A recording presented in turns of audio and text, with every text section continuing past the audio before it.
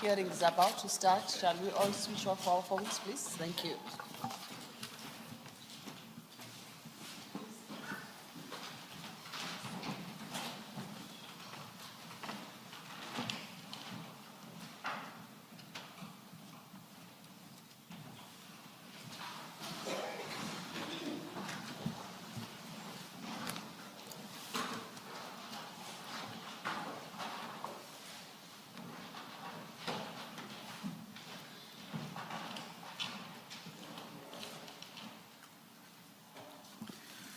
Good morning, advocates and law. Good morning, commissioners, please. Good morning, commissioners. Thank you. Good morning, Chair. Good morning, commissioners. And good morning to you, Commissioner Spies. When we parted yesterday afternoon, we had just concluded the subchapter in your statement on death threats that you had received. We are now moving on to a new topic, and that starts at page 22 of your statement. And it's under the heading Criminal Record Vetting Process. Have you located the place? Yes, Commissioner. Okay. If you could pull the microphones closer to you, thank you. You deal with this from your paragraph 47 up to 52. So let's have a conversation about those paragraphs before we deal with your subtopic regarding systemic concerns.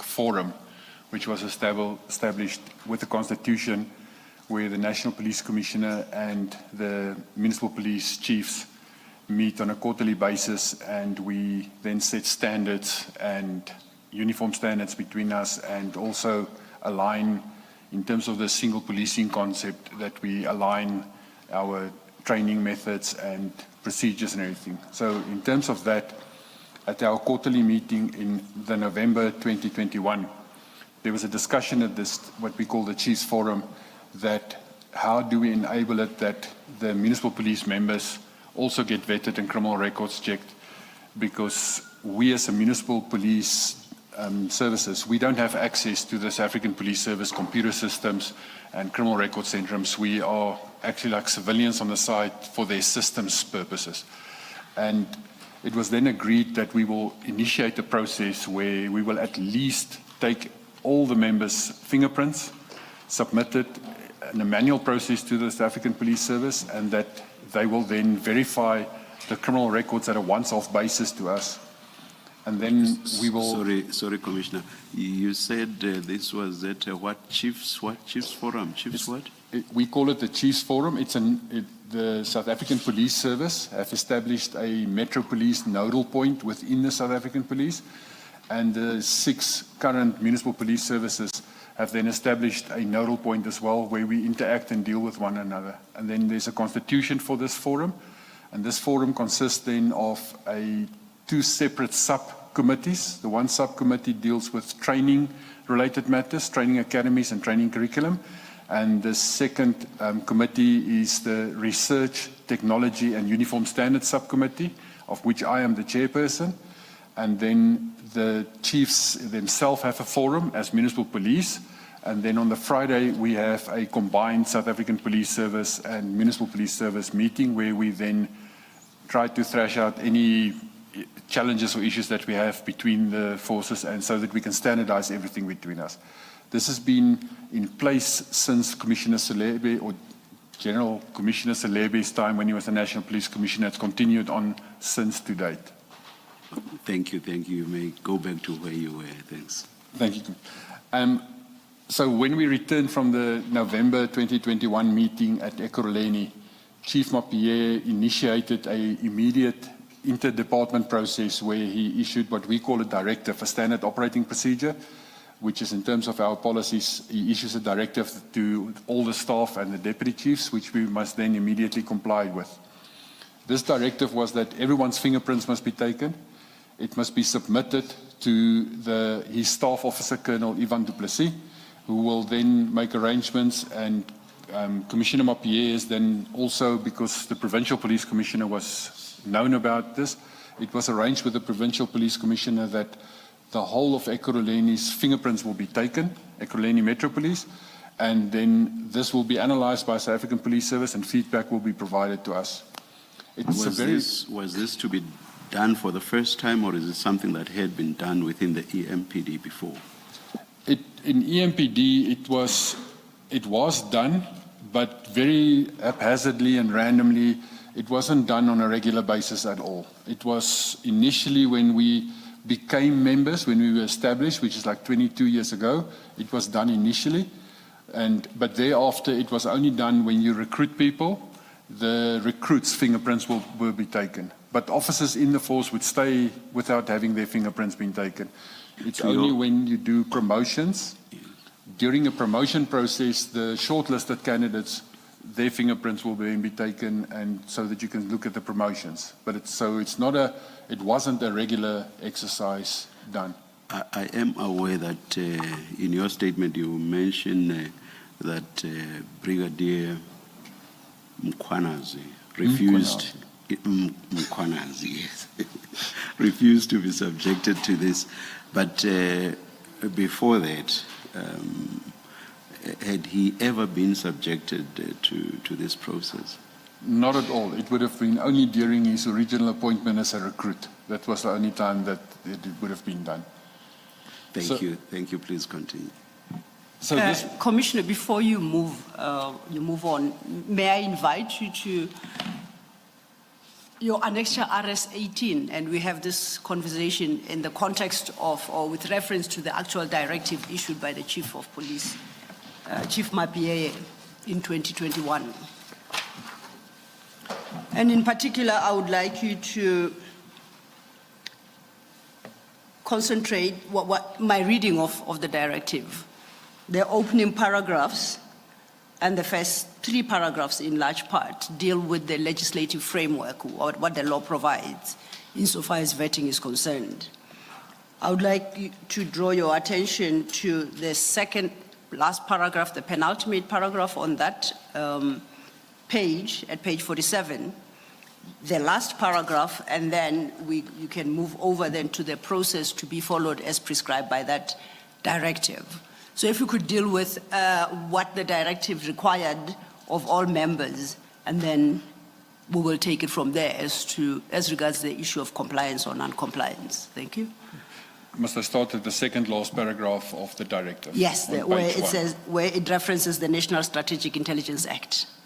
Correct. So the directive explains the legislative framework where this into to prevent any labor issues if officers want to disagree with it. So it starts off in the second last paragraph to say the National Strategic Intelligence Act, Act number 39 of 1994, in section 2, capital A, 1, small a and small b, is very specific that employees of an organ of state may be vetted.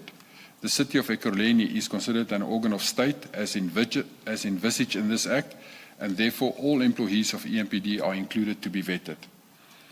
The South African Police Services Crime Intelligence Section has been instructed or appointed to perform the vetting of all municipal police services by the National Police Commissioner, and the standard forms as printed and issued by the government printer shall be used, e.g. SAP 91 inquiry. And then on page 48, the process to be followed. The annual vetting process for EMPD shall start on 1 January 2022 and be concluded by 28 February 2022. Disciplinary action will be instituted against any non-compliance. During this process, each divisional head shall be responsible to ensure that all employees in their respective divisions' fingerprints be taken on the prescribed form, SAP 91, and submitted to the office of the Chief, Colonel Ivan du Plessis, the staff officer in the Chief's office. The forms will then be submitted to the Gauteng Provincial Police Commissioner's Office for analysis and feedback to the Chief's Office. And then it's signed by Commissioner Mapie as the Chief of Police. Thank you. Reading all the process to be followed, item 1 stipulates that the annual vetting process, or states that the annual vetting process shall start on the 1st of January 2022. My question is, was this process intended to be repeated on an annual basis? Was that the intention? Was that your understanding of? Correct, Commissioner. Because in Ekurhuleni it wasn't done. It was only done upon promotions, and it was only done when you are initially recruited. All the other Metro Police departments do it on an annual basis. And we were the only ones who actually, when it came to light and during these discussions at the Portfolio Police Committee, we noticed that we don't do everyone every year. We only do the promotion part of it, and we only do upon recruitment. And therefore, the decision was made that this annual vetting shall be instituted and it will start as an annual for everyone. And I see that at item 2, it states that during this process, each divisional head shall be responsible to ensure that all employees in their respective divisions' fingerprints be taken. This is 2021, December 2021. Please remind us how many divisional heads were there within EMPD and specifically who they were. The divisions were Division Operations and Specialized Services, which have Commissioner Goodman Mazolo as the head of that division. It was Division Auxiliary and Support Services, of which I was the head as a Deputy Commissioner Spies.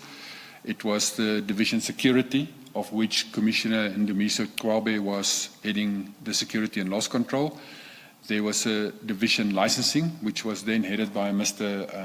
Hamilton Letwaba. Sorry, I have to, in my mind, go back, make sure that I mentioned. And there was a Division Compliance. However, Division Compliance was vacant and there was no appointment in that position at that stage. The functions of that division was divided between the other deputy chiefs at that stage. Okay, you may proceed with your testimony then. What did you do or what happened after this directive was issued by Chief Mapie? So from my section, I had a subsection within me called the Warrant of Arrest section. That Warrant of Arrest section was headed by a Colonel Foster, and I tasked him and his whole team to immediately start the process on 1 January, taking my division's fingerprints. That was concluded in January already, the whole division of Auxiliary and Support Services. I then made him available to the other divisions to say, please assist the other divisions because they take too long to do this process.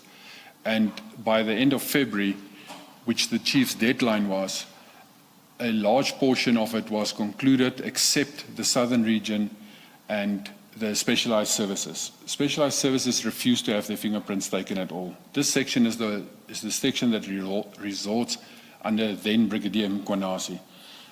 They refused to have their fingerprints taken. The southern region, the reason they haven't concluded yet is they are the largest region. They have the most officers and they were running late because of the volumes and the officers working different shifts and taking their fingerprints. So there was a verbal extension that we can carry on during the year with it. And at the end of February and March, Colonel du Plessis then took all the fingerprints that was already submitted, handed it over to the Provincial Police Commissioner's Office, and they started to analyze it. In the South African police side, it took a long time. It was like 4 to 5 months to take it, but it was distributed to different criminal record centres like Soweto, Johannesburg, Tshwane, and East Rand because of the huge volume that came in. And then it started to trickle back, and eventually, once it started coming back, one of my sections, Colonel van Rooyen, which is the human resource liaison person, his section was then tasked to scan and capture the returns, which is the SAP 69 forms, which is the criminal records. It will state on the front page either illicit activity recorded or no illicit activity recorded. If it says no illicit activity recorded, then there's no record of SAPS looking for you or having any record of you. And if there's illicit activity recorded, there will be a SAP 69, which is the actual record, will then be attached to the back of that. So Colonel van Rooyen and his section started to capture all of these returns as it is. Eventually, there was more than 3,700 in total. I don't have the exact figure, but I've got a spreadsheet with the actual names on it that was submitted to HR. And in this process, when we got to a stage where it's a year later now, we're supposed to start the next session of vetting again, but we haven't even concluded the first session again. And I was then tasked by Chief Mapie to give feedback on this specific status, where in the project are we, because we are capturing, my section is capturing it. I then prepared a feedback where I presented and I started. We were at a meeting which we call PEXCO Inside. It's Police Executive Committee. It's the Chief of Police with his deputy chiefs and the head of internal affairs that is together. And at this meeting where we were present, the moment I started to give feedback, Brigadier Makonasi was sitting right opposite me. And he started to scream with even spit and froth that comes out of his mouth at me, where he was screaming extremely disrespectful towards me, screaming that he doesn't have a criminal record, and I'm saying he's got a criminal record. And I said to him, but I'm not saying you've got a criminal record. I'm giving feedback on the status of the fingerprints. What I do say is that your section didn't provide the fingerprints and they refused to provide the fingerprints. I'm not saying you have a criminal record. And he just kept on screaming at me. In front of all of us in the meeting, he physically took his phone out and he started phoning.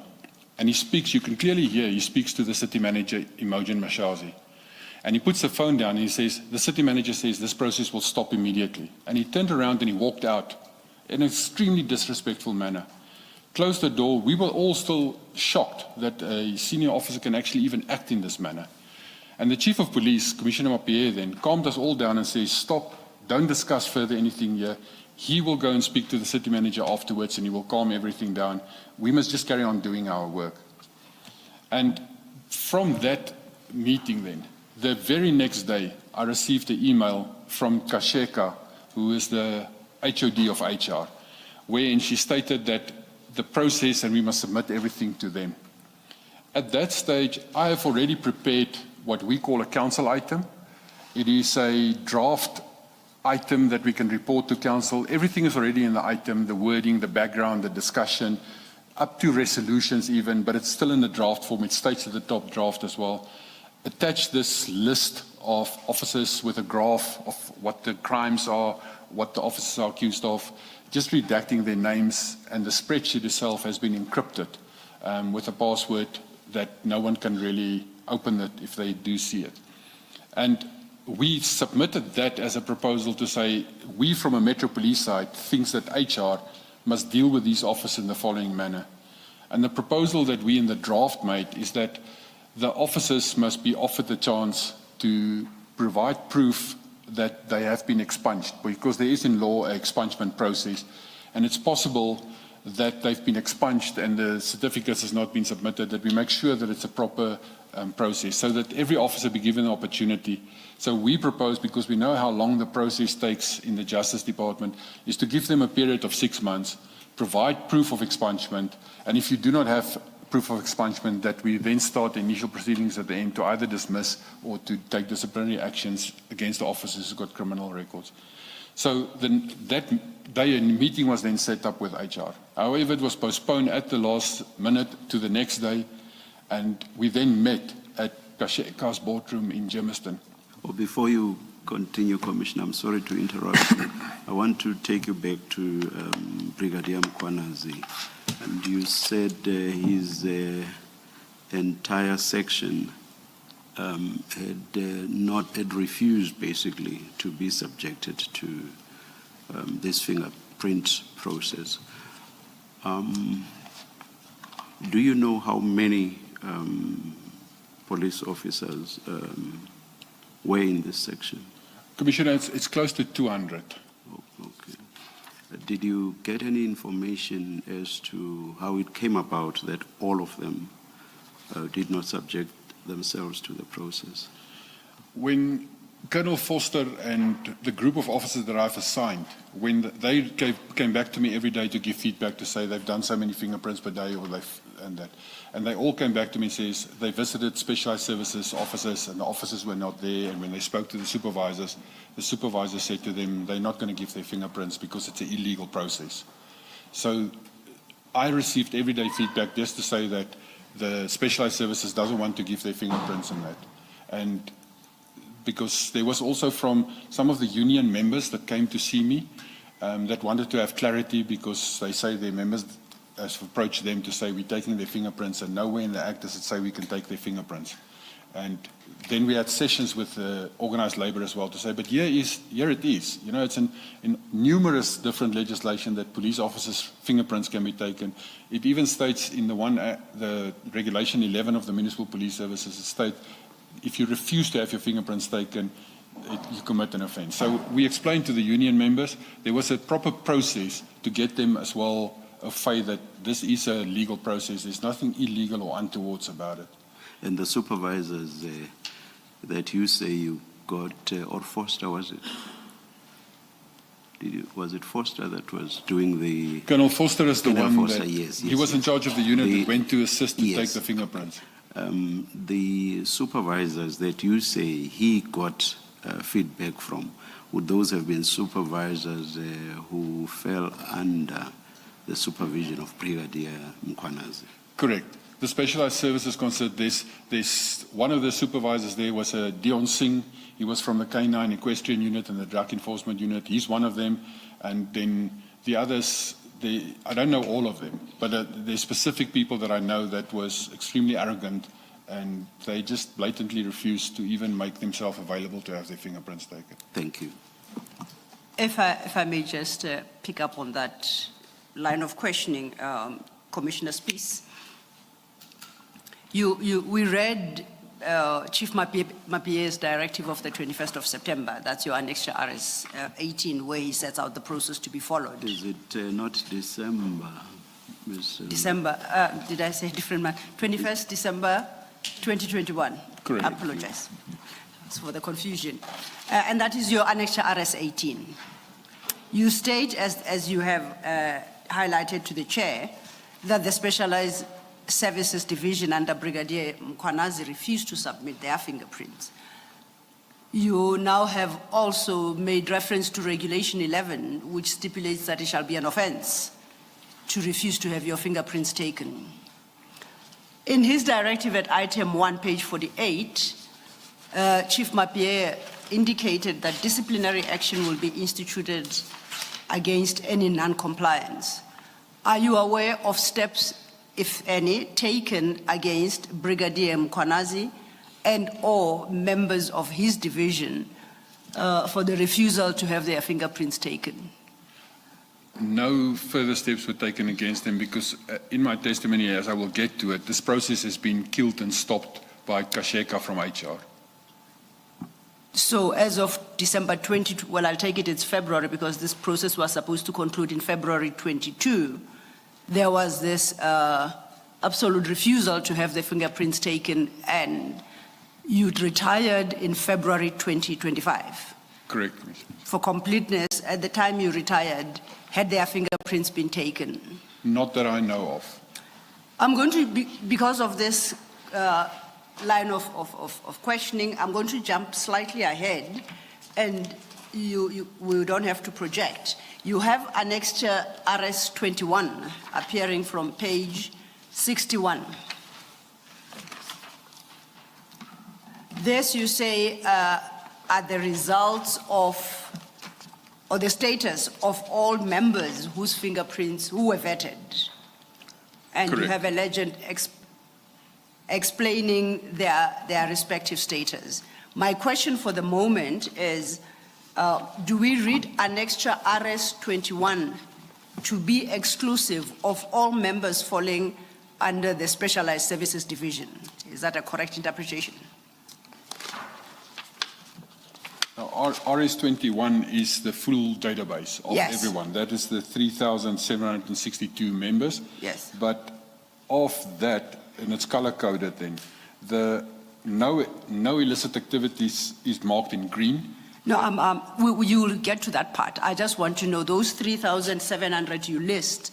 Yes. At RS 21, you provide the status of each. My question is it a correct reading that this list does not include any member of Brigadier Mkhwanazi's Specialized Services Division?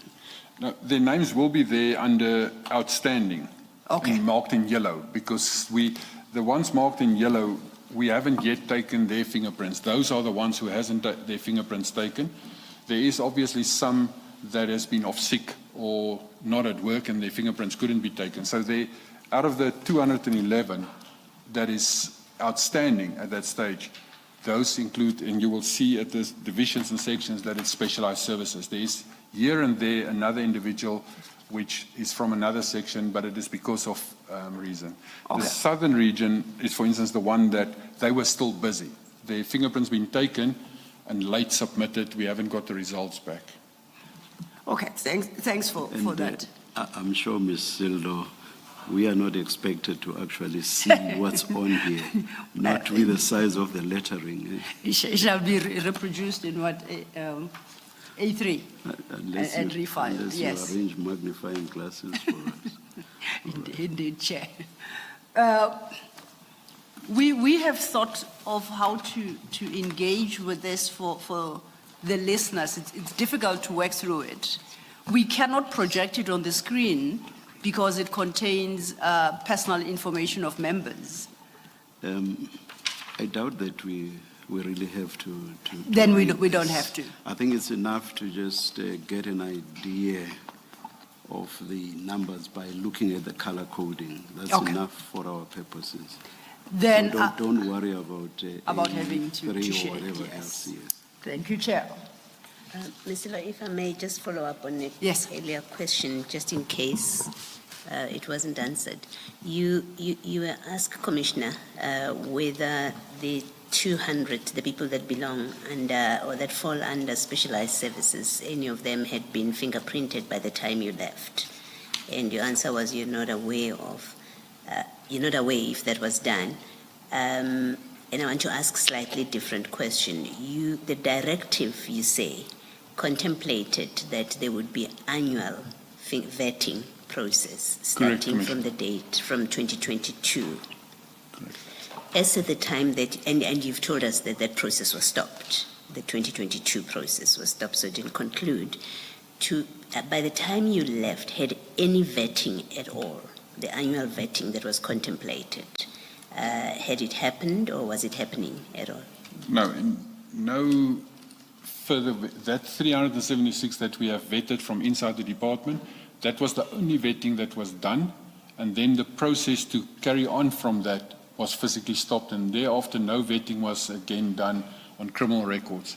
There is a later process where just after Commissioner, when Mkonasi was appointed as a deputy chief, then, and this vetting process was started, there was an instruction from the chief of police to the 3 deputy chiefs that we must be fully vetted.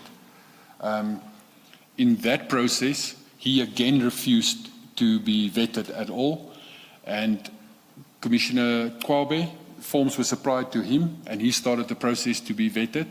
And I answered the chief back to say, I'm already vetted to a top secret clearance level. Here's my top secret clearance security number. My own security vetting has then, at a stage, it's only valid for 5 years.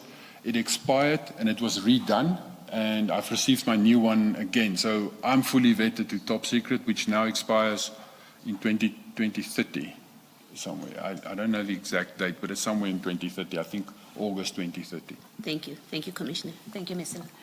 Thank you, Commissioner Baloyi. Staying then with RS21, which we will not project. It's color-coded, green, yellow, red, and without giving any detail, for future reference, can you summarize what the color coding means? What is green, what is highlighted red, and yellow, the legend?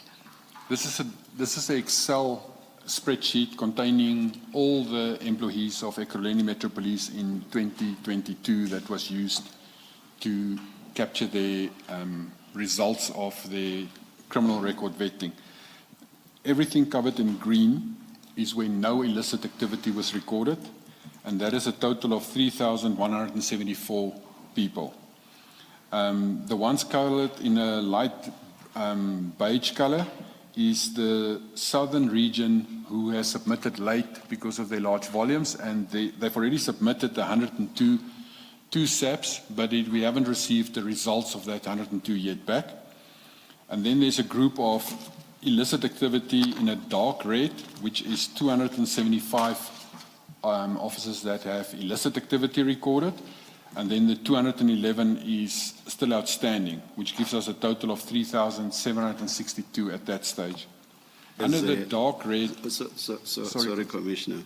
In the red, that is where illicit activity has been identified, there's the total number, but then to the far right, there's another number. What does that signify? so that's a lighter red, and it states awaiting trial. So when the illicit activities sometimes come back, it means that an officer has, for instance, been arrested and he's already been charged and he already pleaded and his criminal case is running. So we don't yet have a result of that person. So we just indicate it as awaiting trial because of the process is still ongoing. Oh, thank you very much. Because it's just sticking out and hanging, as it were. I did not see the heading above. Thank you very much. Thank you, Commissioner. Do you have in the list officers who have been convicted? And what is that number? I can't quite read it. It's 100. 100. Thank Yes. you. Thank you. In the list, do you have officers who have been convicted?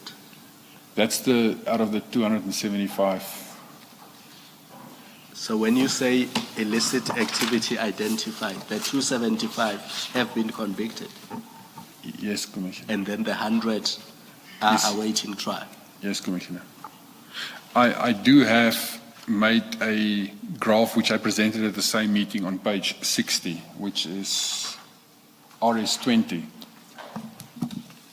Before we get to RS20, we'll get to RS20.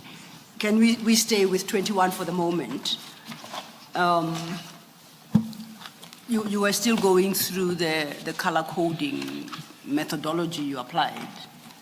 So you had said the beige, those highlighted in a beigeish color, those were involved the southern region mainly, which has a large number of members. Correct, and had Commissioner. not completed the process. Correct, Commissioners. Their fingerprints were already taken and submitted, but we still haven't received feedback from the South African Police Service on their results. Then you have the yellows. What does yellow? The yellow means that the fingerprints has not been taken and the fingerprints has also not been submitted. So they are still outstanding and therefore nothing has happened with them yet.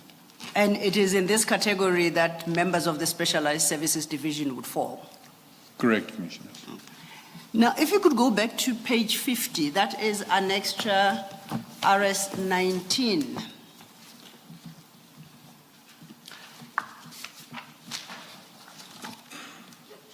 There appears to be a memorandum from Chief Mapieye dated the 6th of February 2024, addressed to El Kasheka, HOD Human Resource Department. You see that? And it's signed at the bottom by him. Is it this document? It says, kindly find attached report from the EMPD to Human Resources Department regarding the status quo of EMPD employees with criminal and/or illicit activities recorded against them as requested by the Human Resources Department in the meeting held on the 27th of February 2024 at HR Corporate Head Office in Germiston. Do you see that? At paragraph 52 of your statement, you reference a meeting you had with Mr. Sheka. That date of the 27th of February 2024, that Chief Mapieye refers to at page 50, is it the same meeting or is it a different meeting? Because your meeting of at paragraph 52 does not appear to have a date. The meeting that we held with HR, so in the beginning of February, there was a meeting which is the SPEXCO meeting. Yes. But then it was postponed, the meeting that was set up with HR. And that meeting took place on 27 February. On the letter of Commissioner Mapieye, the date that it was issued is actually 6 March. Because the letter wasn't issued before the meeting. It must be a typo because we actually had, on the 5th of March, we had drafted the item already based on what was discussed in that meeting. We must provide all the information to HR.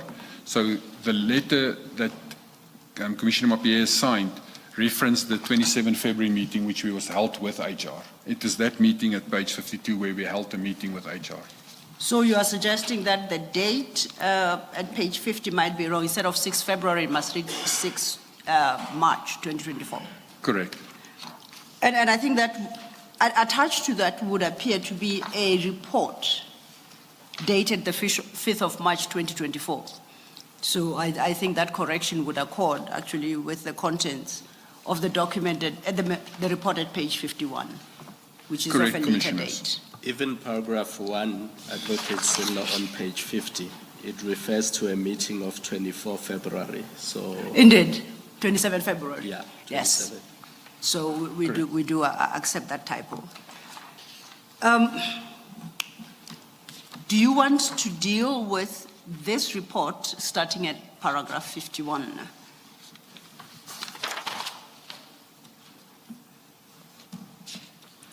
At this meeting that we held on the 27th of meeting, the people present there was Ms. Kasheka, who's the head of human resources. She was the chair. There was Mr. Lefu Makoba, Colonel Van Rooyen from the Metro Police, Brigadier Julius Mkonasi, Colonel Ivan Duplessis, and there was also Mr. Maripe Matakocha. He's the divisional head at corporate HR. And then it was discussed there is to say that we as Metro Police cannot do this process. The process must be restarted on suggestion from Brigadier Mkonasi from scratch because the people who took the fingerprints and the people who's involved in this process cannot be trusted. And then it was resolved by Kasheka that we will submit our complete database together with the draft report and the letter to her office, and it shall be managed by Lefu Makoba. So, and we must provide all the information, everything over to them, and it will then be dealt with them. So, obviously we came back and the next day we submitted this draft. What we say is a draft report is normally corporate human resources will do a council report because it's human resources and HR related. But to expedite the process, we drafted the whole item already for them to say this is what we suggest, and we submitted that to them. The Excel spreadsheet itself, I encrypted it with a serious password, and I then sent that via email to Lefu Makoba, and I've sent the password via WhatsApp to him.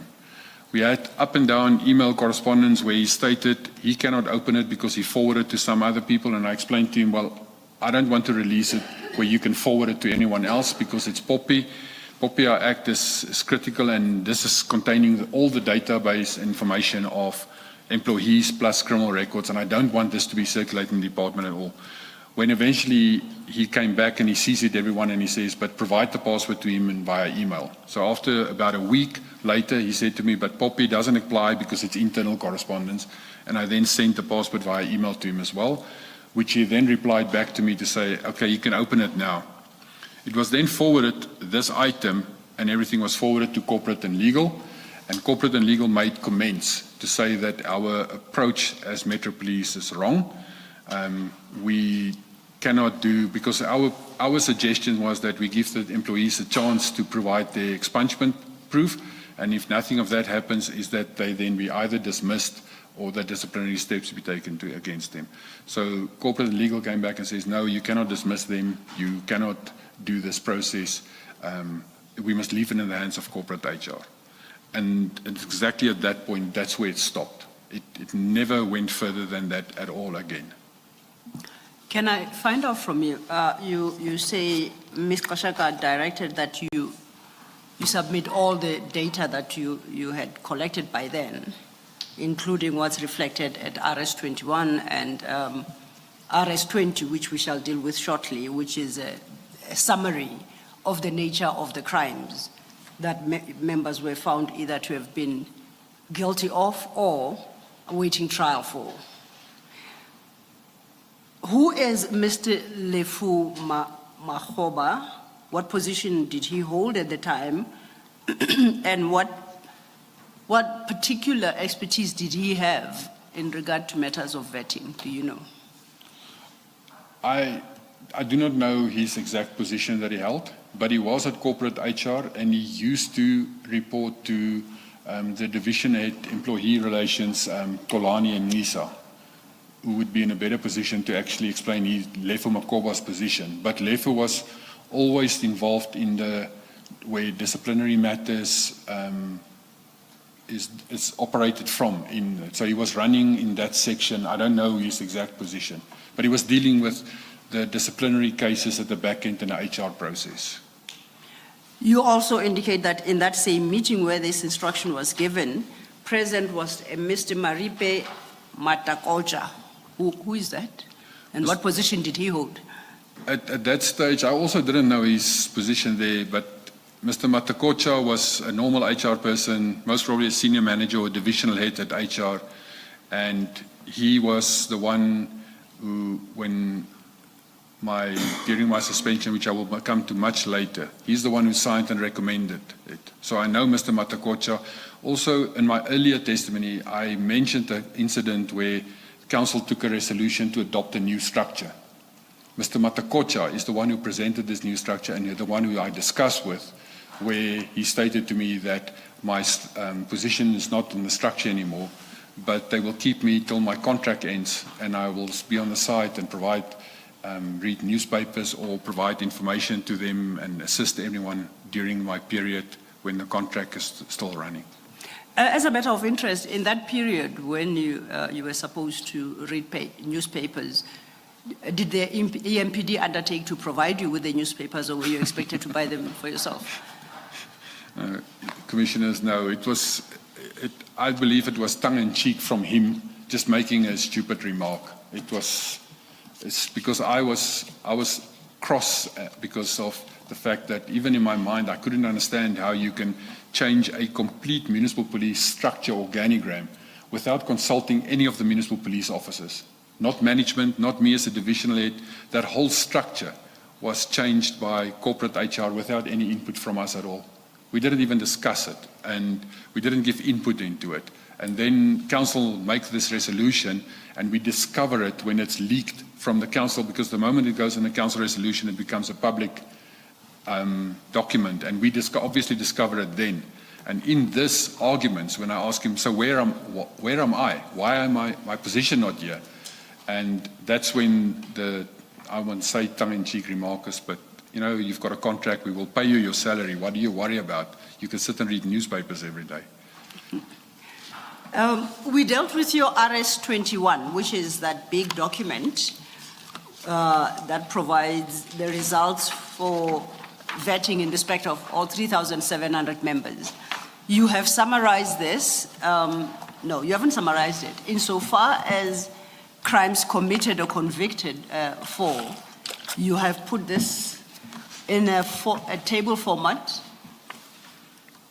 a graph format rather, to indicate the extent and the nature of the crimes and the extent to which members are either convicted currently or are facing charges for. Would you like to talk to this graph? On page 60, I have created this graph, and it's obviously in the spreadsheet just a graph which is sorted from the highest amount of crimes. And the crimes as it's captured is obviously, as it comes from the 69, it is just like a abbreviation of the crime. And it then runs from the top of assault cases where officers were found guilty for assault with a total of 58 as the most. And it goes down to uttering, which is 1. Must I read every one of them, Commissioners? I think you can just highlight the key ones, or maybe, I won't say the most concerning, because all crimes are concerning. So from the top it goes, assault was 58, theft cases was 41, driving under the influence is 33, reckless and negligent driving 28, murder awaiting trial was 15, fraud awaiting trial was 14, robbery awaiting trial was 8. May I interrupt you there? Okay, we don't have to go through all of them. Just based on what you've just read, murder awaiting trial 15, fraud awaiting trial 14, robbery awaiting trial 8, fraud 7. So effectively, these are members in the system who are awaiting trial or convicted for these crimes, With the exception of fraud, Ms. except for the exception of fraud? Yes. Yes. The murder, there is already a little bit lower down, there is 4 officers that's been found guilty for murder as well. So there is 15 awaiting trial, meaning they haven't been found guilty yet. Their trial is still ongoing. But further down the list, there's 4 for murder. There's 4 for rape. There's 3 for robbery. So even though at the top there's a awaiting trial portion, there is officers that have been found guilty already that is in the service with criminal records, very serious criminal records. And you say those convictions are in respect of murder, rape, and fraud, did you say? The convictions. If I categorize from what I consider as serious crime for police officers, there's like negligent loss of firearm is 6, but if we go to things like extortion is 5, housebreaking is 5, kidnapping is 5, murder is 4, rape is 4, robbery is 3, pointing of firearm, the defeating, gathering act. So from the highest list, which is more related to the Schedule 1 type of offences, the murder, the rapes, and that there is, and then there's at the top the awaiting trial portions that is still not concluded. Just to make sure we read it correctly, in some instances, taking for instance an example, fraud, you have fraud awaiting trial, then you have fraud. You see that at the top. Correct. Where you have not indicated awaiting trial, does that mean the figures you give are in respect of convictions? Correct, Commissioners. So anything here that is not highlighted as awaiting trial, these are all members have these convictions, including rape, murder. Correct, Commissioners. And they're in the system. Correct. And robbery. Yes, Chair. Okay. Commissioner, because you said earlier that when you join the service, you get vetted, can we conclude from this document that these offenses were committed after the members entered the service? Because I'm assuming if they were committed before, you would not have become a member of EMPD because you would have failed the vetting. No, Commissioner. That is unfortunately an assumption on your side. Yeah. Some of these cases stem back from the late 80s, 90s, and how the officers passed the initial recruitment process is also unknown to me then, because their fingerprints were taken, but how they get forced into the system, I don't know. But these records obviously relate to everything the South African Police Service have as a criminal record based on the fingerprints. And some of the cases, if you look at the convictions, the conviction dates were long, long ago as well, prior to their actual appointment date. There's one which is a very strange matter. It has been reported to us as well. There was an officer, he's out of the service now because he got caught again and then he was sentenced to imprisonment and he sits in prison. The officer was found guilty of murder. He was never sentenced. And this is a very old case, which I don't understand as a policeman how that happened, if you can be found guilty of murder and then not sentenced. But it's an old case. It's things that we picked up. What is the policy? What is the EMPD policy regarding the employment of people who have previous convictions?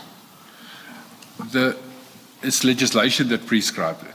It's in terms of Regulation 11 of the Municipal Police Services, one of the requirements of the minimum requirements to be appointed as a member is that you may not have a previous criminal record, except if it's politically motivated or there's a specific wording related to that.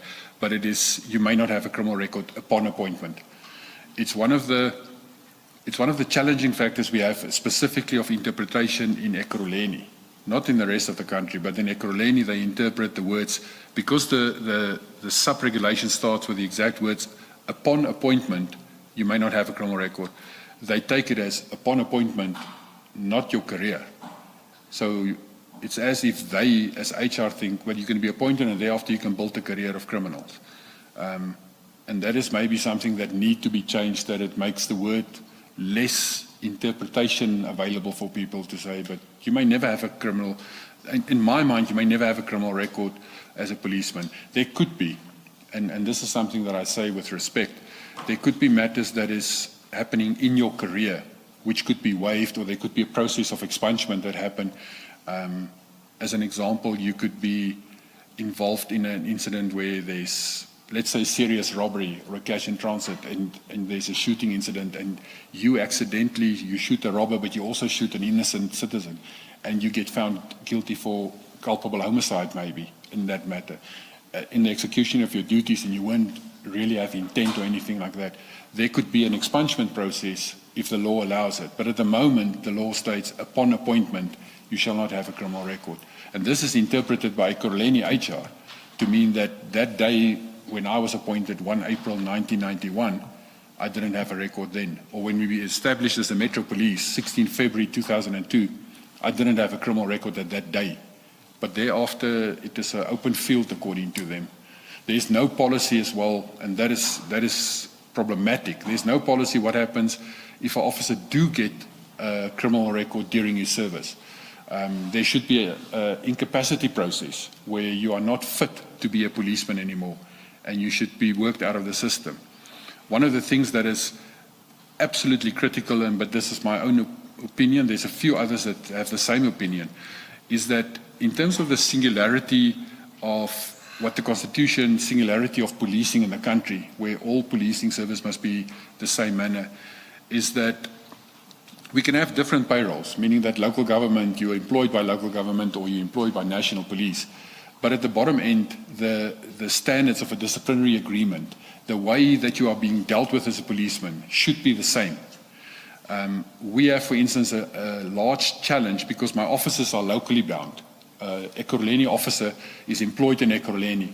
The Ekurhuleni HR systems, computer systems, for instance, doesn't have access to Home Affairs, Harness, or the African Police. There's no interface between these systems. So my officer can physically go to Durban on holiday, and he can commit a rape, he can commit a robbery, he can commit anything wrong there. We will never know it happened. The officer can come back, and every time he has to appear in court, he takes a day's leave and he fly out, and we will only discover it if he doesn't pitch for work one day because he sits in prison. And we have there's even a strange anomaly that happened now. One of our officers was found guilty of murder. He actually, at Vosloorus police station, he shot and killed his wife, who is was a captain in the police. He shot and killed her in the charge office of the police station. Our police station and their police station is very close to one another. They're separated by like a parking space between us. And he shot and killed his wife. He came out of the police station, and then obviously everyone, it's blue on blue, police and Metro Police, all rush out because of the shot. And then he tried to commit suicide, and he shot himself in the head. He was paramedics on scene, rescued. He actually looks like he sustained no damage, and he was released from hospital. He was eventually found guilty, and he was incarcerated, and I believe it was like a period of 15 years. He came out on parole now in this year, and he lodged an unfair dismissal case because he wasn't processed in the correct manner, and Ekurhuleni reinstated him. So the systems doesn't speak to one another, and that is something that if we, for instance, want to take, if I want to check if my officer have a criminal record, I don't have any access to it at all. I cannot see it. The only manner I can do it is I take his fingerprints manually, I submit it to South African Police Service. I, as municipal police, must pay the South African Police Service either 85 or 180 rand as a government entity to South African Police Service to say, please check this fingerprints for me. They will take weeks and months to do it and then come back with a result to me. So I, as a police, municipal police, don't have access to criminal records of my officers. My officer could be in domestic violence incidents, be involved at home against his spouse or wife, and the police could hold an inquiry about his fitness to possess a firearm in terms of the Firearms Control Act. Or there could be a domestic violence protection order against the officer, and where the court makes a ruling that he's unfit to possess a firearm. That is captured into SAP systems and court systems. I don't have access to that. What we have in the meantime arranged between us and the South African Police Service is that we provide them with a list of our officers' names. And then at the end of every month, the South African Police Service draw an extract of the firearm unfit list to us to say the following officers have been captured in their system as unfit to possess a firearm. But that is one of the critical things that is a problem, is that we have even approached SALGA, which is the the South African Local Government Association, which is the employer actually, to say to them, can we please, and we already had workshops around this, can we have a separate set of conditions of service for municipal police officers than the rest of council, which is aligned to this, to be similar to, it's not the same because it's two different organizations, but that we have systems and disciplinary agreements that a policeman must not only act in the same manner towards every citizen, but he must also be treated in the same manner at the back end. And that unfortunately doesn't exist. Thank you, Commissioner. You concluded paragraph 52, basically that all this information was shared with Ms. Kasheka's department as per her instruction. So she and her department became aware of what you have just shared with the Commission. Is that correct? Correct. Correct. You then say this process was subsequently halted and to date no further steps have been taken. Correct, Commissioners. I take it when you say it was halted, do you mean that it just didn't proceed any further than Correct. the point at which? Nothing further happened. We haven't had any meetings further to that effect. Nothing else in the department took place. Was there any feedback by Ms. Kasheka as the head of HR or her office as regards this vetting process? Was there any formal communication to There was no further feedback from Kasheka and neither from Lefo, even though on the sidelines I harassed him the whole time and asked him what's happening, what's happening. There was no further feedback. And you recall from Chief Mapie's directive of the 21st of December 2022, he had indicated that disciplinary action will be instituted against non-compliance. What did Chief Mapie at this juncture, which we say is around the 6th of March 2024, do when this process was halted with the results that you have highlighted in both Annexure RS20 and RS21 regarding members who've got criminal records in the system and members who refuse to be vetted? What did the chief do about all this? Chief Mapie was already under tremendous pressure of being either suspended or placed on special leave. And I don't know if there was nothing that I, as deputy chief, ever saw that was ever done against any of these officers who refused to submit their fingerprints, or even the people who had a guilty that was found guilty. There was no further steps taken against any of these officers. So, yeah, you're suggesting that Chief Mapie could potentially have been under one of his many suspensions at the time? Correct. Because we know that he was finally suspended. The latest is the 25th of September 2024. And this is happening around the 6th of March 2024. Commissioner Mapie was already in August 2023, after Brigadier Makonasi's disciplinary case has been pushed aside and trying to be stalled. There was already incidents where the then city manager, Mashazi, actually in front of me, she said to him, I'm suspending you now. So this happened here 17, 18 August 2023 already. So he was already suspended. Even though the records will indicate at a later stage they altered the documents to actually make that he was placed on special leave for 30 days. And Makonasi was placed in his position to act. So it was a constant harassment against him, and there was no continuity that anyone do it. But as far as my knowledge is, up to the date when I retired on 28 February, nothing was done against these officers at all. And the process was not started or concluded at all. And equally so, there was no explanation from the upper echelons of EMPD as to the status of this process or why it is not proceeding. It was never communicated to the divisional heads. Correct, Commissioner. Was this, to your knowledge, was this matter ever reported to council of They- Ekurhuleni? It wasn't formally reported to council, and that I know of. I do know that there were council questions. The process of council work where councillors will, during a council, they will submit written questions, and then the individual departments must answer. So I know that there have been questions from councillors that was raised in council, but because it is an HR-related issue, it was never answered by our department. We saw the questions, but it was always answered by HR. I don't know their answers because I don't see other departments' answers.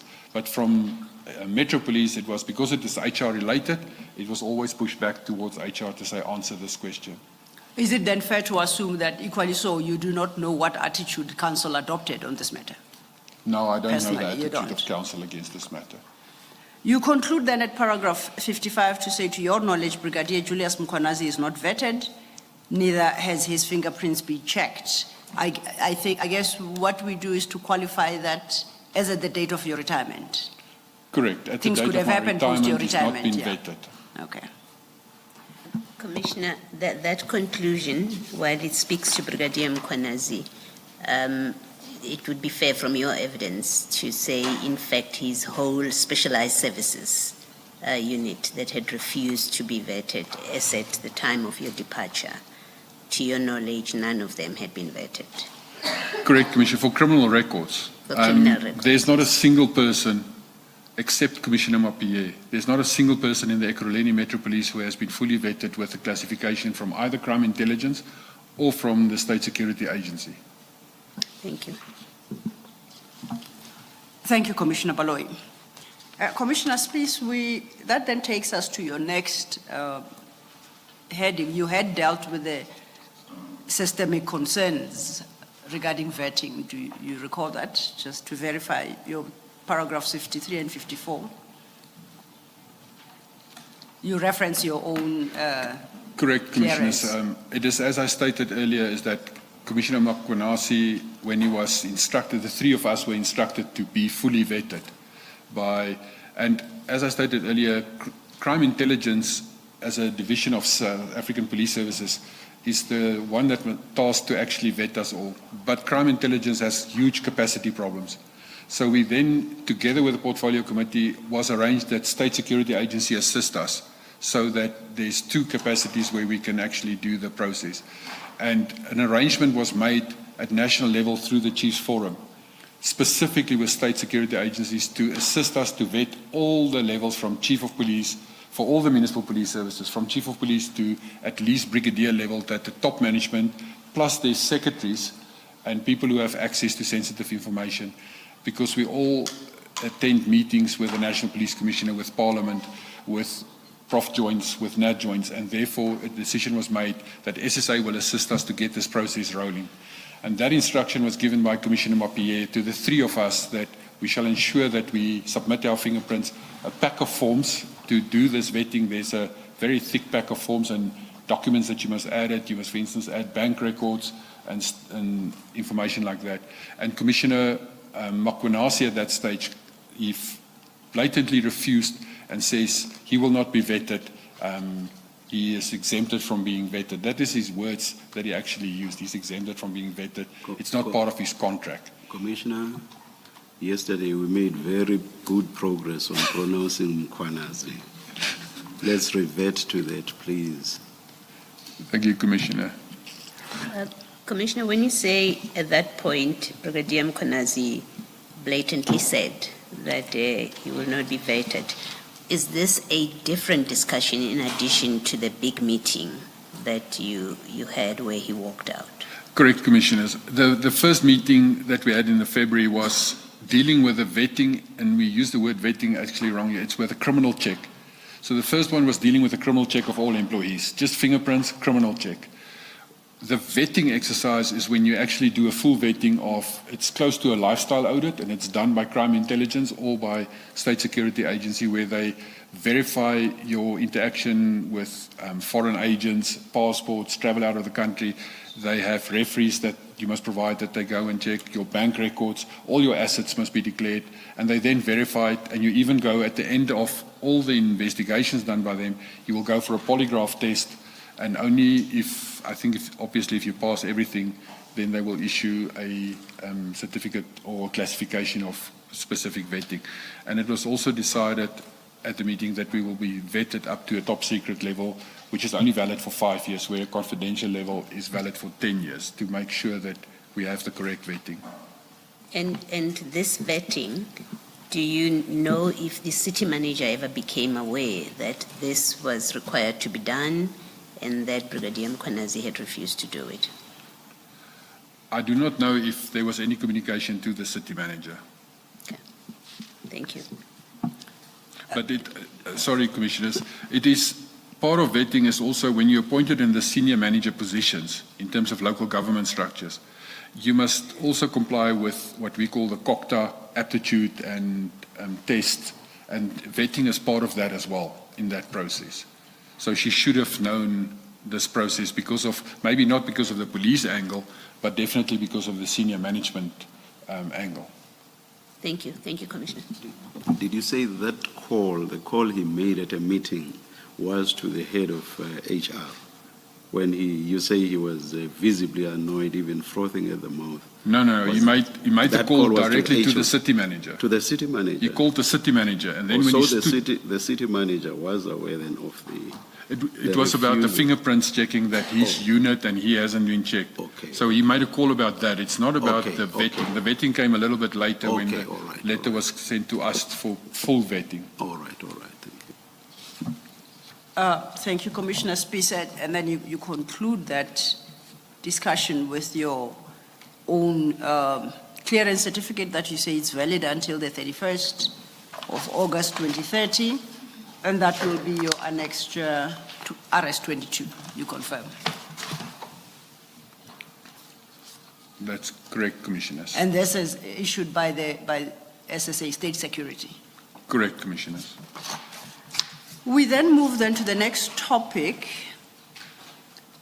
from page 24, and here you deal with the suspension of Chief Mapie and other irregular appointments within EMPD.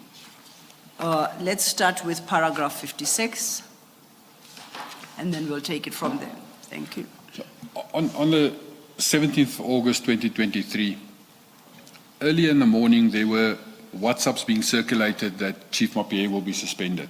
And it's like, people make these comments and remarks the whole time. I just ignore all of that going on, and my office is complaining to me what's happening with this. And then the afternoon, we received an instruction that all the brigadiers and the deputy chiefs must immediately report to the city manager's boardroom in Germiston. Upon arrival, as we started to walk in through where the receptionist, as we start to walk in, and this is senior people, this is myself, the deputy chief, the chief of police, and the brigadiers there were, I think it's 8 brigadiers, I will just count them again, but I've listed their names.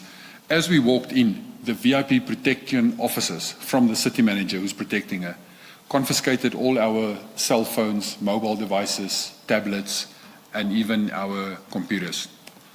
And they didn't allow us into the boardroom with any electronic devices. But I walked in with I've got a notebook diary, everything. When I attend meetings, I make notes of everything as I go along.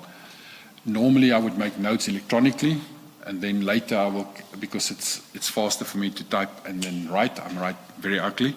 But in the meeting itself, I actually made notes in my notebook, and I recorded the whole meeting from the notes. I tried to write as fast as possible as individual was speaking.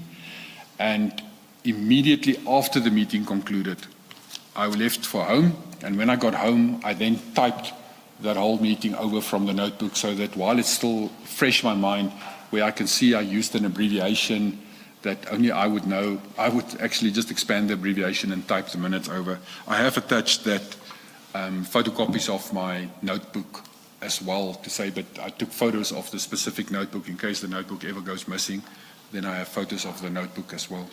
And the photocopies of your notebook are attached as RS-23, and the transcribed notes typed are RS-23 small a, in bracket A. You confirm that? That's correct. Now, and starting from page 96 with RS-23. The actual notebook from which you took the pictures that now make up an extra RS-23, you still have that notebook? Correct. Should the commissioners need to satisfy themselves that this is not your creation post fact? You have the actual notebook? I still have the notebook, and I forwarded this in WhatsApps as well, so there's even proof to date and timestamp this. There's also, as I wrote to my notebook, it starts at 12 o'clock, and when I ended the meeting, it ended at 15:45 at the end of my notebook of these notes. Okay. Having then confirmed that, I think we shall not subject the commission to your handwriting, so perhaps we turn to Annexure RS-23 bracket A to understand what transpired at that meeting. The order around the table, and as they are listed, the attendees, it is the order that they sat. I sat with around the table in the boardroom to my left, and if you see, my name is right at the bottom, just before Mrs. Kasheka's name. The city manager sat at the head of the table. And as you go around from her, as I'm facing the boardroom, it was the city manager, then it was Chief Mapie, then it was, at that stage, Brigadier Mkwanasi, and then Brigadier van der Merwe, Deputy Chief Mazolo, Deputy Chief Twabe, Brigadier Nkosi. It was then, on this side of the table was Mr. Letwaba, Brigadier Gina, Brigadier Maslangu, and Brigadier Besaidenout, and then myself, and then Kasheka from this side. So we sat around the table. The city manager opened it, and she was lambasting the department and stating stuff that our revenue collection has dropped, it's no tools of trade. She stated that the ammunition tender has been refused because the NEL, at that stage we had an ammunition tender where the only manufacturer of large-scale ammunition in this country was PMP, which is a subsidiary of the NEL, Pretoria Metal Pressing Works, that makes 9mm ammunition. So we had what we call a Section 110, Section 32 process buying transversal from another State Department process. And this failed because she refused to have it done because she stated the NEL is directly involved in state capture and we must go out on an open tender again so that we can do it. And she then stated she appointed Spies, who was me, but there's no changes in the department. This is a year after my appointment. And she carried on lambasting everything, low staff morale. And what is critical about what she's saying and the way she is saying it is that everyone else was then given a chance to speak, except I didn't get a chance. Just before the meeting, Commissioner Mapie spoke to me in the passages as we walked up the stairs. And he said to me, Commissioner Spies, please do not say anything today. Let us just take whatever is said, punishment, whatever is said, and let us go fix it at the back end. Because the city manager is out to get you, don't say anything. So I said to him, Chief, it's fine, I'll keep quiet. I don't want to lambaste anything or bring anything out in the open. We'll fix the department as we go along. So everyone got a chance to vent. But commissioners, when Mkwanasi started to speak, everything that he said was as if he and the city manager had colluded and they were speaking the same speech. And he was making comments about this de facto chiefs, that Chief Mapie is running, is a bad manager and he's not running the department good enough because there's de facto chiefs. And he mentioned that I'm one of the chiefs that runs the department. Perhaps, apologies, Commissioner Spies, it might be easiest and quickest if we deal with that side of things with reference to the actual transcribed quote-unquote meeting. And for that purpose, I would refer you to page 105. At the having listed the attendees and you highlight that the meeting was open, you have at the bottom of that page a recordal of what was stated by JM. And according to your attendees list, you have JM as the director, JM Kwanazi. He was at that stage appointed as the Director of Specialized Services with a brigadier rank. Okay, perhaps then if you just read that paragraph at the bottom of 105 to about literally the first quarter of 106. Thank you.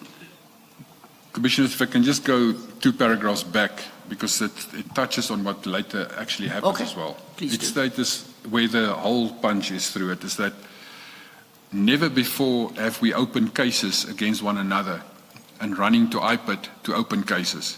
She can also play the same game and go to IPID to open cases against us. She can do the very same thing we do.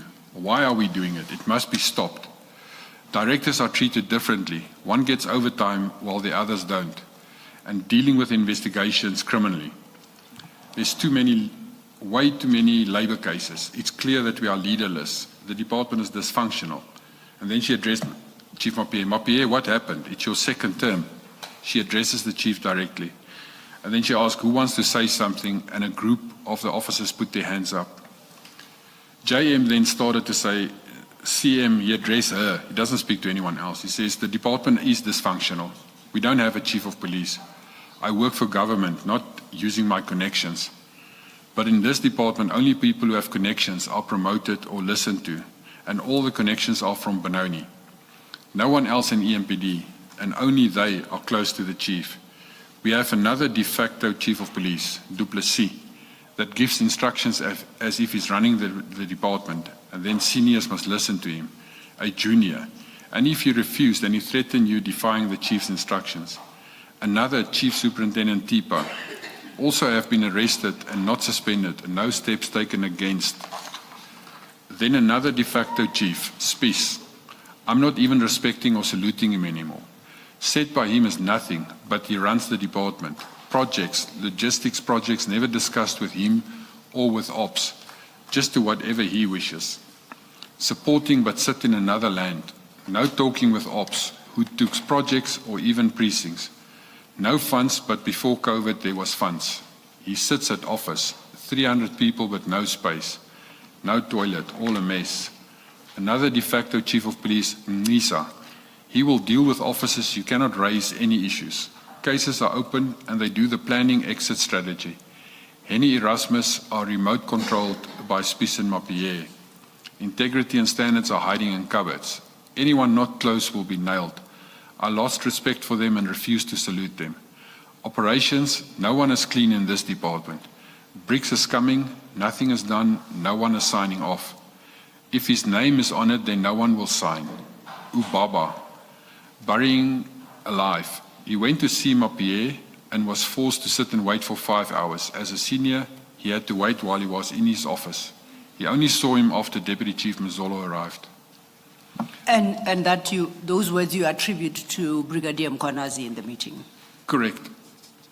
The meeting then continued, and I see there are different speakers, as your note reflects.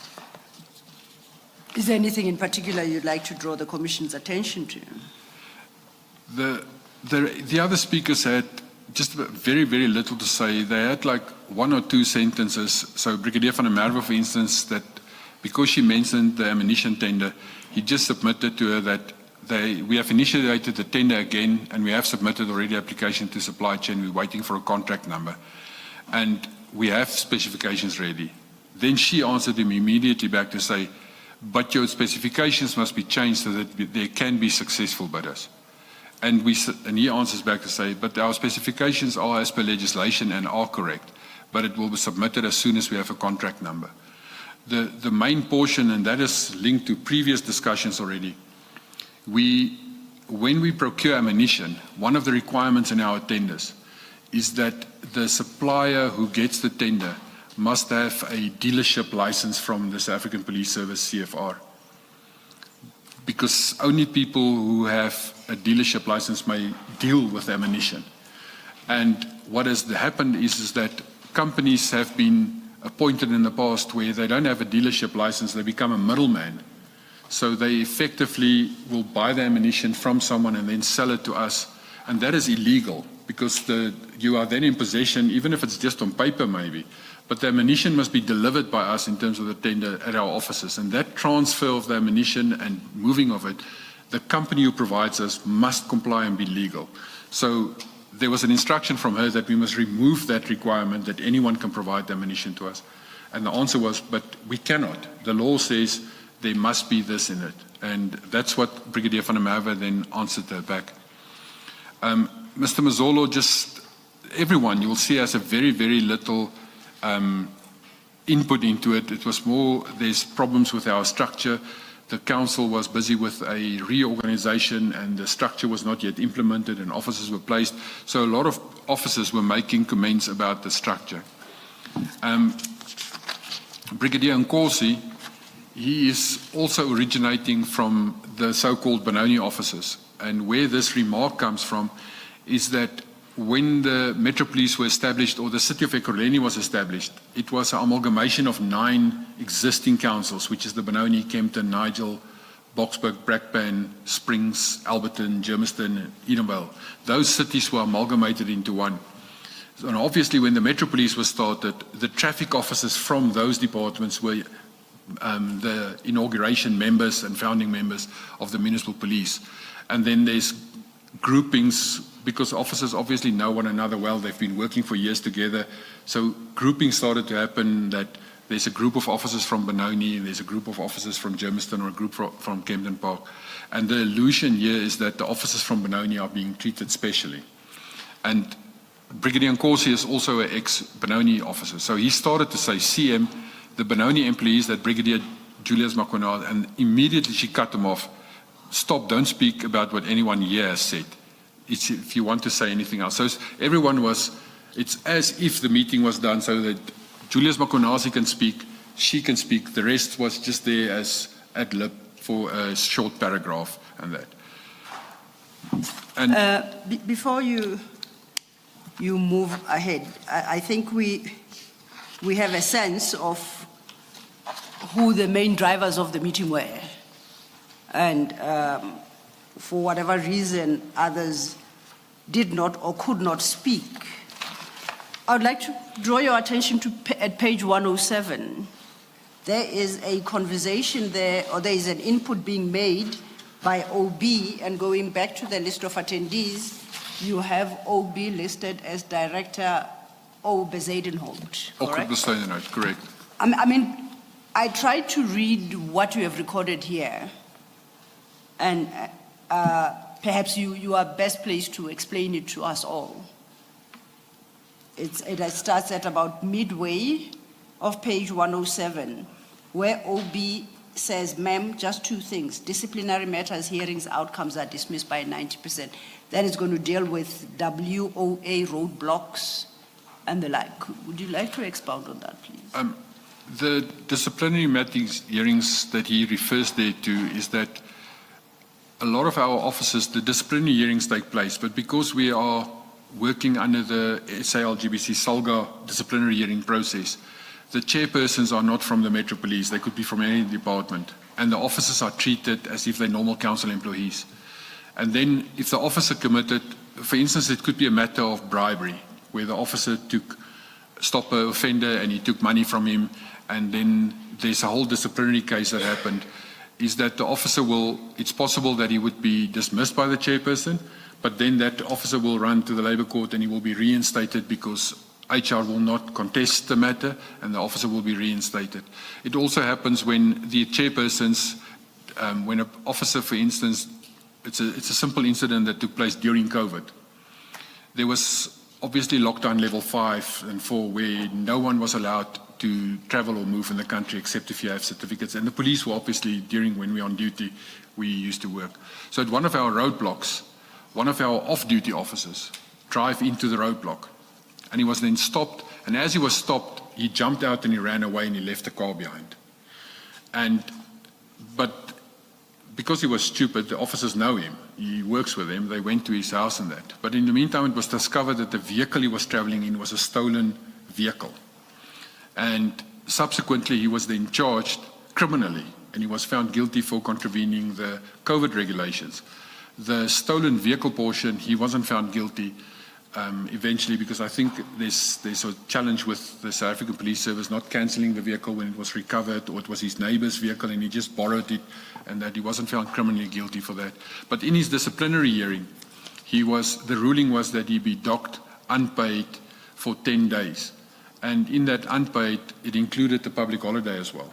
So he even got unpaid for a holiday as well. So it's things like that that Brigadier Besaidenout is addressing, is to say that our officers, the disciplinary process inside is broken, because it's not done by us, it's done by HR, and HR appoints presiding and presenting officers, and those doesn't understand the policing environment, where we say if a police officer comes on duty drunk, to us it's extremely serious, because he drives a vehicle, he's in charge of a firearm, he can kill people while he's drunk. But to HR, it's just another employee who is drunk who must go to EAP and be treated completely different. So that is what Okkut Besaidenout is referring there. The low morale that he's referring to is that there was, for a long period of time, we were not allowed to appoint anyone because of the structural changes between 2015 and 2019, and no structure has yet been approved, and we're implementing a new structure, and the existing people must first be placed in the structure. So it happened that due to natural attrition, is that the supervisory level, which is the more senior older people, would start to actually vacate the premises or vacate the service, is that we have a large amount of officers acting as supervisors, and there's no real appointed. The WAs, it stands for warrant of arrest. We have a warrant of arrest units, and we do warrant of arrest operations with roadblocks, where the printed warrant of arrest and digital versions of that, we would stop public during a normal roadblock, and we will verify the existence of warrant of arrest. That is what he's discussing it. And then the Draeger, when he speaks about the Draeger must be calibrated or not, we received a donation from the South African breweries where they donated Draegers to us over and above our Draeger, but there was because it was their Draeger to be used and our Draeger, there was a discrepancy about who must calibrate them. It's not ours, it's theirs. And then eventually it changed into where a formal donation was made and a formal handover process where council adopted and then assetized and accepted the Draegers, and then that is what the Draeger references to that. Okay, now so I understand, this Draeger you reference here, is that a breathalyzer tool to measure alcohol content in one's body? That's correct. When you do drunken driving, anti-drunken driving operations at roadblocks, it's an evidentiary breathalyzer machine. So, and one of them is donated to EMPD by SAB? South African Breweries. Okay. Yes. You indicated earlier, I think when you started this conversation, that you didn't get an opportunity to speak in this meeting. Correct. It's actually. But if you look at page 107 there, after dealing with the Draeger, it reads CM, I take it that's the city manager. Rivo, no, you do not have your hand up, and then you say, no, ma'am, I did not have my hand up, and then you speak thereafter. Because at that stage, she mentioned in the beginning, and we've got a loss of revenue, or a lack of revenue, and my division, auxiliary services, deal with fine administration and municipal courts. We are the ones that report the revenue. So it's not that we can generate revenue, we're the ones that report it, because the officers on the road is the ones who write the notices and the fines, but we are the ones that capture it and actually deposit the money, so we can report back on the revenue. So I wanted to address what she said in the beginning about the revenue. And I started to speak, but then she says, no, Revo, you did not have your hand up, because initially she only stated who wants to say something and that. And then the chief interjected to say, because I did acknowledge, I didn't have my hand up, but she made a remark after everyone was given the opportunity that I need to address now. And then chief answered her to say, CM, I just want Revo to explain more about the fines portion. And then he says, Chief, no, he did not have his hands up. Revo, do you have anything to say? And I said, just 2 clarifications. And then she immediately interjected again to say, you're not dealing with what I said around the table. Only my issues I said in the beginning. And then I said, it's the 2 issues you speak with what you said initially. The one matter where you spoke about the one director getting overtime and the others not. This is at that moment, it's a highly contentious issue in the department. Because there are 8 directors, of which Brigadier van der Merwe is he's in logistics reporting to me, and the other directors is in operations.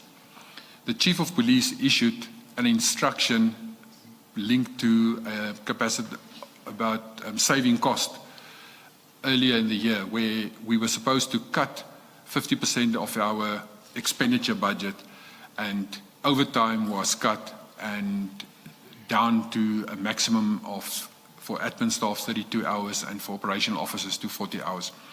And in that same instruction, the overtime for brigadiers was stopped completely, because they were not supposed to respond to it. They're on standby and they're dealing with it. So overtime was stopped for them completely. They're also earning way above the threshold, the Labour Relations Act or the Basic Conditions of Employment Act threshold, so they're not really even entitled to overtime. But we did pay them overtime if they work operations or anything. And we use an electronic capturing system for some, and some use a manual paper feed. The E-Left is the system that is being captured on. And Brigadier van der Merwe captured time due, meaning that he won't get paid overtime, but he will take time due in lieu of the overtime that he have worked. So he captured on his electronic system, he captured his time due. At the end of May, the payroll system paid him the overtime. And then he went back to the payroll to say, you made a mistake, you paid me overtime, I worked and it was stopped the overtime. So the payroll then agreed that the next following month, they will subtract the overtime paid to him again and then reinstate it on his leave side as time due. In this period, this is now happening. And Brigadier Mkonasi then went to the city manager and he lodged the grievance about the overtime. And Kemi Bihari was the chairperson of this grievance hearing. And Kemi Bihari then made a ruling, even though Bihari acknowledged that the pay office has already agreed that they will reverse the payment to Van der Merwe. Bihari still made a ruling to say that based on the fact that one brigadier is getting overtime, the rest must immediately get overtime. And then their overtime was reinstated. So this is my explanation to that matter, where they addressed the overtime of that, and which she mentioned in the beginning. And I stated it exactly as that as well, is that the lady second in charge of the payroll, Helena Hatang, they were discussing it on emails, and there's proof to this effect, and Helena answered him back to say it will be recovered. Don't go and, there was actually a joke, don't go and spend it, it will be recovered from him. And it was eventually recovered from him. But then, because of this outcome of Bihari, in his grievance, he stated that the brigadiers at this very high salary can get overtime again. And since then, they work and get paid overtime again. And before you proceed, if you just put your finger there. Chair, I see it is 11 o'clock. Might this be an appropriate time to take your tea adjournment? And when we come back, please remember, Commissioner, that's where we pick up the conversation. Thank you.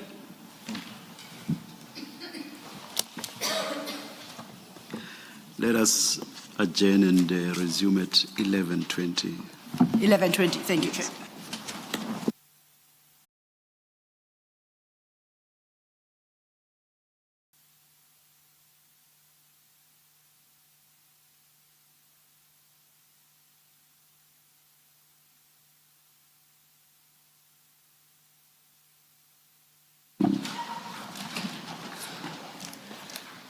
Thank you, Chair. Commissioner Spies, when we broke for tea, we're still dealing with your transcribed minute, quote unquote, at RS 23 in parenthesis A. We are now at page 107, and you have highlighted the aspects you sought to address in that meeting with the city manager. I would like to refer you to the bottom of that page 107. There is a conversation that, or there are some contributions made in this meeting. If you could take it up to first 1/3 part of 108. Thank you. Commissioners, it's still dealing with the overtime portion that I discussed, and the city manager answered me to say, but that's not what the chief said yesterday. I then answered her to say, ma'am, that is what happened. We have all the proof and confirmation from the pay office. She then addressed Linda. Linda is Kasheka. That cannot be left, it is on purpose. And she then answered, yes, ma'am, it's not an error. I then answered to say, ma'am, I then support the chief in his earlier submission that all the issues raised be addressed and submitted to you via formal memo. She immediately answered the chief and then, Chief, see, Revo is running the department. He's actually telling you what to do. I interjected and I said, no, ma'am. I stated I am supporting the chief and that he will issue a letter to you. And then she said, you are not telling the chief what he must do. Deputy Chief Mapie, Kwabe and Mzolo is quiet. Revo is the only one supporting the chief. Clearly the department is run by Revo Spies. Proof in him responding in writing. Doesn't have resources, cut across, affect all departments. The city have very little budget. Everyone must prioritize order and place revenue first. Linda, do you have something to say?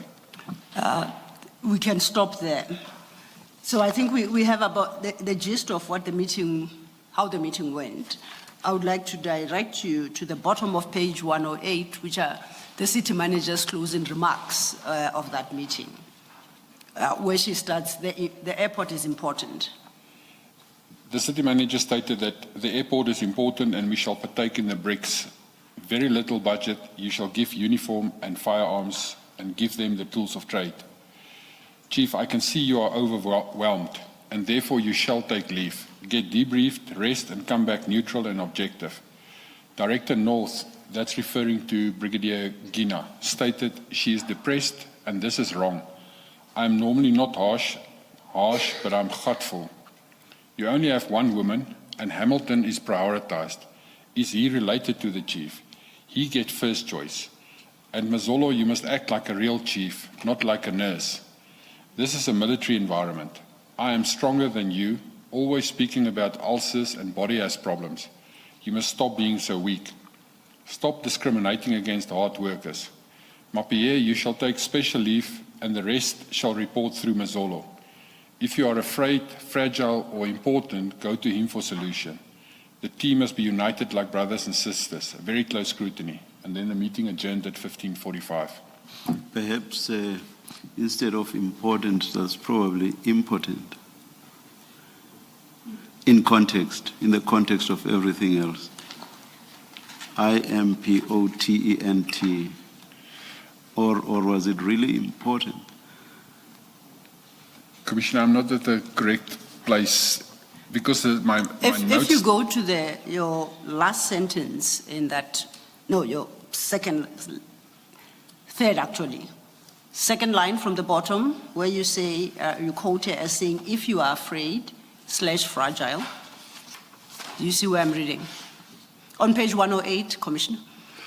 I am there. So, Commissioner, it is based from my notes. And it is typed as my notes are and my note spelling and this spelling. And sometimes when I wrote, so I typed, there was a full stop, important / come to them for solutions. So it was most probably in the context of at that moment in time, she said, if it is something important, go to them for solutions. So it's going to Mazolo. I get it. And that. I get it. So it was, I unfortunately don't have shorthand, but it was from a forcefully rushed writing then just typing exactly what I had actually noted. Thank you. I was reading it in combination or conjointly with the afraid and fragile. No, yeah. Thank you. I understand, Commissioner. It is on my notes on page 104 at the fourth last line. Report through Mazolo, full stop. Then afraid / fragile, full stop. Important / come to them for solution, full stop. So it's in that basis. It's not all as I typed. That makes perfect sense. Thank you. Thank you, Chair. And you say at that, with those remarks and her decision to place Chief Mapie on special leave, the meeting adjourned at 15:45. Correct. If you turn now to paragraph 58 of your statement at page 25. Sorry, Ms. Law, before Yes, you ma'am. do that, Commissioner, in that same page 108, if you go up, there's just above what you've read, there's another biggish paragraph which says CM, where she speaks, and of particular interest is where she seems to give instructions about reporting lines. Do you want to read that paragraph? It starts, it is very clear from all the communication. The city manager stated it's very clear from all that communication, and low morale is an issue. It's clear that the department is dysfunctional. And the typo, I must go back to my notes to see what exactly, there are Reno communication and no transparency, and as KM, which is Brigadier Claymore Mashlango stated, lead by fear. No revenue is forthcoming. I therefore have decided, Mapie, you shall take special leave with immediate effect, and Mazolo shall act in your place so that you can clear your head, rest and come back neutral and with no biasness. The whole team shall report to me, but I do not deal with juniors, so you shall deal through Mazolo with me. I want the brick plans to be submitted to me with immediate effect so that it can be approved today still. And then Mazolo answered, ma'am, it has been signed off. Yes, that part that says the whole team shall report to me, what did it mean, and in fact, what became the practice after this? It was as if she said that everyone sitting around the table will report to her. But then she corrected it to say that because she doesn't deal with juniors as if we are juniors, and that Mazolo will then act as the acting chief of police, and we will report through him. And the BRICS, what she was referring to BRICS is obviously there was a BRICS conference going on at that stage, and there was an operational plan that had to be signed off and approved within the department in the normal processes. And then when she mentioned that that plan must be signed off by her, which is not correct, the plan is signed off by the chief of police, is when Goodman was always answered, it has been signed off, and then Chief Mapie is also say it has been signed off and approved already. Thank you. Now, looking at this minute, your note rather, of what transpired at the meeting, it seems to have discussed quite a number of important issues. Were you provided with an agenda for this meeting of what was going to be discussed in advance of the meeting? No, Commissioner. So as I stated earlier, is that we were telephonically instructed that we shall report to the city manager's office immediately. And when we arrived, after all our instruments and everything's been confiscated, we were ushered into the boardroom. And as soon as everyone sat down, she came into the boardroom from her office. There was no agenda. There was nothing said what it is about or anything at all. Thank you. Thank you, Mr. And this is the meeting then, as indicated, of the 17th of August 2023. It's correct, Commissioner. Was this meeting ever formally recorded? Is there a minute of this meeting? No, it's only my notes. Nothing else exists and no one else. I took the notes as we were sitting there, and there's no formal recording of this meeting at all except my notes. I turn then to paragraph 58 of your statement. At 58 and 59, you deal with the aftermath of this meeting. Could you take the commissioners through that? The meeting is, as I stated, it ended when Commissioner Mapie made a suggestion that we as a team go back and we draft a strategic plan and a turnaround, and we submit it to her in writing. And I then obviously answered and says, I support the chief in that we do it in this manner so that we can submit a formal turnaround strategy to her. And she cut me short, and she then immediately instructed Chief Mapie that he's suspended and he's placed on special leave, and that Mazolo will act in his stead. The following day, which is the Friday, we heard through the grapevine, and we also saw that on the WhatsApp groups, that the Chief of Police has been formally suspended. And I received on the Friday, during the weekend, that Saturday morning, I received an email wherein Commissioner Mazolo was appointed as the acting Chief of Police from the 19th of August till I think the 20th of September, for a whole month that he was appointed as the acting Chief of Police. You have it reflected at paragraph 59, overleaf at 25, 19 August to 2nd October 2023. Correct. He was appointed then to act Chief Mapie's leave. Later during the following week thereafter, there started to be Colonel Du Plessis, who's the staff officer of the chief, started to try to correct the situation because we have an electronic system of attendance and leave management system called eLeft, and he attempted to assist to capture the chief's leave, because it was then stated at the back end, no, the chief took sick leave. And we tried to then say, but then we need to have a sick note, because if you capture sick leave for a longer period, the system automatically forces you, if it's longer than 2.5 days, to have a sick note attached, otherwise it will not allow you to do it. So in this process, when we tried to capture it, Colonel Du Plessis said, but he cannot capture it. He cannot get into the eLeft to capture it. He discussed it with the city manager's secretary, Ms. Linda Nyker, and she said to him, just leave it alone. It will be sorted at the back end and you don't have to worry further about it. And that's where it stopped, where it's as if it was now suddenly he's on normal leave and the city will at the back end correct the system. But according to my knowledge, he was suspended. And at the later stage, we heard through the grapevine and through council, where council answers was provided to council, is that it was recorded that the city manager said he's placed on special leave. You say right at the, I'm sorry, the very last sentence of paragraph 58, you say that what was on WhatsApp was initiated by Brigadier Julius Mkwanazi. Did you yourself receive a WhatsApp text from Brigadier Mkwanazi in this regard?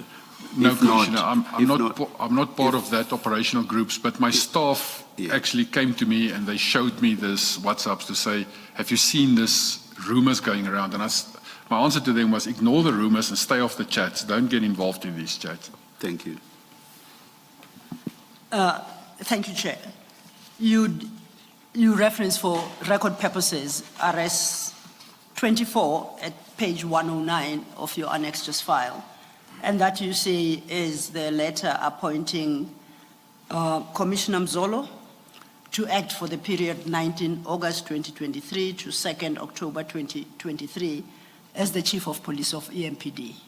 That's correct. It's on page 109, the acting letter. So effectively, based on your testimony and the letter of appointment to Commissioner Mzolo, at this juncture, following this meeting, the chief was placed on special leave for a period of about 6 weeks. Correct, Commissioners. And the basis is as articulated by the city manager,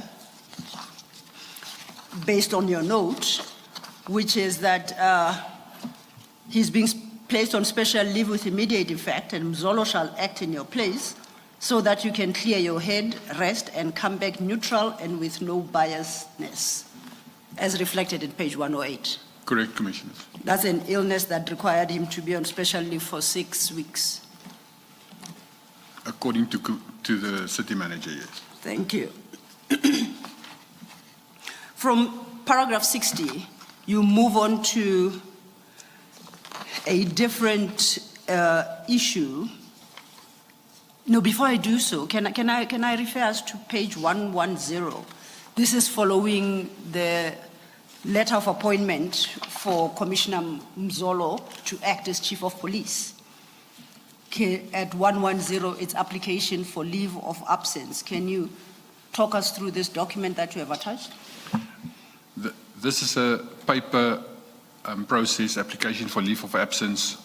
So there's two methods. The one is the electronic method, and then if you don't have access to electronic method, you can also do a paper manual process. This is the normal approved application for leave.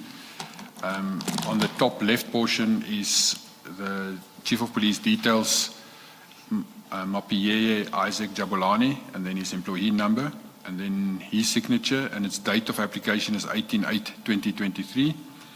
And then it states from and to, and then the dates is 23/08/19 to 23/10/02, which is 30 days. And at the bottom, it is under special point 5, it's listed as special leave, and it just say other, and there's a cross made there. And then at D, the approval, at the approved portion is a tick mark, the signature of the city manager, and then a handwritten date of 18/3/2023. So a reading of this document would suggest that because I see it's got space under A, personal particulars for signature by the affected employee, right? Correct. And based on what we have previously seen, that looks like Chief Mapiea's signature. Correct, Commissioners. So this document would suggest that Chief Mapiea actually on the 18th of March 2023, a day after the meeting, he personally applied for leave of absence for a period of 30 working days. This is what this document indicates, even though at the leave period, there are mistakes there, because we work in terms of work days. The 19th was a Saturday, and the 20th was a Saturday, so the leave officially would have actually started on Monday, the 21st. And I don't know the exact date of the 2nd, but leave would normally be work days. It won't be weekends because of your employment contract. Chair, Ms. yes. Sildo, you said March, it was August. August, yes. Thank you, Chair. It was August 08, that's correct. So the correction that the Chair makes is that the meeting was held on the 17th of August, Correct. 2023. This application for leave of absence is dated, at least it's signed by the supervisor. And who is the supervisor in this case? It is the city manager, Mashazi. So the city manager signs it on the 18th, the next day, on the 8th. That is what this letter states, yes. And you confirm that a reading of this document would suggest that the chief of police, on his own volition, applied for leave of absence. That is what this letter would purport, is that the chief signed the letter to apply for leave. If the chief did not, if you do know, did not need leave, did not want to go on leave, do you have an idea why he signed this document? Out of fear and out of retribution, the city manager directly reports to the city manager, and she's actually chasing him away and forces him to sign this. And do you know who determined that 30 days is the period for which he shall be on leave? Does the chief complete this form? Does it come to him completed? How normally does it happen? This letter was typed and completed on behalf of him. By? With all respect to the chief himself, he doesn't really use a computer, and he doesn't have access to this form, so this form has been completed on behalf of him by someone, I don't know who, and it was then just submitted to him for signature. All he had to do then was append his signature to a document that has already been completed. Correct. And he did go on this leave for that period from the 18th of Correct. August. He was away from the office for that period, and Commissioner Mazzola was acting as the chief of police in that period. Okay. And Commissioner, this would have been paid leave, Correct, Commissioners. where it is given to him by the city manager who decided he must take leave, and then he sits at home and he gets paid for it, even though he didn't ask for leave. Correct, Commissioner. Thank you. Thank you, Commissioner Baloyi. Okay, we then move to the next issue from paragraph 60 of your statement at page 25. And you deal here with communication from a certain quote unquote big. Can you deal with that communication? Thank you. I can, Commissioners, but I must apologize up front if I pronounce it in a Malungu manner, because it's Not even I can take chances there, because I don't know what language this is. This was on a weekend. I did receive on that Sunday evening an email from an email address, which is me. And this email was sent to Jeff Weeks at 24.com, and I was just a CC recipient in this, and it was, the CC recipients was Linda Kasheka, Tolani and Nisa, Imogen Mashazi, myself, Chief Mapie, and Kemi Bihari as the head. And then there was a title in this email of favoritism, corruption. And I ignored that email completely. It came in on a Sunday, and I looked at it, and I just ignored it. I didn't touch anything or work with it. The same sender sent then on the September of 2nd, 2023 at 15:14 to the same group of people, but this time they added a person with the name of Vukile Mlongwana with a list of attachments. Before we move on to the other annexure where now Vukile Mlongwana is added, can we deal with the actual email that you received? And that is it's RS25 appearing at page 111 of the annexure file. Correct, Commissioner. It's on page 111. It's an email which is dated 20 August 2023, 20:43 in the evening. The list of people that I've already mentioned. Yes. And then the email state, "Hi Jeff, I am reporting on the basis of anonymity. Some time ago, you reported a very serious incident to one of our colleagues about one security firm called Cat VIP. The incident took place some time ago earlier on during the year. My understanding is that a certain law firm was appointed to oversee the matter by charging Julius Mkwanazi. According to a document in my possession, Julius Mkwanazi was charged and his hearing was supposed to sit sometime in July this year. However, this did not happen. And as such, Julius Mkwanazi has since not faced a disciplinary hearing. I suspect that the law firm that was appointed could have received something in return. Please report this to the media and shame the municipality for protecting corrupt officials. Please be careful, however, because Julius is highly connected with Madlanga, who is also a suspect in the murder of Dukaran Barbita, together with the CFO. My case of unfair labor practice has also not been solved by Ekurhuleni. Please follow up on this, as we need people like you to climb down on corruption.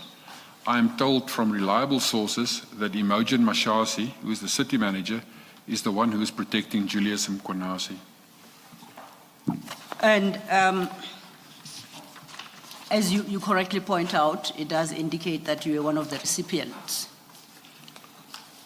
As at the 20th of August, you said you ignored this email, but as at the 20th of August and since then, were you able to establish the identity of the sender of this email? Because this person speaks of an unfair labor, his own unfair labor practice has also not been resolved, has also not been solved by Ekurhuleni. So am I reading it correctly to interpret it to mean that this is somebody who was either an employee of or is, at the time of writing this email, an employee of the city, whether EMPD or other department? I do not know the author or the sender of this, and just by referencing unfair labor practice, there's more than 24,000 employees who could have unfair labor practice there. It is not known. I must indicate that the Bihari appointed a company with a forensic firm. Before we get there, so my question was, you never got to establish the identity of this person? To date, it's not known who this is. Even I don't know where it comes from. Okay, you had already started dealing with almost like the same email. You said this time it included Vukile Mlongwana. You deal with that at paragraph 61 of your statement, and you attach another email of a later date of the 2nd of September 2023 as RS26 starting at 112. And you wanted to speak to this particular email. Correct. This email, it's very similar. I don't know who this Vukile Mlongwana is. Even to date, I don't know who it is, but it was added to the email. It's the only difference between the two. And then there was a much longer explanation of it. And I don't know if I must read it into record as well. No, it's not necessary. Thank you. It's a much longer email which now included names of law firm Madjang. It included Henny Erasmus, who is the one who compiled the report, Kasheka that signed and authorized. So explain the problem. And then it goes further to say, Kemi Bihari did not call Madjang an advocate. So he adds a lot of stories and a lot of background about judgments, and at the last paragraph he ends up to say that the Labour Court, Imogen Mashasi, was found guilty of contempt of court for protecting an employee who was dismissed. And there's also a case on the next page which deals with Zamisa Marcus, an advocate, sexually harassed by a boss, Lifu Makoba, and nothing happened, and white woman was arrested. So it's a long email again, just rambling on about things that is happening on the sideline in the city at that stage. Did you know of any of the issues that are addressed here? Did you have any personal knowledge of these issues and what this email was talking about? Yes, there is, for instance, immediately after these emails, the directive that Lynette Kasheka and Kemi Bihari, so there was originally a delegation in terms of the SLGBC disciplinary agreement where the city manager as the accounting officer is the authorized representative, and she delegated this matter to Kolani and Nisa, the divisional head of ER. But immediately after these emails, she issued a new instruction where nothing in the city of Ekurhuleni can now be done if there's any misconduct allegations. Everything must be submitted to Bihari as the head of legal so that he can make a determination if there should be investigation or not. So, and Nisa's powers and everything was immediately revoked as well, so that he's not involved in this process at all anymore, even though that has been the standard and how it's been dealt with for history. The other people that they mention, I know about it in the sense that there's rumors that run in the department. So I definitely heard that Advocate Markey there was complaints about sexual harassment. I know about that. I know that there's other officers that have been harassed and that. So I know about the rumors, but I don't have the direct facts about all of them. Thank you for that. You move then to paragraph 62, from paragraph 62 and 63.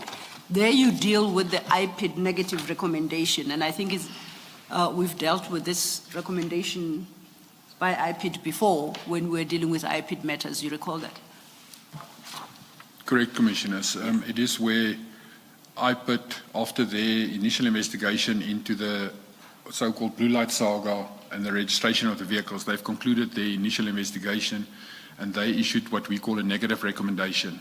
IPID, every case that IPID investigate, they will issue one, either positive recommendation or negative. A positive recommendation is good for us as municipal police. It means the officer has done his work correctly and they don't find any wrongdoing.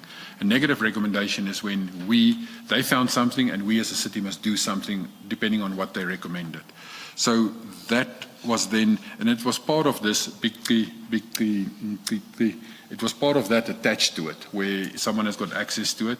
And I stated earlier in my testimony as well as this negative recommendation was actually served on the then mayor in Godwana, and nothing has been done with this, and this is where the matter is. So I know that this was served and nothing was done with this matter at all, and no feedback was given to IPID at all. We move then to your paragraph 64, where you deal with... Can I just ask, in your experience and maybe practice, if material is served on the mayor, such as in this case, as you say, ordinarily what then happens with that? What does the mayor do with that? The city of Ekurhuleni has got an executive mayor, meaning that he's overall in charge, and his direct report to him would be the city manager. She's accounted to the mayor. So if the mayor is served with anything, he will immediately hand it over to the city manager's accounting officer to deal with it.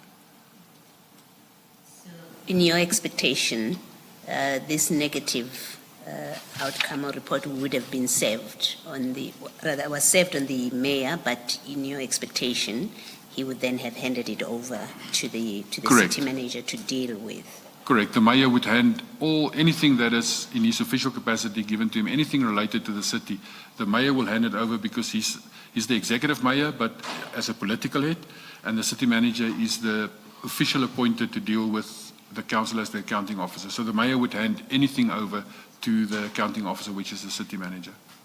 Is there a scenario, at least, that you can envision where the mayor the councillor Godwana may well, rather the city manager in fact, may well say, I never received this from the mayor. I don't know anything about this IPID negative report or negative outcome. But based on it's possible that you can try to infer it, but this negative recommendation eventually makes its way into even the legal department with Bihari, and it makes its way to the HR, HOD. So the mayor itself wouldn't deal with the lower levels. The only way it could get there is through the city manager to the heads of Department of Legal and Human Resources. Thank you. Thank you. Thank you, Mr. Thank you, Commissioner Baloyi. We move on then to your paragraphs 64 and 65. You had earlier sought to highlight the fact that Advocate Behari had appointed a firm with the name the forensic firm. Do you see where I'm reading from? Correct. And then you issue with some of the conclusions drawn in that report, and you highlight at least two in paragraph 64 and 65. Can you deal with that aspect of your evidence? At that stage, the councillors in council already had lots of questions about what happens and have the investigation against Brigadier or Commissioner Mkwanasi, has it been concluded and what is the status of it? And the answers from the city manager and from HR and from legal was that they have appointed a forensic firm to investigate this matter. That was the answer they gave to council. However, when this report surfaced and the firm was then appointed, and if you look at the report itself, the forensic firm that was appointed has been appointed with a specific mandate, which they even state in their mandate. They've been appointed to find the whistleblowers who released Mkwanasi's pay number into the public domain. They weren't investigating anything about Mkwanasi. They were investigating the whistleblowers. That's clearly their mandate. Based on the emails of this big key emails, they were investigating that. In their report, as you go through it, they even state that they accessed our emails at the back end, which is obviously possible if you have, it's official email, so they can have access to my history of my emails. And they then came to a conclusion at their recommendations that they cannot find any link between any official or anyone from Ekurhuleni between us and that email, which makes sense to me because none of us, I think, would have done it in any case. So they make this remark and the recommendation. They cannot find any link to anyone, and therefore they cannot take further steps. And then their last or second last remark that they make is that they suggest that Commissioner Mkwanasi must lodge a complaint against his seniors and take official steps against his seniors for releasing his pay number in the public domain, which is absolutely nonsensical. If you have to find whistleblowers and you then come with a report back and say, we've done this investigation into whistleblowers, we cannot find the whistleblower, we cannot link this, and then you make a remark that everyone in this report who's a senior to him must be reported and he must lodge a complaint against us for releasing, when it was found that none of us released it. So that to me is absolutely nonsensical, and it shows very clearly how deep the protection is going, that they even go with a false mandate to appoint a forensic firm to actually investigate a wrong angle and then come back and say nobody's been cleared. In the meantime, they just couldn't find the whistleblowers. Thank you. And that report you have attached to your papers as RS-27. I see it is dated June 2024. On the front page of the report, bottom left, it's got a date, 20th June 2024. Correct, Commissioner. That's the date of the report. That's the date on the report, but I only got hold of this later after it was served at the council. And do you know, on this date you were still in the employ of EMPD. Do you know what became of the recommendations of the report? Were they acted upon? Or what steps were taken, particularly insofar as what you highlight at paragraph 64 and 65 are concerned? Do you know if any of those steps were taken? I do not know if any of these steps have been taken at all. Okay. Because it's nonsensical. I don't know how you implement nonsensical findings and recommendations. There's specifically where, if you, for instance, look at the page 157, which is the page of their recommendations. Yes. The very first sentence is, disciplinary action cannot be recommended against a person using the pseudonym Biki, as the investigation team was unable to establish his or her identity. They couldn't do anything against Nisa because he's no longer an employee. And then they go with Majang and that they think there's wasteful and fruitful expenditure for that. Fruitless, And rather. of fruitless and wasteful expenditure because Majang was paid 45,000 rand and to act as the legal representative, which was subsequently withdrawn by the city, which I don't know that it was withdrawn by the city at all. And then the last sentence, 14.4 at the bottom, is that Mkonasi should lodge a formal complaint against the EMPD senior officials who were responsible for the breaches identified in this report. We also, on the next page, there's findings that they make that the city must change their method of, because there's no policy or anything related to donations or anything like that. And it's part of my observation is that they clearly doesn't know the city. The city have got a gift and donations policy. There is legislation in the MFMA Act. In all of this matters, there is policies. There is a approved DPCA, which is a signed disciplinary agreement between us. And they state that the charges against him was not in line with that because they were looking at registration and they say, but false registration or uttering. But that is not the charges that was levied against him. The charges is for dishonesty, for misconduct, which is dealt with. The main charges is dishonesty and misconduct, and that's what the disciplinary agreement made provision for. The fact that the vehicle is registered falsely and incorrectly, or the fact that what Brigadier Mkonasi or Commissioner Mkonasi did at that specific stage is the micro detail of the charge. But the contravention of the disciplinary agreement is at a higher level of misconduct, of dishonesty. That is what the charges are, and that is contained in the. So this is, to me, it's a nonsensical report that was just created to make it as if there was someone appointed to absolve him from this matter. Thank you. We now turn to paragraph 66. We had to go deal with the forensic firm report, much as it's dated June 2024, to complete that conversation around the weekly emails. From your paragraph 66, you go back to the events of November. Advocacy law, the date Yes, of Commissioner. 20 June 2024 must be an error because the two emails we are referring to were dated August and September. Of 2023. Yes. Oh, so this is 2024. Yes, the report comes now following in year. 2024, I'm with you. almost about a year later. Correct. But then if we go to paragraph 66, you step back again to November 2023, which is following the order of events. We just had to deal with the report dated much later to complete that whole issue regarding the big emails. Do you see where we are, Commissioner Spies? Correct. If you could Ms. then, Simmons, can I yes, just- Commissioner. Can I just check this with you?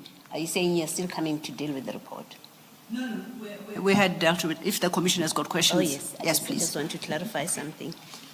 Commissioner, I ask this really because things do seem to have been very dynamic, if you like, that decisions were made on the spot. Now we do things differently. And so my question comes against that kind of background.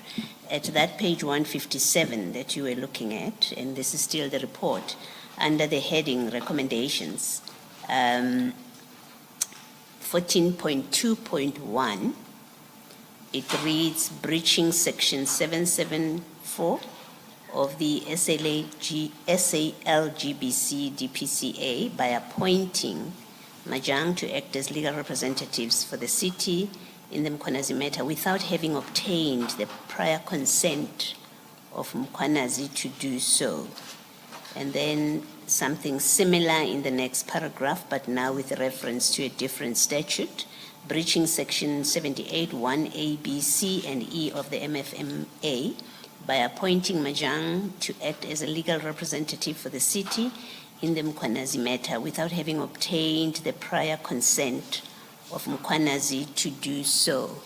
Now, the first question is, was there such a policy, procedure, or practice in the city that when employees are subjected to disciplinary action, their consent would be sought before people are appointed to process those disciplinary processes?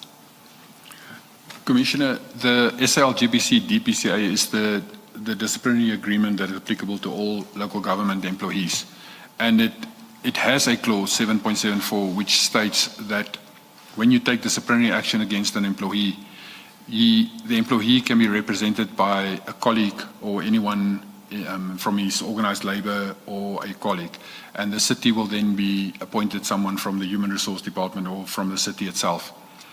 And then there is a clause that states that, however, if the city decides to appoint outside lawyers firm, then it shall consult with the employee. It is there as a clause. However, in the history of the city, it has in the past always been that when matters are of a forensic nature or a complicated nature that cannot be dealt with by internal employees because of the nature of the case, then outside lawyers firms, which is on a panel and appointed, will be selected and they will then be appointed. So up to that date, it's always been that if it's a complicated matter, then it will be outside presiding officers and that. And the word consult does not mean ask permission. It means the word of consult. So consult in this case was most probably, and maybe Mr. Nisa can answer that better because he's the one who actually did it. But from my experience, always when there was a complicated matter which involved highly technical or forensic matters, it was presiding and presenting officers only were appointed from outside and not from inside. Thank you, Commissioner. Thank you, Mr. Thanks, Commissioner Baloyi. Just for the record, Mr. Ngiza is the next witness, and he will go into deeper, in more detail around these labor and HR-related matters. Thank you. Commissioner Spies, we're now at paragraph 66, and we are back to the date of around November 2023. If you could just briefly deal with the contents of 66 and 67. In the early May, because I'm the Deputy Chief Auxiliary and Support Services and HR falls under me, in the beginning of May, I issued a memorandum to the Chief of Police to state that Commissioner Mazolo's fixed-term contract will end November 2023, and we must initiate the process to start with HR to fill the position because it takes long to fill positions. And I informed the Chief of Police. Subsequently, the Chief of Police sent that same through to HR to start the process. In the middle of that period, here by August, September, I don't know the exact date there was an attempt from HR to extend Commissioner Mazolo's contract from 30 November 23 when it would end. They attempted to extend his contract for a longer period, which the Chief of Police then issued a letter to them saying he objected to that and they should proceed with the process to fill it.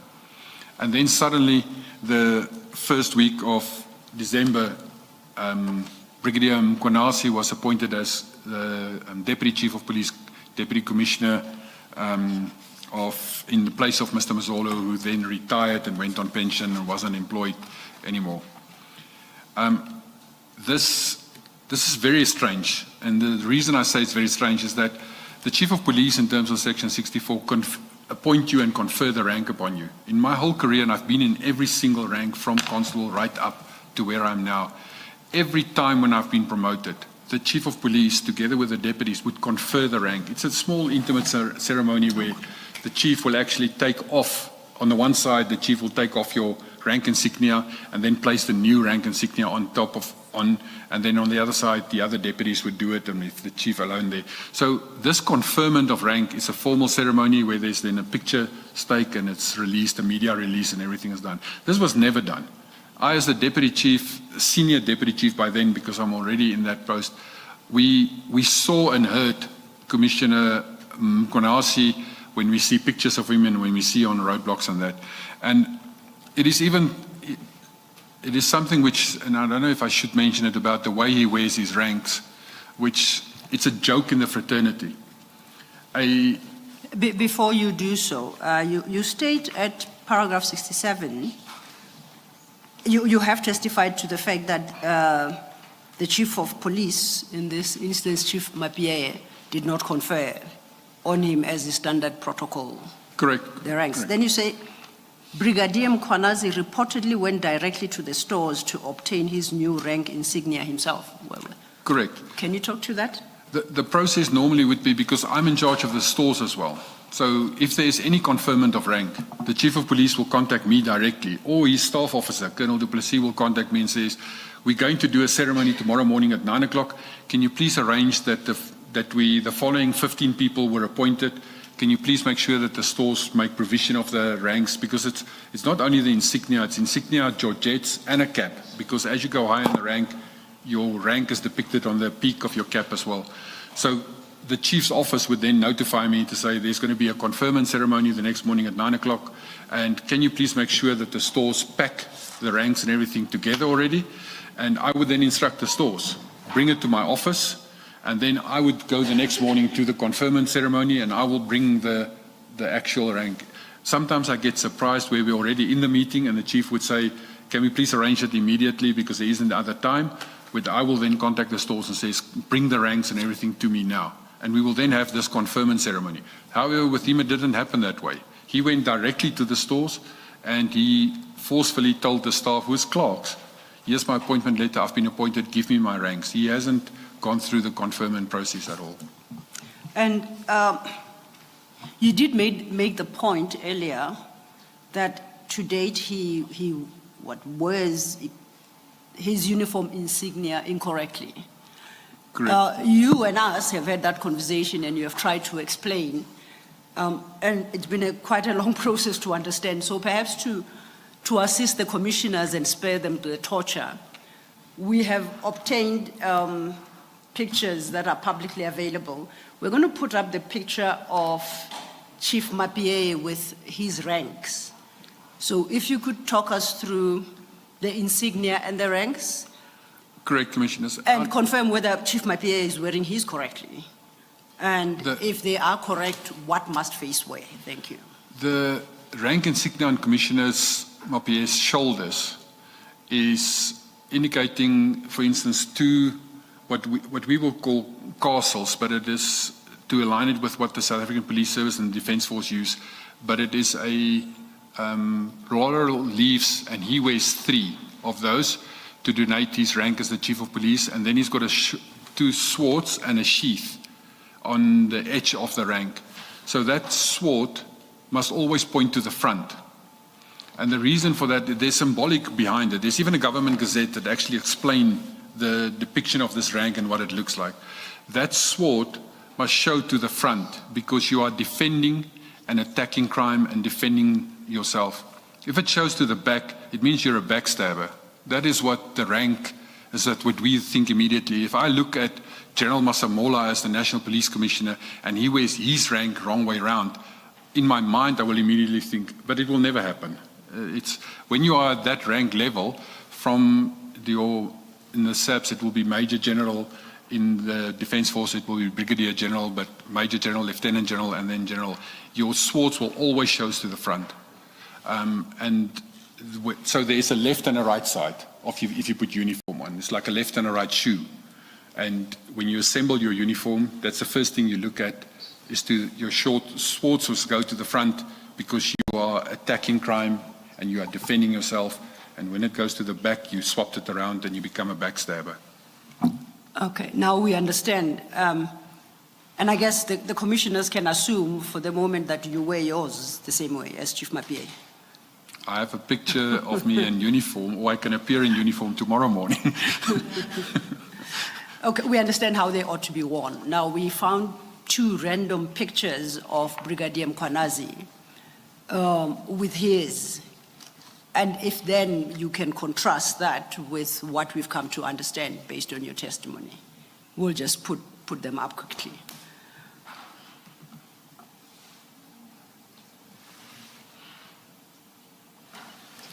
Correct. The swords on the left. We're going to try and enlarge that picture.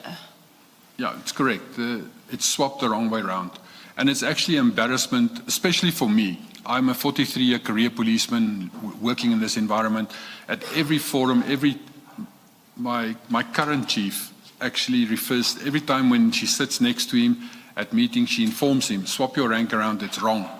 You're wearing it the wrong way. So he's been reprimanded by the other chiefs to say, fix your rank, it's an embarrassment.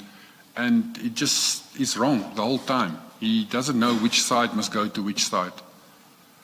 So, Sorry, can we firstly maybe, well, not firstly, can we just confirm that is Brigadier Mkhwanazi? Let's not take it for granted that the rest of us Indeed know. so. It's Deputy Commissioner Mkhwanazi. Deputy Commissioner, I do apologize. Yes, a brigadier rank will have a castle and 3 stars. That rank is a Deputy Commissioner rank. Okay, thank you, Mr. Thank you, Commissioner. So, is it correct to assume that the process of conferring the rank requires the Chief of Police to attach to the uniform the actual insignia and georgette, as you call them? Correct, Commissioners. And from that, you get to learn that this is how they are to be worn. Correct. And we know the sword is facing backwards, you say, and that's not how it's supposed to be worn. From Chief Mapie, they appear to be facing forward. Correct. It should be, he's wearing the epaulets on the wrong shoulders. That's why it turns around, because it's a mirror image of one another. If he swaps it around, the swords will show to the front. Now, next to the swords, what is it? You call it the insignia, the two? It's 2 castles. Yes. And a sword. That denotes the level of a general. So if it's Major General in the South African Police Service, it's 2 castles and a sword and a sheath. With us, it's a Deputy Municipal Police Commissioner with 2 castles and a sword and a sheath.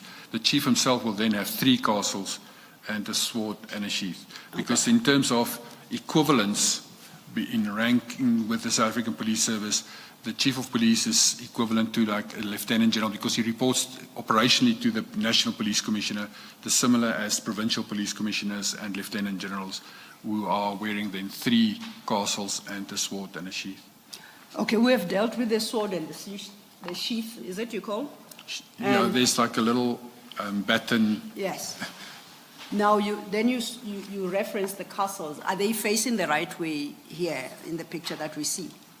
Castles, the rank in terms of the castles and the open end of the laurel leaves or the olive leaves must show towards his shoulder, but the insignia must swap around. So the left shoulder must go to the right shoulder and the right shoulder must go to the left shoulder. The moment you swap your insignia around, they will actually turn around and face to the front again. Okay. I think that was an easier explanation through the use of pictures. I thought there was another picture that. There is, but on consideration, I don't think, please swap to that. It's not as visible as the one we projected, but we will, and you will see. Thanks. No, we'll very quickly. These were obtained publicly, so it was what was available. It's on Commissioner Khumalo. I don't know if. If anybody raises copyright issues, you are on your own, Ms. Yes, I guess I'll have to deal with copyright issues in the fullness of time. They're publicly available. And I think it's quite in order for Brigadier Mkhwanazi to state that he's not the person indicated in these pictures, and I'll have to accept it from him because we took them from the public arena. The callers, Commissioners, Commissioner. that is called georgette.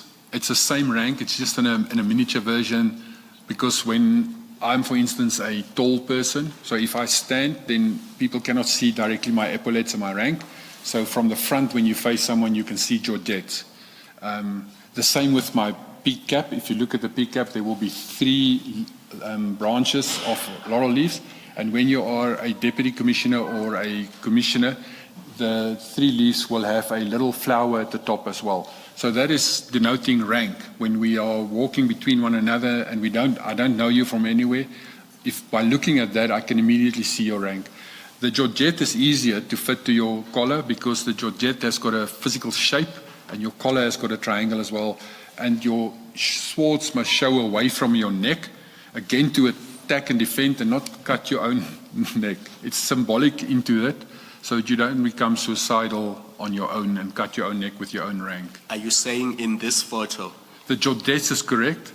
and his rank on the epaulette is completely wrong. Thank you, Commissioner Kumaloth.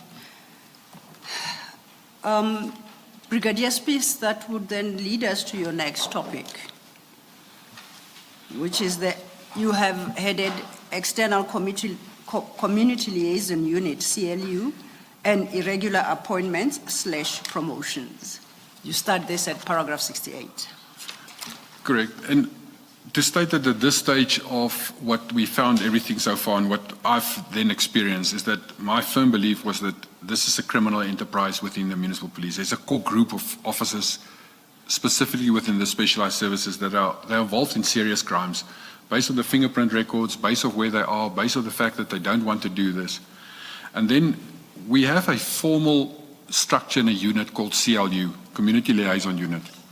But in this unit itself, and this unit was, at that stage, it was a superintendent, Dion Singh. It was in 2015 when this incident took place. We only discovered it in 2024. This is a group of rogue civilians that reported to Singh and Mkwanazi. They had posted, so initially they approached the chief's office, which was Chief Mapie, and they asked that they want to come to him, they want jobs because they've been offered jobs and they want their as wardens. And then the chief wasn't in the office and he referred them telephonically to go to my staff officer, Colonel Du Plessis, and deal with them. Colonel Du Plessis then said to them, well, I can listen to your story, but bring me evidence. Otherwise, it's just stories that you're telling me.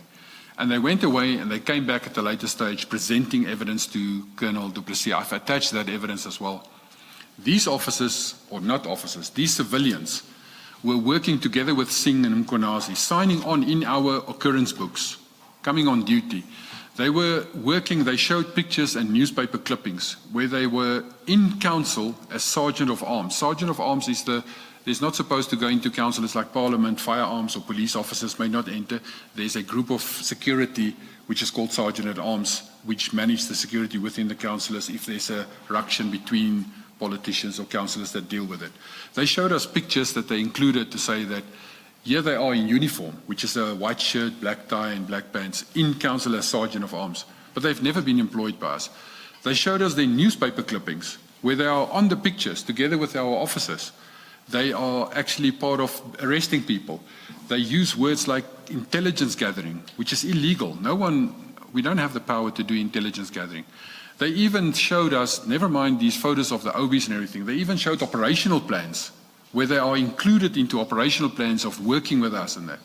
And their claim, what they then state with all of this evidence, is that some of them have been employed as wardens, but this group have not been employed and they're upset because they haven't been employed. So we state to them, well, it's the first time we hear about it. It's the first time we have evidence about it. We will elevate it then to the Chief of Police and to that we can deal with it and answer you formally. Colonel Du Plessis then went ahead and he prepared a draft letter to corporate legal on behalf of the Chief of Police, because he's still the staff officer, even though Chief Mapie is not there. He's still the staff officer to the Chief's office. He then prepared this and he submitted all this evidence together with this draft letter to Commissioner Mkwanazi's office, because he's the acting Chief of Police. And we didn't hear anything thereafter again. The group of officers, or these people, came at a later stage back to us and say, well, we're not helping them, we're not assisting them, they're now going to the public protector. They did go to the public protector, and then we just heard that the public protector didn't entertain them because the public protector gave them a reason that it's out of timeline, because the public protector can only deal with up to 3 years matters, and this already took place in 2015. So it's 100% rogue process where this Singh and Mkwanazi was involved with at that stage, where they actually made use of private individuals to assist them in this process. Commissioner Spies, at annexures RS 28 and RS 28 Roman 2, RS 28 Roman 1 and RS 28 Roman 2, which you refer to at paragraph 70 of your statement, you say these are copies of official Ekurhuleni Metro Police occurrence books that you have attached. showing entries in the occurrence books. I would like to refer us to the first, to assist us to read these documents at page 159. It's got a date at the top, Friday, 2015-08-07. And the first entry is duty on. The following members report on duty as follows. Then it lists some names. And that seems to be the pattern that it follows. And midway that page, against the date 2208 at 1312, it's report out. It mentions some people there, 3, and it says out to Katlehong and Zonkizizwe. Are you suggesting that this is a record keeping of the reporting, quote unquote, on duty of these SLU members and their deployment into the community? Correct. The 8 o'clock duty on, those are members. The MV Kali, SW Ngwenya, Tungwa, Maziba, and Ngogala is Metro Police members. But the Okay. 9 o'clock entry is the following volunteers joined the unit. TM, Makubalo, Stanley, Matetwa, Simuada, Zuma, Malangu, and Selwane. So those are volunteers. The first group of officers is officers, and the second entry is that it's volunteers. And, Okay. And it's dated then, the top of the page is an occurrence book, and it's Friday, the 7th of August, 2015. And that pattern appears to repeat throughout the successive pages. At page 60, at 0800, at 20th of August, it says duty on, the following members report on duty as follows, and it lists Correct. members. Then the next entry, report entry, says the following volunteers joined the unit. Correct, Commissioner. Then there is a report out of some of these persons going to Katlehong and Zonkisizwe, and at 1550, same page, at 160, it says report back, then duty off, report off, duty, all in order. Correct, Commissioner. So in this paragraph, is this what you are referencing to say these civilians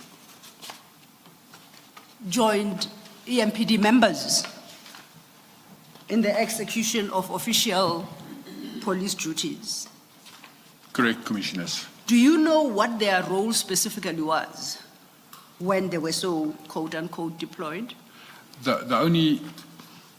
We obviously never knew about them. We only heard of this in 2024 when they came to complain that we must actually give them jobs as wardens. We don't know what their roles are, but when they discussed it with us, and they explained to us in stating that Dion Singh and Mkonasi and them and Kali, they were running them and they were giving them instructions and they assisted. They would do intelligence gathering. There's even operational plans that was submitted. I just don't know exactly where the operational plan is, but it was attached as well. There's operational plans where it states intelligence gathering. It is photos where they were working as next to officers where there's arrest in the newspapers. It says people were arrested for drug dealing, people were arrested for crimes that was committed, and they show us pictures of newspapers where they were in newspapers and that. So they had no formal function. There's no way. We don't even have a volunteer policy, which makes it more critical as well. Many years ago, we attempted the process of creating a program where we can appoint volunteer, a reservist concept, similar as what the South African Police Service have reservists. And it was made clear by us, by the South African Legal Services, is that the South African Police Service Act does not make provision that we can actually start a reservist program. So we cannot have, at this moment in time, a reservist or volunteer municipal police services. We can have reservist traffic officers, or we can have reservist wardens, but we can never have a reservist municipal police officer because the Act doesn't make provision for it at all. Is it not unfair, Commissioner, to refer to them as rogue civilians? If everything that they were doing because Superintendent Singh or Brigadier Mkwanazi had invited them, and they were gathering intelligence and assisting EMPD because they were either invited or allowed to do this. Is it fair to refer to them as rogue?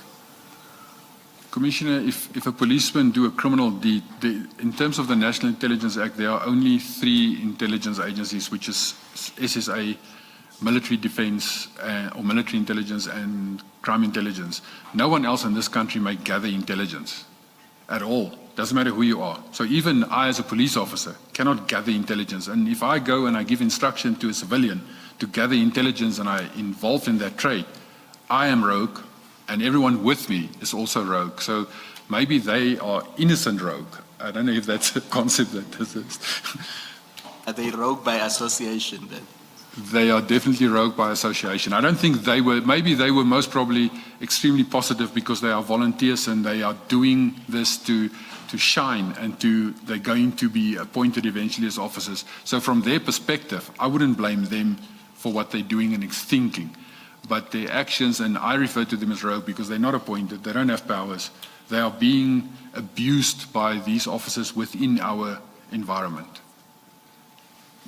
Commissioner, do you know if or whether these people, these civilians, received anything from the city, a stipend, some payments? They never received anything formally.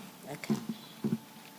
And you Is said that they wore uniforms. Sorry, Constable. You said they wore uniforms. Where did they get those? The uniform they wore in some of the newspaper clippings and photos was the Sergeant at Arms uniform, which is a white shirt, a black tie, black pants. Most probably they have it in their own cupboards. I don't know where they got it, but it's not that we issue the Sergeant of Arms with uniforms. They're not in the Metro Police. They report to the political speakers, the chief whippets, in that environment where they are protecting the council chambers. Why do you call their uniform Sergeant at Arms uniform? Are you suggesting it looks like that uniform, or it is specifically Sergeant at Arms uniform? And if so, where would they have obtained the EMPD Sergeant at Arms uniform, if you know? The Sergeant at Arms, the clipping as well, show them in the council chambers during a council meeting, and the newspaper article stated Sergeant at Arms. And the Sergeant at Arms dress code that they use is a white shirt, black tie, black pants when they are working in council itself during the council meetings.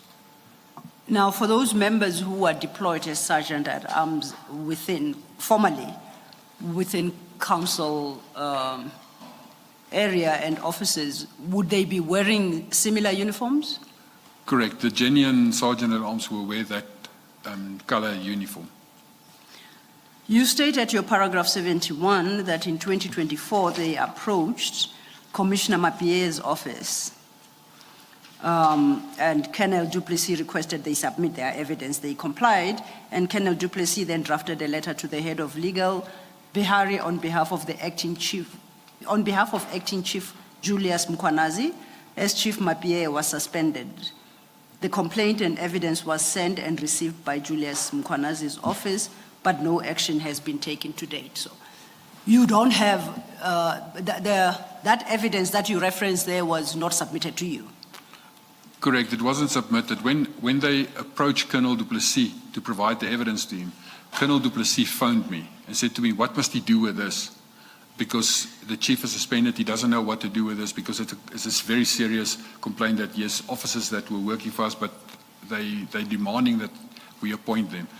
My suggestion to him was draft, as you did, draft a letter on behalf of the chief to legal, so that it can go to Advocate Kemi Bihari's office, so they can give a legal opinion on what is the process to be followed at the back end. And Colonel Duplessis then just reported back to me to say it was submitted to Mkwanazi's office, and he's got proof that it was signed for, because he submitted the whole evidence back plus the draft letter to his office. But I don't know what happened thereafter again with it. So Brigadier Mkwanazi is most likely the person to turn to assist us with what was submitted by these SCLUs. He's now Commissioner. Now, I do apologize, Commissioner Mkwanazi. Okay, we shall do so. Before we leave this topic, I see that the OBs seem to be dated, it's around 2015 and then 2017, is that correct? Correct, Commissioners. And according to you, these are irregularities within the EMPD, or the way? Correct, Commissioner. In Or are, if our they still official, exist? the occurrence book is an extremely official book. It is, it's the heartbeat of any police station, any unit. Anything that takes place, anything that happens must be recorded in an OB. Okay. Irrespective of which police station you are. So OB reflects the heartbeat. It's what's happened at that specific unit or that, and it's numbered and it's serialized, and civilians will not sign on and off in our official books. So the fact that they sign on there, it makes it as if it's a formal appointed and it's a correct procedure, everything. Now, if you say this is irregular, and it seems to have spanned at least 2015, 2017, that way you have given, and now in terms of paragraph 71, we know that they approached the office of Commissioner Mapie in as late as 2024. And you call this, all this, or their engagement irregular. Are there any other irregularities that you are aware over your 33-year service at Ekurhuleni, particularly in your last post as Commissioner, I think, is it Auxiliary Services? And Commissioner, in this same, and this is now long after it, but in the same period, 2015, when this took place, a very strange incident took place where our fleet manager, Chris Stein, he has been mentioned already, he contacted me one day and he said to me, on the vehicle tracking systems that we have, one of our vehicles is at the Botswana gate at Gaborone. Do I know about it and what must he do about it? And I'm like, dude, it's not possible. Our cars can't clear in Botswana. Switch the vehicle off. So there's a remote capability where you can switch the vehicle off. So I instructed Chris, I said, Chris, we'll get to it, switch the vehicle off and start the recovery process to actually get a breakdown and go fetch our vehicle. It must be a stolen vehicle. We cannot have Ekurhuleni police vehicles at Botswana gate. If it happens, it has happened in the past that we went to other countries, for instance to Swaziland, but then it's a formal approved by council process where it's a conference or something that we go with vehicles to it. And Chris then said, okay, we'll switch the vehicle off. He phoned me back about an hour later and he says, he's in big trouble now. I said, why? He said he was just now phoned by the then chief of police that he must switch this vehicle on and this vehicle will turn around and come back to us and we must leave this vehicle alone. He has sent the officer and the officer is on official business. So we never discovered why and what happened, but there was question marks about this whole process of why did the car go, one of our vehicles go to Botswana and it came back. We never even know if it went through the border or not. We just know that this incident happened where I instructed, switch the vehicle off and recover it. And then I got told an hour later I was overridden. The then chief of police stated to Chris Stein, leave the vehicle alone, the vehicle will come back and you must leave it alone. So it's strange incidents like that that took place that makes it. There's even other incidents when Chief Robert McBride was our chief of police, he phoned me one Friday afternoon and he said to me, I must immediately look at the registration number because he is driving in his private vehicle on the R59 and he just went into the Free State and one of our vehicles is driving in front of him. He wants to know what the vehicle is doing there. So what then happened is that he was on his way to another venue. So we looked at the vehicle and also this vehicle went to Parys in the Free State. And the Saturday afternoon, the vehicle a breakdown unit was sent from us to the vehicle where he's standing in Parys. And we actually fetched the vehicle and collected and bring it back. This vehicle was assigned to Vosloorus police station, to our precinct. And then on that Sunday, the officer who used the vehicle, he came back and he discovered the vehicle is now missing from his house. And he came back and trying to report the vehicle as stolen at Vosloorus, but then his supervisors accosted him and he was discipline steps taken against him because he used the vehicle to go home in Parys where he stays over the weekend and came back. So there is strange incidents that took place. I have, for instance, because I'm in charge of the fine admin municipal courts, all the fines that comes to traffic vehicles belonging to Ekurhuleni Metro Police would go to the proxy. Doesn't matter where in the country it takes place. And the proxy will then have to deal with it. And he will send it to me to say, fine administration, yes, fines, can you please look at it and deal with it?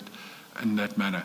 And that is when I noticed there's, for instance, on Friday evenings, vehicles from Ekurhuleni Metro Police that go through the Drakensberg on the N3.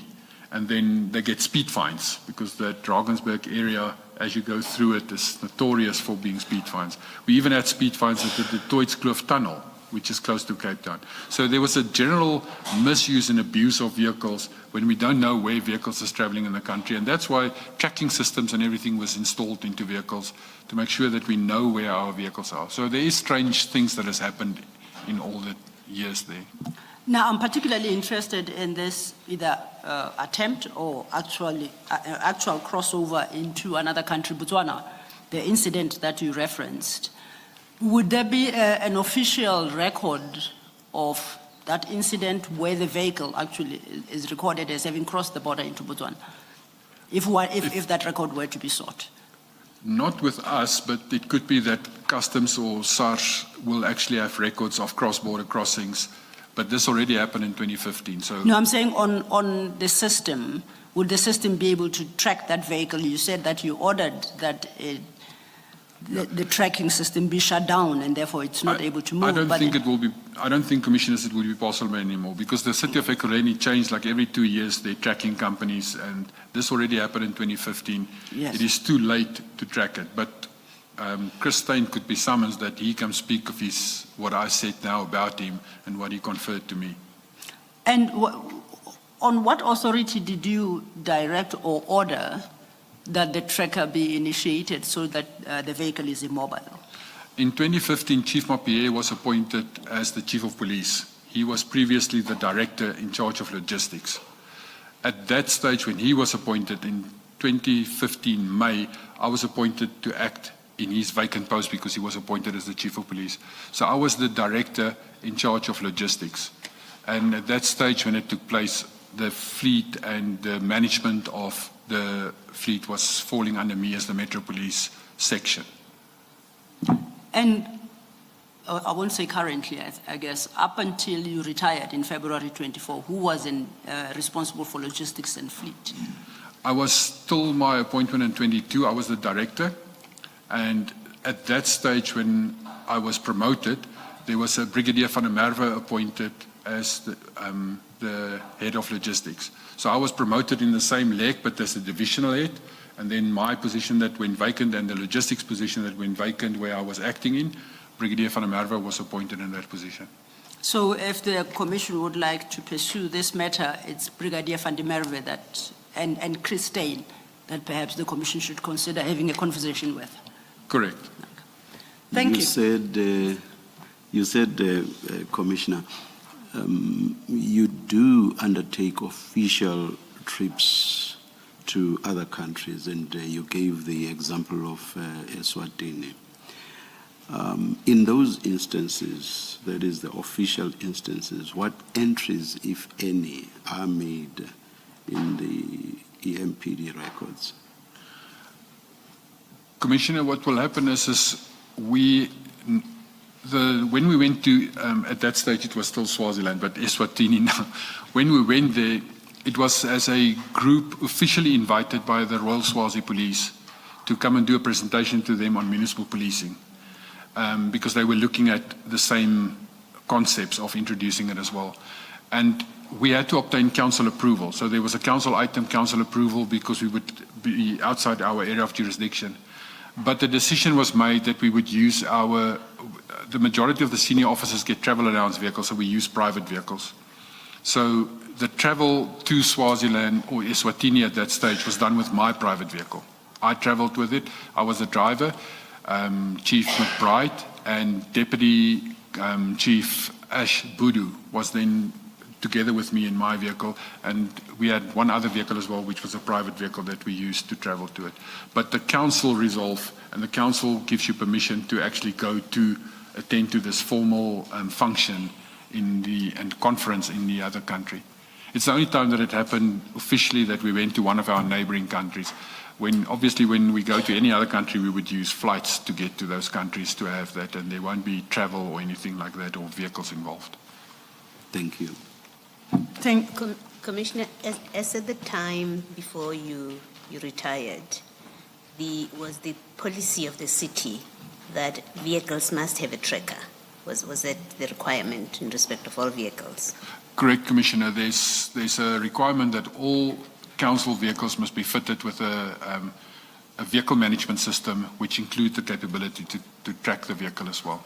So if that is so, the vehicles that we saw yesterday in the Mayerton operation, I know your evidence was there's no entry because it was an unlawful operation, but if the vehicles are fitted with trackers, if all city vehicles are fitted with trackers, it should be possible to track the movements of those vehicles. It's correct, Commissioner, but that specific vehicle of Kershaw Stolz, for instance, when she was arrested at the Smokes and King, IPIT and ourselves then looked at the vehicle as well afterwards. And when we looked at the vehicle, the tracker system was cut and it was disabled in her vehicle. So there's a huge proportion of their vehicles of specialized service that the tracker system is not working at all. Yes. Every year there's annual audits done where we actually look at which vehicles we cannot find on the tracking system, and we try to bring them in and have them tracked again. The city itself in the past, they've always used a service provider to provide this system, be it a company like C-Track or Tracker or whoever it is with that. But if a few years, I don't know the exact date, the city decided to do it in-house. They developed an in-house system, and they buy the instruments that go into the vehicle or the modem, and they would install it themselves. But there's a large amount of vehicles that either the tracker doesn't work, or it's non-functional, or it's been disabled by the officers. So it's quite possible, for example, on your explanation, that the vehicles that were donated and then given back to CAT VIP, you may not be able to track them. There may not be a record of their movement at all. They were definitely not part of the tracking system at all. It takes a very long administrative process to actually enable and install and get the systems installed into the vehicle system. They were for a very short period on our name. They were registered, and then very quickly thereafter they were deregistered when this matter came to light. Thank you. Thank you, Commissioner. Thank you, Mr. Thank you, Commissioner. We then turn to the next subject, appointments and promotions, Commissioner Spies. And this starts at paragraph 72. If you could summarize what you set out there and the issues you raise or complaints regarding appointments and promotions. Just to let you know that your annexure RS 29, which you referenced at 73, you say it's a picture of the emails and a copy of the interview questions and answers. You see that part at paragraph 73. Yes. Okay, there you didn't provide the actual question and answers that you referenced there as part of that annexure 29. But you can speak to the issues, and we will try and update the files to include that question and answer document. Correct. I have the actual emails. Okay.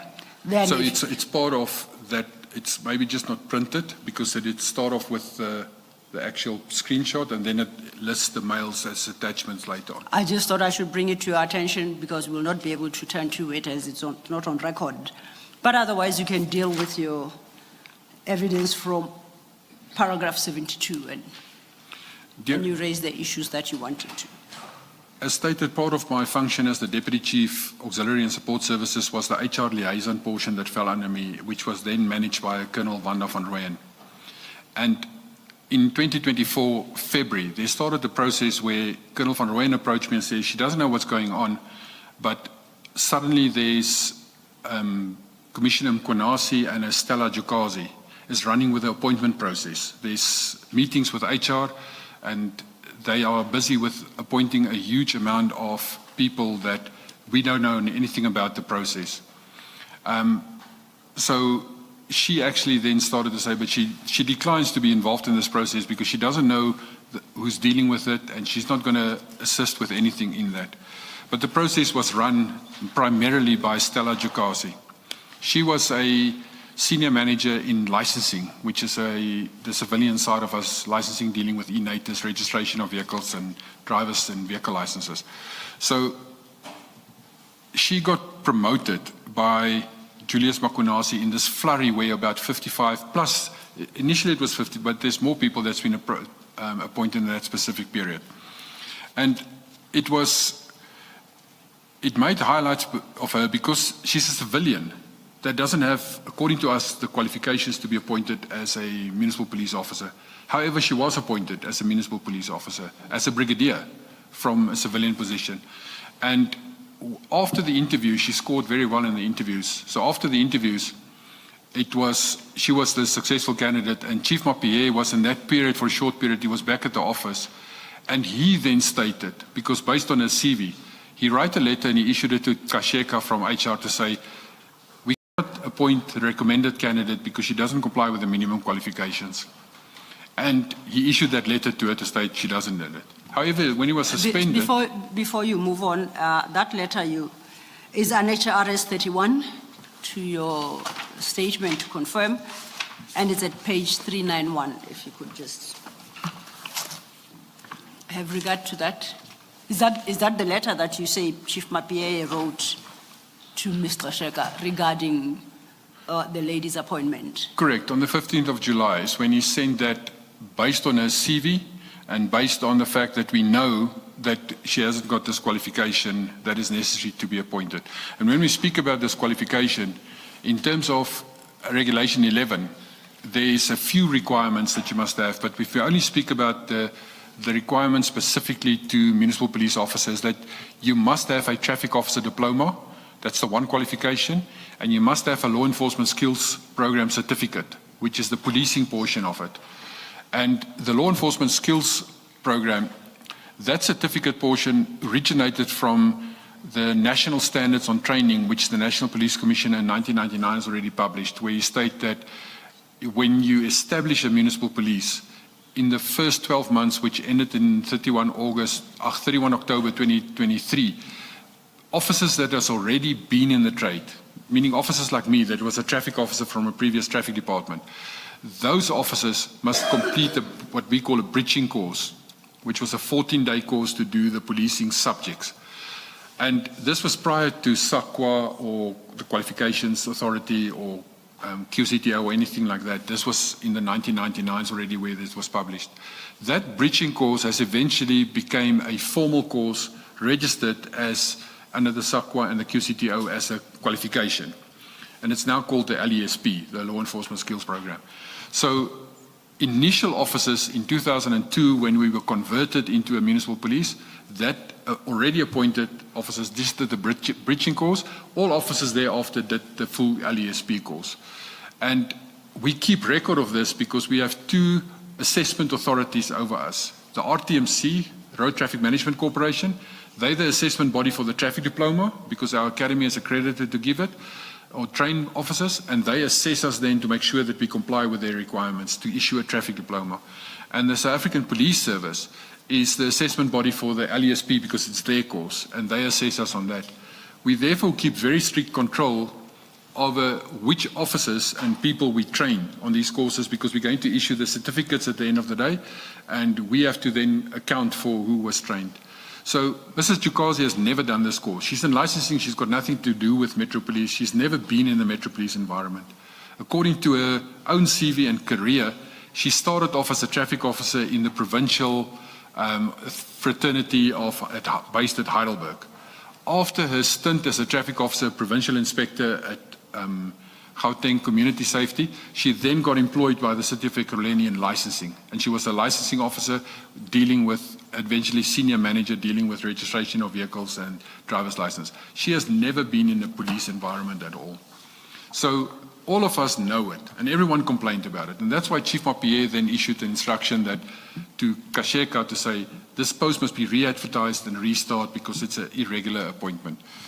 Commissioner, just explain again her involvement with the provincial what? She was, from her career, she do have a traffic officer diploma because she did it at Boekenhuiskloof when it was a traffic college, and she was appointed by the then Gauteng Community Safety Traffic Department, which is the provincial traffic department, and she was based in Heidelberg. As what? As a traffic officer, but it's with the province they would call them provincial inspectors. And why is that not relevant experience for this purpose? So she complies with half.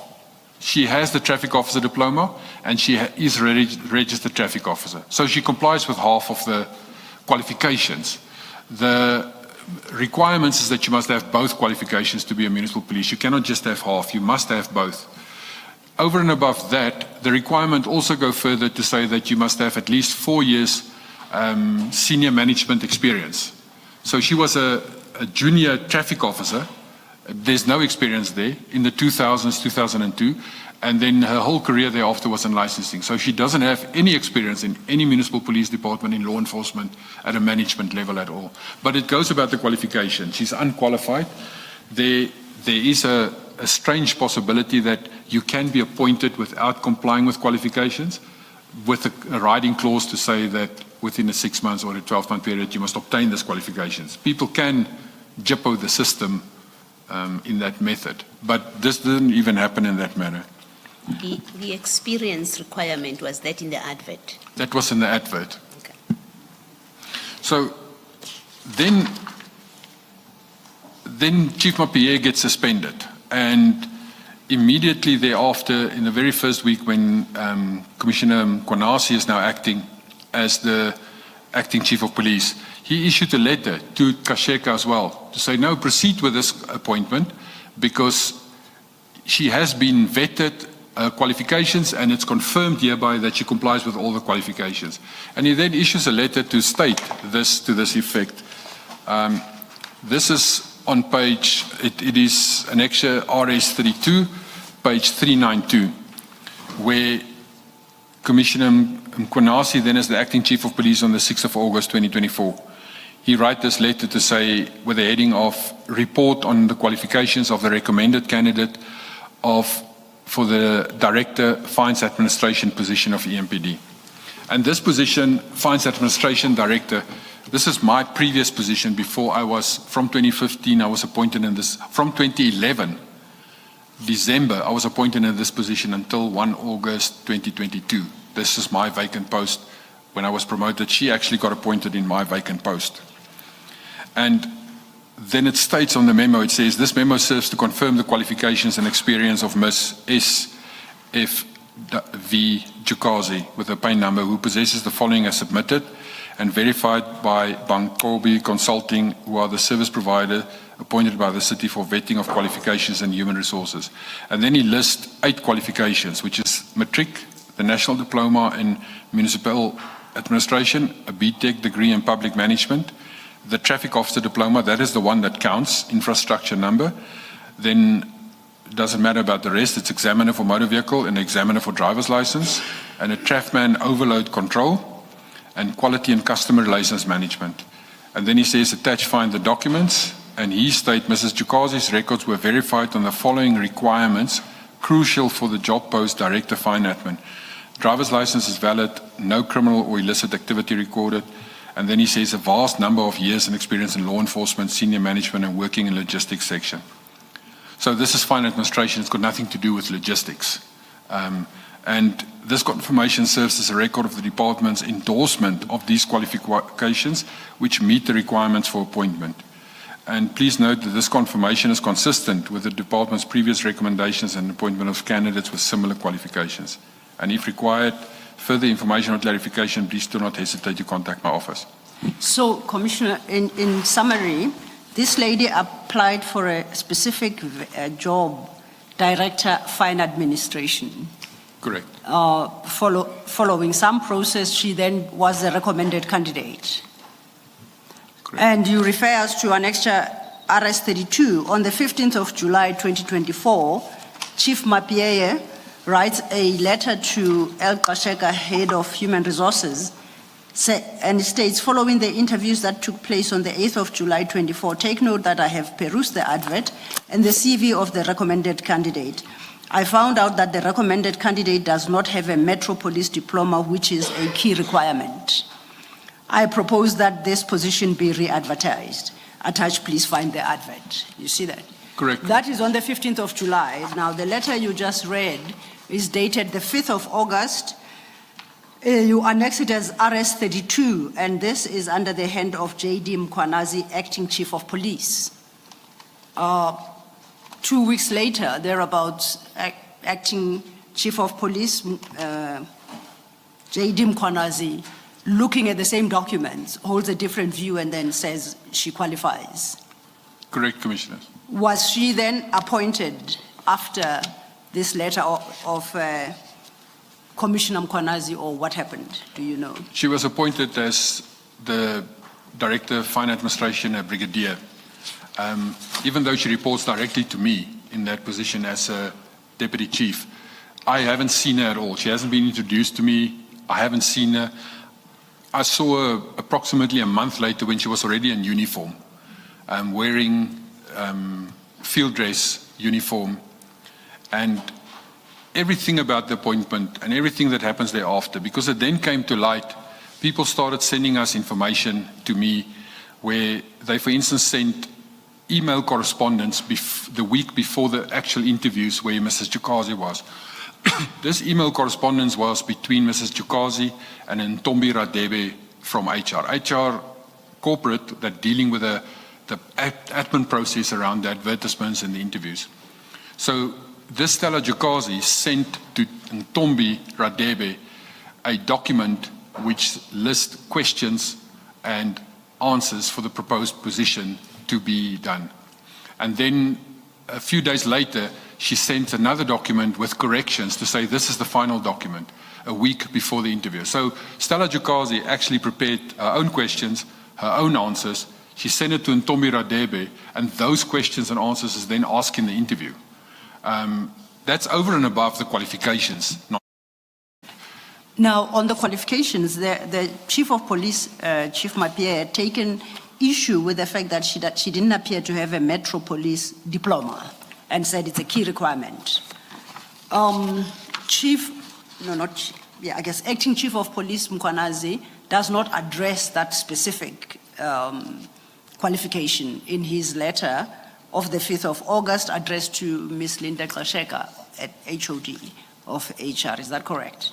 Correct. He doesn't mention that qualification at all there because he knows she doesn't have it. Yes. And then at your paragraph 74 of the statement, you say the same candidate is currently not in possession of the required law enforcement skills program, in parentheses LESP qualification. She has applied to the Ekurhuleni Metro Police Academy to be enrolled in the next training cycle, January to March 2026. Do you see that? That's correct. Now, you reference here the law enforcement skills program qualification. Is it the same as what Chief Mapie in his letter, your annexure RS 32 refers to as the Metro Police diploma? Is it the same thing? Correct. The LESP is considered, when we speak about it, we speak about the Metro Police diploma, but it's a law enforcement skills program certificate, the registered course. So her own registration for that training cycle for January to March 2026 does confirm the position that Chief Mapie assumed then in July 2024 that in fact she doesn't have it. She wouldn't have to do it twice. Correct. She doesn't have the qualification. And this course itself, because SAPS is an assessment body, they set cycles because it's a national curriculum for all Metro Police officers to do it. So SAPS sets cycles where it will start. So the next cycle that starts is January. The current cycle is September to November. The next cycle is January to March is the next cycle. To your knowledge, is she in this position that Chief Mapie concluded she was not qualified for as we speak? Correct. She's still not qualified. Okay.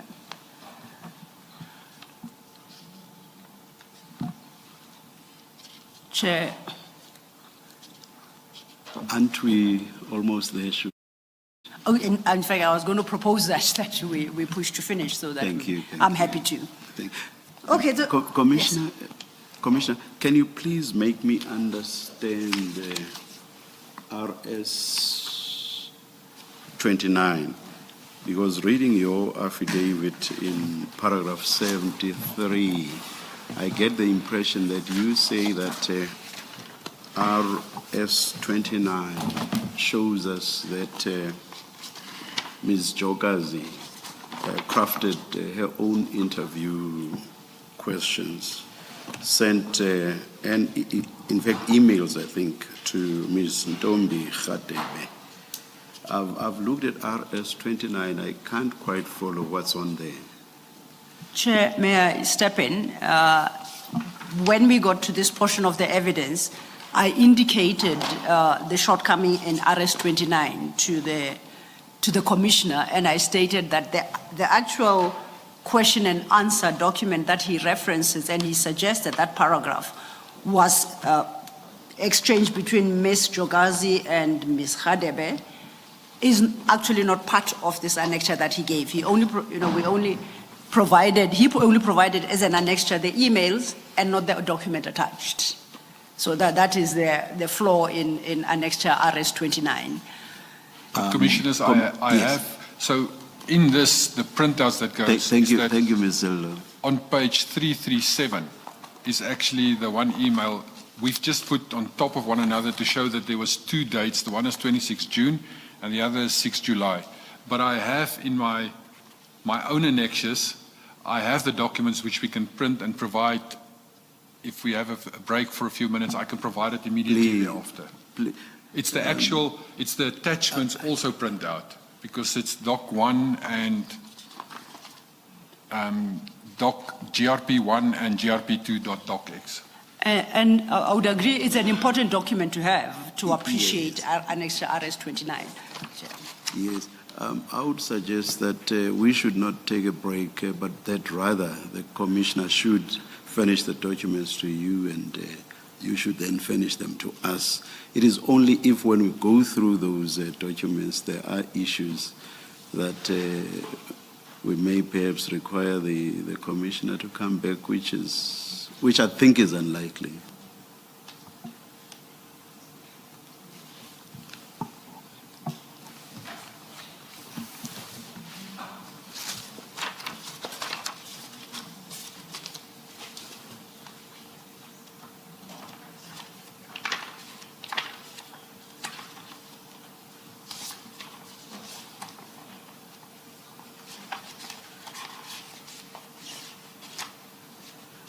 Perhaps what we could do as an alternative is that after we've taken the lunch adjournment, the commissioner can then avail the documents and then come back in for just 1 minute or less to just confirm that those are indeed the documents. And then perhaps if we are going to do it that way, Chair, he has the document before him right now. Yes. He could perhaps just give an example of the question and answer session, question and answer that the lady prepared for herself.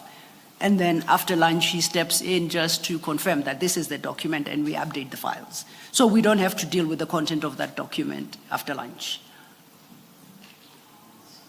Or you let's just get the documents when we come back, okay. And then we are by no means suggesting that we should then go through the documents. Okay. It's because he too has got. They should just be given to us, and we are then directed to where they are in the exhibit bundle, and then you take the commissioner there, and okay. he just identifies the documents. As I said, that will take a minute or two. That's fine. May I inquire from Commissioner Spies? He's got some time challenges. Would you be able to come back at 2 o'clock just to confirm to the Commission that the document that you would have provided us with and would have updated the files is indeed the RS-29 you intended to include in the file? Would you be able to? Sorry, Commissioners, I didn't inform Advocate Sello that because of today, I was involved, supposed to be in another arbitration as a witness, and during last night it was postponed. So even though I said 2 o'clock this afternoon, they said, no, let us rather postpone. So okay. I am available, but it will impact on the flow of the rest of the afternoon and the other witnesses, but I am available for the whole day. No, that's fine. That takes care of the challenge. I'm good. Thank you, Chair. Thank you. Then we will park RS-29 and we'll you'll come and confirm after lunch, after the files are updated. That would then take us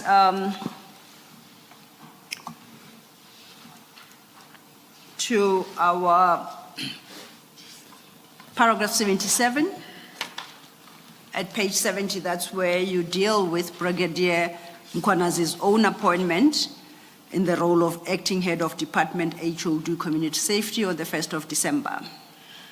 In the city... Maybe before you do that, Sorry, can we please. just confirm at that page 391, that letter from Chief Mapie, do you know if he ever received a response from Mr. Sheka? No, I don't know if he received any response from her. Okay. Thank you. Thank you, Commissioner. I'd referred you to your paragraph 77. You deal with Brigadier Mkwanazi's new appointment and the fact that the result is that he holds two separate and distinct statutory positions. Just very quickly, what do you the reference there? The city created a new structure called Community Safety, of which Metro Police has now been subverted to a division within the Community Safety, and obviously not reporting directly to the city manager and accountable to her anymore. However, this was approved in November. What then happened in December is that Commissioner Mkwanazi was always appointed while Chief Mapie was on suspension. He was appointed every month on a month-to-month basis as the Chief of Police, compliant with the law. However, in the 1st of December, he was appointed as the acting head of community safety. And there was no appointment made of any chief of the police. He was the head of community safety.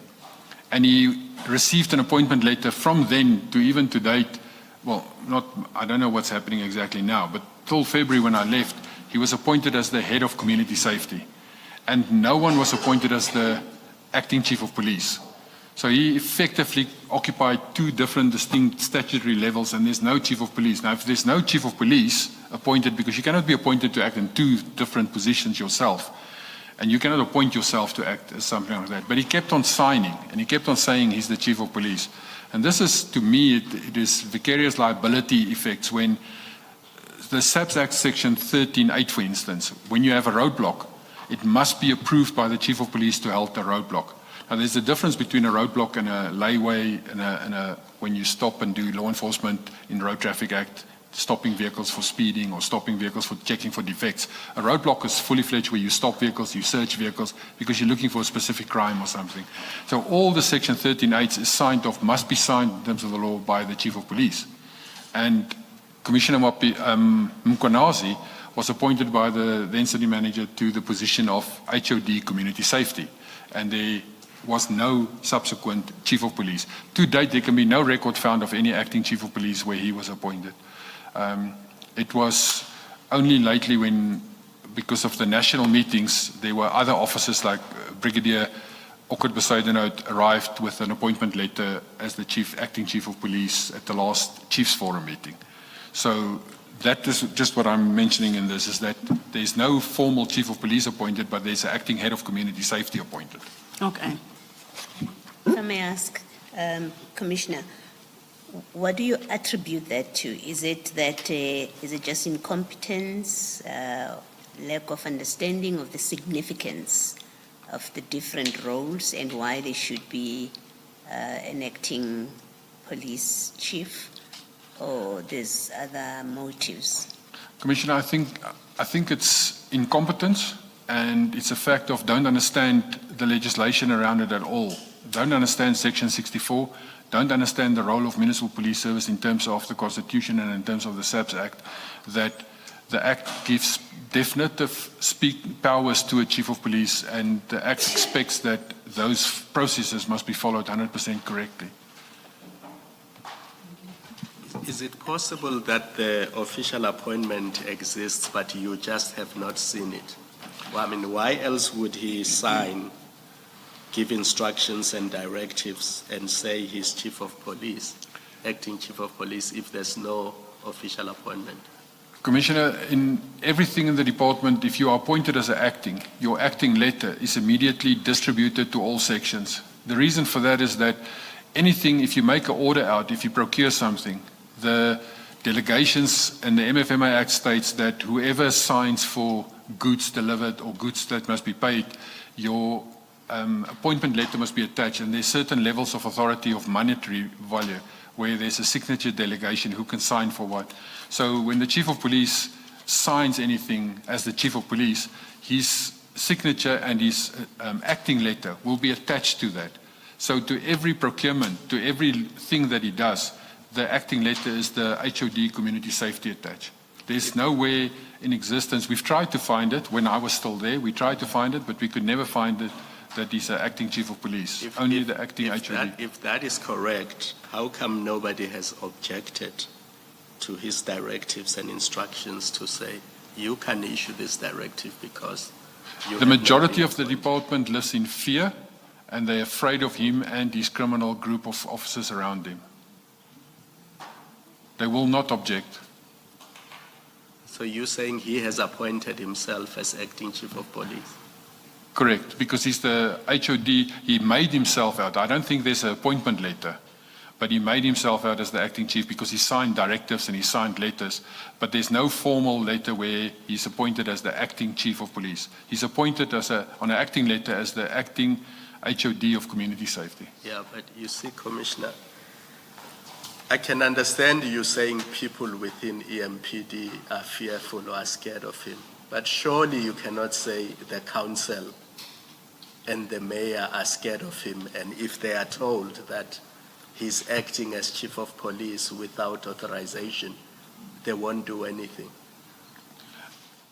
The council and at the higher levels doesn't get involved in this commission. It's a administrative practice. It's from my opinion that this is illegal process that's being followed. Surrounding this, there's more illegalities. I went on leave, for instance, in 2024. My position in November has been abolished. It doesn't exist on the structure anymore. I'm now contractual to incumbent, sitting on the sideline from December 24. However, when I went on leave, this Stella Jukazi was appointed to act, and she got even an acting allowance claim against my position, which doesn't exist. When I resigned in February and I went retired, that post doesn't exist at all now anymore in council. Stella Jukazi was acting in that position and she got paid acting allowances. So there's things that the upper level doesn't know what's happening, but it is happening on the ground level. Thank you, Commissioner. Just to understand then, who must the commission turn to determine whether or not Commissioner Mkwanazi was duly appointed to this contentious post? Is it the city manager's office? Is it the HOD department through Mr. Kashaka? Where do you suggest we turn to answer that questions, or the questions Commissioner Kumalo had definitively? The city manager's office is the accounting officer. That's the accounting officer. And who would effect the acting appointment? Would it be the city manager? No, the city manager would only appoint the acting head of departments. The then head of departments would appoint the subsequent actings in their own departments. So effectively, if Julius Mkwanazi was appointed as the acting head of community safety, yes, he would then have the power to appoint someone as the acting chief of police for that same period. And I'm saying it's the city manager who would have appointed him in turn as an acting head of department. Of community safety, yes, she did. Okay. Commissioner, just so that we understand, you said something that now confuses me. In terms of structure, where does acting head of department, community safety, sit in relation to the chief of police position? From the 1st of December, the Metro Police Department ceased to exist.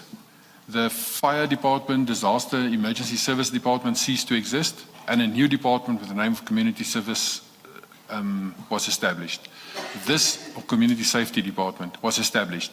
In this department, there is a division, Municipal Police, where the Chief of Police will be, and there's a division, Emergency Services or Fire, where the head of, say, Emergency Services would be. And there's other divisions as well that's been created.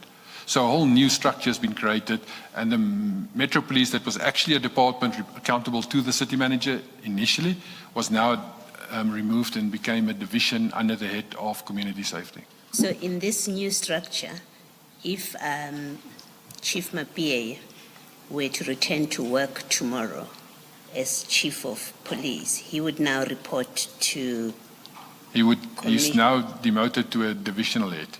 and he now reports to Commissioner Mkwanazi If as, Commissioner, as acting head of community safety. I'm just trying to understand the structure. that is what would happen, but Commissioner Mkwanazi would not be, well, he shouldn't be appointed then as the acting head of community safety. It should be between Chief Mapiye or Mr. Makubela, who's from the fire services, that will rotate between the two of them because they the highest senior positions. That's what should happen.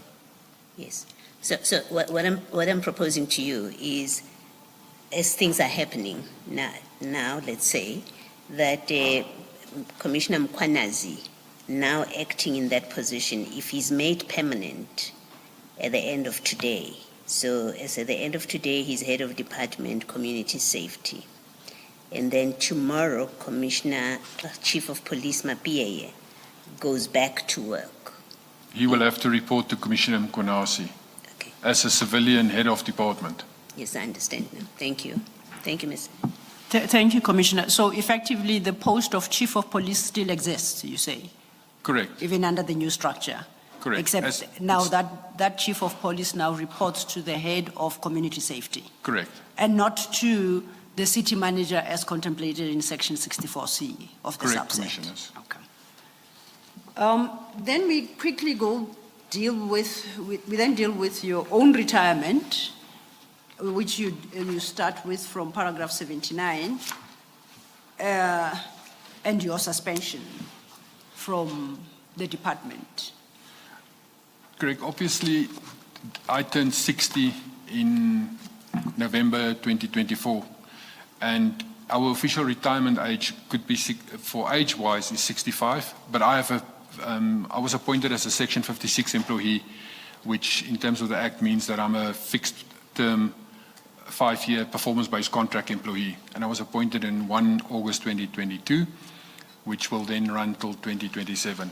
However, because of all this victimization and ostracization that happened in the department, when I turned 60, myself and my family had a serious discussion about it to state that I would rather take early retirement, look if you can afford it, let me take early retirement, and I'm going to have mental health issues and heart attack if I carry on in this manner, because all of this criminality around me is directly against my DNA of being a policeman, and I cannot cope with nothing being done in the city, and it's clear the city is on a path of destruction, and I don't want to be part of this at all anymore. So I then, to make sure that I don't lose anything, I aligned my retirement with the SARS tax year, personal tax year, which is 28 February, so that I don't pay extra taxes or anything, and my broker also advised me that the best date is 28 February that I must retire with. My contract that I have with the city states that I must give 2 months notice as well. It's not the normal, because I'm a Section 56 employee. So in December, I then took annual leave to make sure that my leave is also depleted so that I don't have extra tax implications at the end of that period. I returned to the office on the 6th of January, and the moment I walked into the office, I immediately started the process of retirement. I concluded, so we have a complete process of exit clearance forms, handing back equipment, firearms, uniform, laptops, anything that I must do. So I started that process on the 6th of January already. Fully handed everything back, and then submitted my application. I couldn't get hold of the acting, who I then believed was the acting Chief of Police, Mkwanazi. But on the 7th, we had a meeting where he called us to a meeting in Alberton. And when we sat at that meeting, I gave him my application to say, I hereby resign, I'm taking early retirement. And he then looked at it and he signed off on everything on the 7th of January. On the 8th of January, I submitted it to the corporate HR officers, and they processed it, and the same afternoon they sent it back to me to say, everything's captured, your retirement is concluded, you can actually deal now with the medical aid and with your new employer, which is Sanlam, or Sanlam, in my case, is that there's contracts and everything that must be signed with them, and I must provide proof to the pay office for conclusion of my retirement. That was all completed in that first 2 weeks of January. Before you move off that point, you have Annexure 33 about the approval for your retirement, Annexure RS 33 starting at page 393. You have a document there, termed termination of service, and then next over leaf at 394 is employee exit clearance certificate. The first document at 393 provides your particulars and requires an indication of the reason for termination of service, and you confirm that it's ticked retirement and above retirement in a manuscript written early in red. Do you see that? Correct. That is the formal termination contract, and this is what I received back from HR. Okay. If you go further down, it's got under the heading future contract information, signatories, it's got the employee's signature, provision for the employee's signature. Is that your signature appearing there? Correct, Commissioners. Do you know who has signed as supervisor and head of department, respectively? It's Commissioner Mkonasi right in front of me. He signed it when I gave the form to him. And if we go over leaf at 394, that is the employee exit clearance certificate. It deals with a number of issues, but I'm interested in after item 10. Below item 10, the left part requires a signature by the employee to confirm that they consent to monies due from them to the municipality, I think, to be deducted. You see that? Correct. And it appears that you signed. I'm more interested in the right-hand side one, where it says, it is hereby confirmed that all signatures above have been obtained, officials' last working day, and it's denoted as 28 February 25. And there's a signature there, a name, J.D. Mkwanazi. Is that what is written there? Correct, Commissioner. And signed, provides an employee number and dated the 8th of January 2025. That's the date he signed, that's correct. And you say this is when your early retirement was approved by Commissioner Mkwanazi? Correct. Okay. And thereafter it was just issue of dealing with various admin issues. Yes, and if we go back to page 393, you will see at the top portions where it starts with tables, full name, surname, ID number, department, post designation, and then next to post designation, pay office, it says section 56, 57. And then the stamp in the middle of that page, it says to be processed on the section 57 payroll, and where the reason for termination, it says 60 years with a tick mark and early retirement. So it was as per my retirement that it is an early retirement, and I'm a section 57, 56 employee, and I have to give 2 months notice in terms of my contract. So then after Commissioner Mkwanazi approved your retirement from the 8th of January 2025, you have another date in your document, in your statement at paragraph 81, the 5th of February 2025, and now this relates to a suspension notice. Can you reconcile the two for us quickly, please? Correct. It is not mentioned here, but on the 27th of January, there was an incident that took place at work where Commissioner Mapeye there was discipline steps taken against Commissioner Mapeye, and he's being suspended for those disciplinary steps. On the 27th of January, I was contacted by Commissioner Mapeye's legal representative, Mrs. Erika Bester. And in this process, she asked me if I can confirm a specific vehicle registration number if it belongs to the city.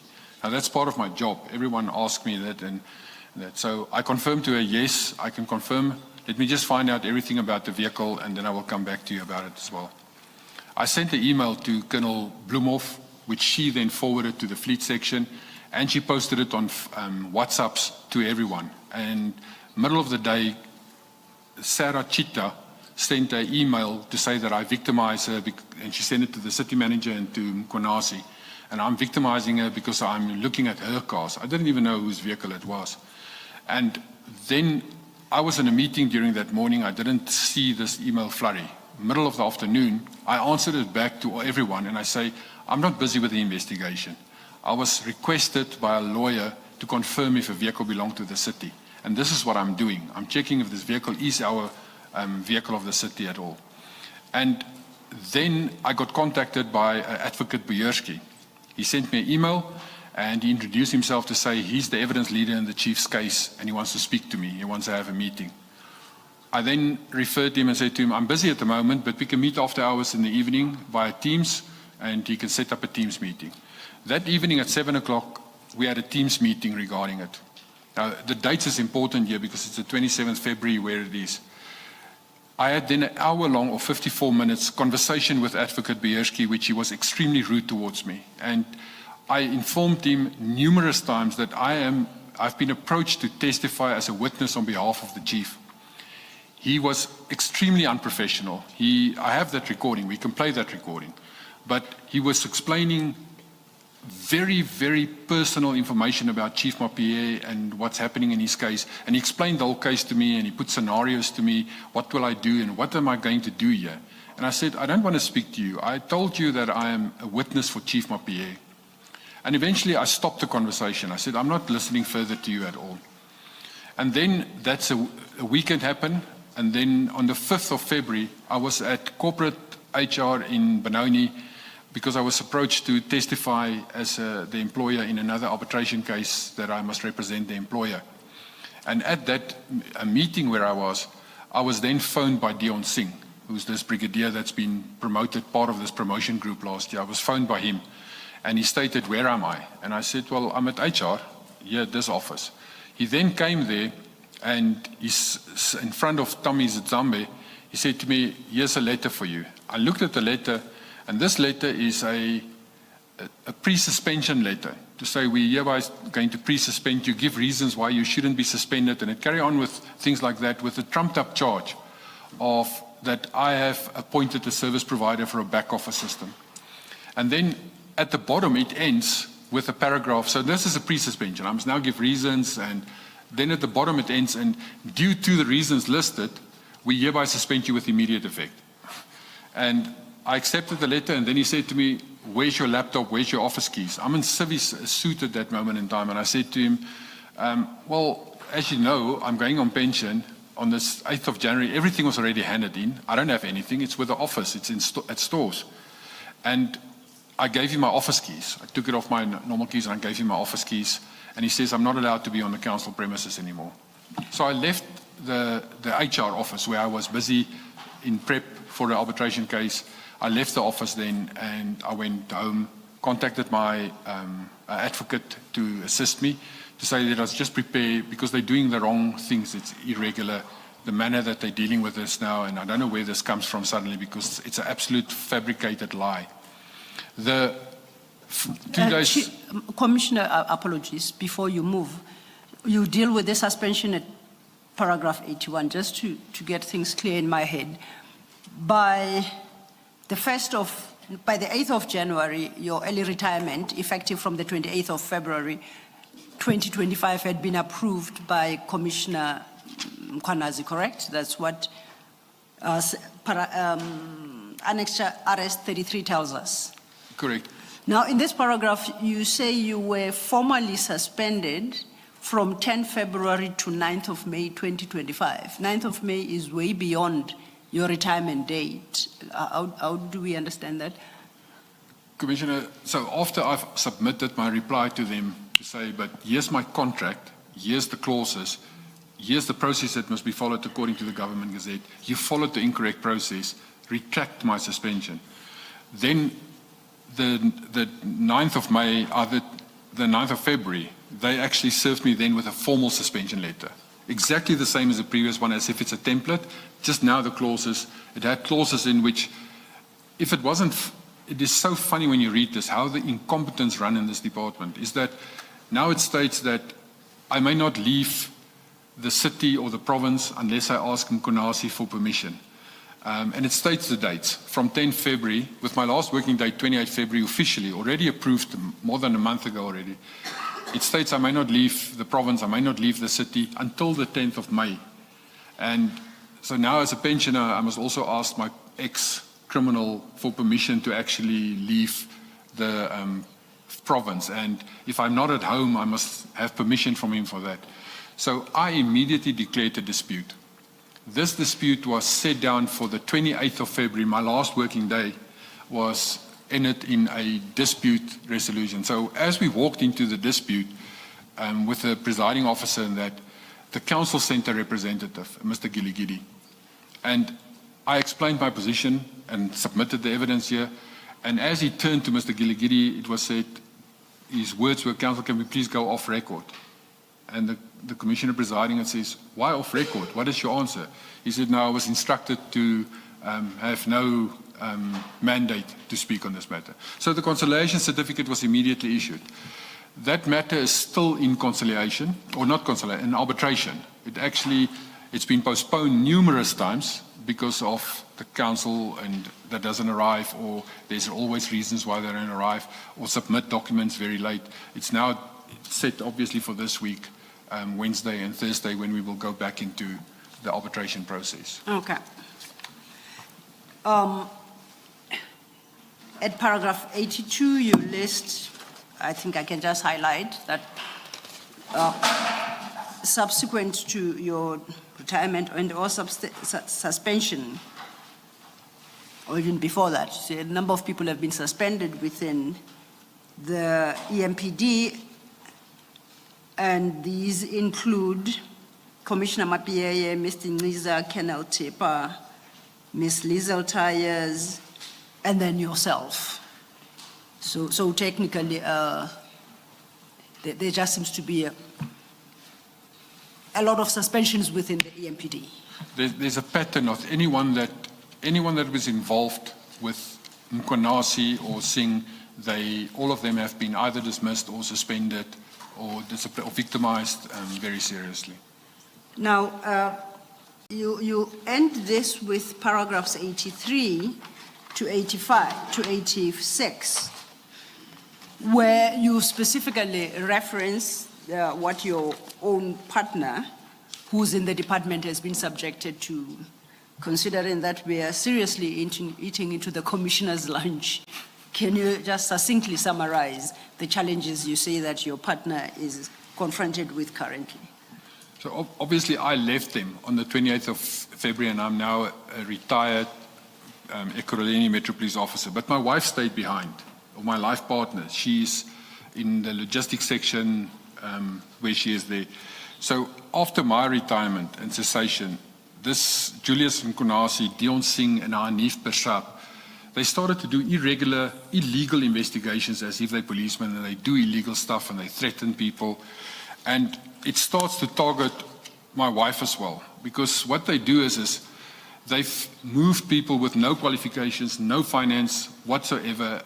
Ezekiel Naiker, they moved him as a superintendent there.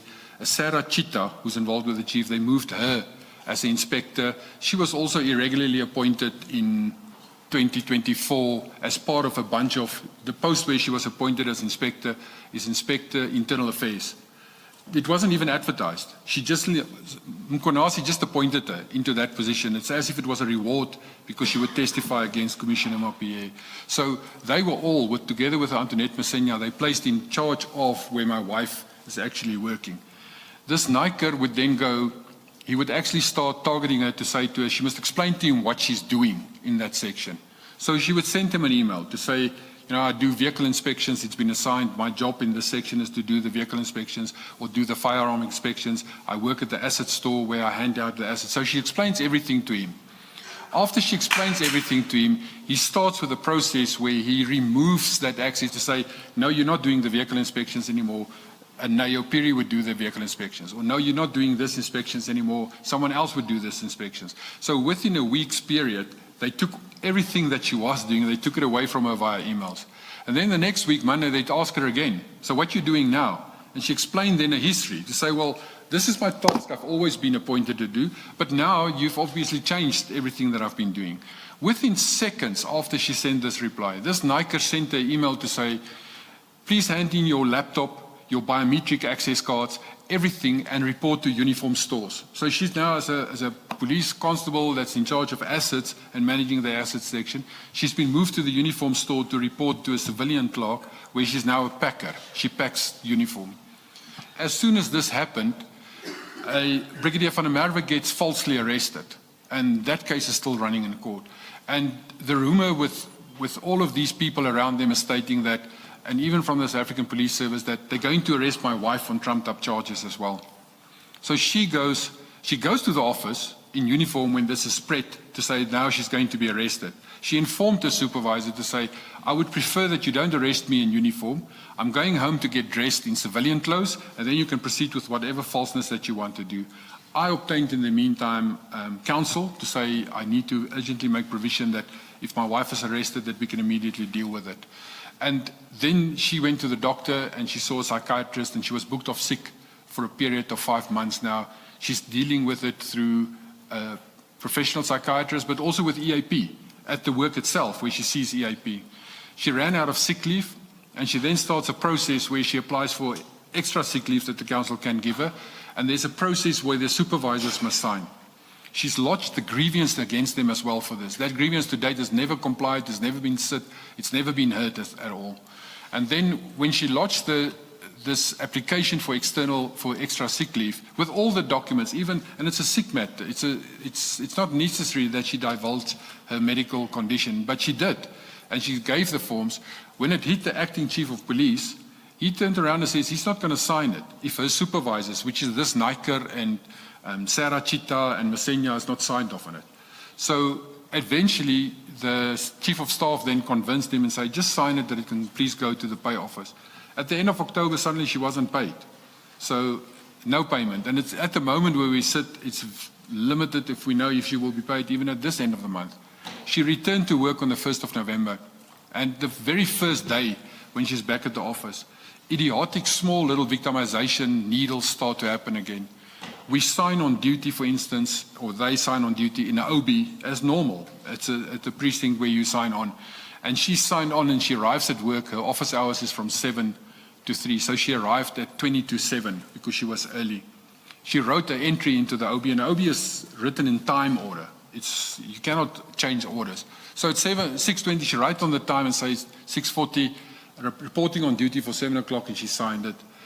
Her supervisor, this Naiker, came and he scratched out with a red pen her time, and he fraudulently changed the OB, right 7 o'clock there, and he then make an entry to say Constable Jacobs must correct the correct time. She signs on at 7, not before the time. And even though our standing orders in Ekurhuleni state that you come on duty before the time, you don't arrive with it. If your time is 7 o'clock, that means you must be 15 minutes before the time already on parade. And you cannot just arrive and start on that. So her vehicle, for instance, she was issued with a patrol vehicle. 2-3 years ago, the patrol vehicle was taken away from her. To date, she doesn't have a patrol vehicle. She used my private vehicle to travel and do all her official patrol vehicles if she has to go to Germiston or anywhere to deliver documents. And so it's an absolute nightmare how they victimize her and then anyone else who supported Chief Mapie. The group of people that's left there is acting, and the word is rogue. It's a criminal enterprise, what is running in that specific department. Thank you. I think the commissioners have a good sense of what you say as victimization that your life partner has had to endure within the EMPD environment, flowing from the discharge of your own duties while you are still with EMPD. Are there any concluding remarks you would like to make to the commission as we have come to the end of your testimony now? There is, because I stated earlier as well, is a very few of the civilian people know that I've retired, because I obviously didn't announce it or anything. There was no farewell party or anything like that. So a lot of the people that used to deal with me still think I work for Ekurhuleni Metro Police, and they still contact me and they still inform me of, or they have a problem with their payment of invoices or things like that. And so a lot of the matters still come to my attention, even though I don't work for them anymore. For instance, this Ezekiel Naiker, he originally negligently lost a firearm. And it was then decided that there will not be a firearm issued to him. However, after I've resigned, Commissioner Munkonasi forced them to issue a firearm to him as well. He has lost that firearm negligently as well. There's a CAS number at Bedford View, 26705-2025 of negligent loss of firearm. No disciplinary steps has been taken against this officer. The rumors that I hear from everyone else is he's protected. You cannot touch him because he is there, but he's directly in charge of placed in charge of my wife. The People have sent me invoices where the uniform tender, for instance, was awarded by Sarah Chita and then was adjudicating it. This uniform tender, historically, there's manufacturers who are situated in the Cape and here in Gauteng who manufacture our uniforms. For instance, FG or RADS. It's large companies who are manufacturers. The latest uniform tender, which was adjudicated by Sarah Chita and them, has been awarded to electrical contractors who doesn't have any experience. And which is so funny is that they actually buy it from the manufacturers at inflated prices. Our radio accessories has been batteries for our radios and other accessories has been bought from a third party to the original company that provided to us originally at 4 times the price that it actually is being sold to us. The same goes for our breathalyzers, handheld breathalyzers, the calibration of it. That went to, the calibration must be done by the OEM, the supplier. However, it went to a third party who took it to the supplier to say, can you please calibrate this? And the supplier phoned me to say, Commissioner Spies, your breathalyzers came from how did your breathalyzers end up with this person? It came from that. And I'm like, no, I'm not working there anymore. But send me, I will send it on so that people can do inquiries. So there's genuinely a move to weaponize the Metro Police against anyone who wants to be honest, who wants to make this work. And there's a criminal enterprise that has been operating for the last 3 to 4 years in the department. Thank you. Commissioners, that's the testimony of Commissioner Spies, unless there are questions to the Commission.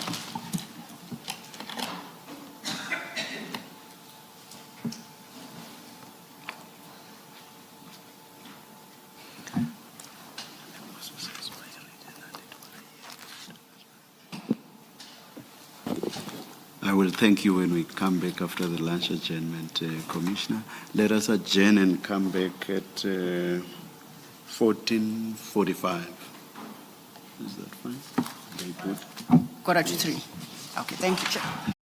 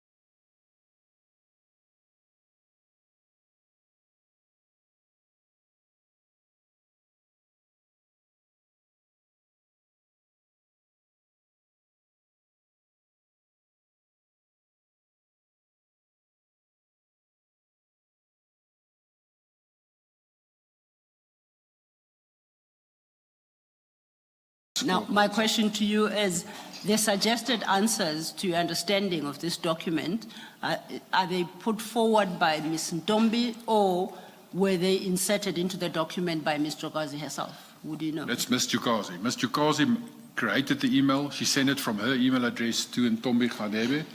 And then there was a reply back from Ntombi Gadebe again. And then Ms. Jukazi edited the answers and questions a little bit. And she sent it then back to Ntombi Gadebe to say this is the final questions and answers. And then if you speak to the candidates that were there, this is the exact questions that were asked during the interview. Okay. Now, was Ms. Ntombi part of the interview panel for this position? That I do not know. That you don't know. Thank you. Chair, that was our update of RS 29. Yes, Commissioner? Can I just check something? Commissioner, if this happened, this seems to me to be unlawful and a fraud I agree, on Commissioner. the selection process. And who knows, maybe the IDEC will be interested to prosecute somebody. But was this ever reported, to your knowledge, brought to the attention of somebody to do something about it? Commissioners, it has been reported. There's actually the candidates who is involved, all the candidates that was interviewed, they lodged a dispute against the appointment of Mrs. Jukazi. That dispute is still running in arbitration, whereas the candidates who objected is Colonel Du Plessis. He's the second highest scorer because he obviously didn't have the answers yet to it. But he was the second highest scorer. Then there's a Colonel Peter Pretorius and a Colonel Kelebogile Tipa. They initiated the dispute process. That process is still running. It's not concluded yet. Over and above the IDEC report, the South African Police Services Act, Section 68, specifically has been also delegated in terms of the minister's powers as to form part of the municipal police powers and functions.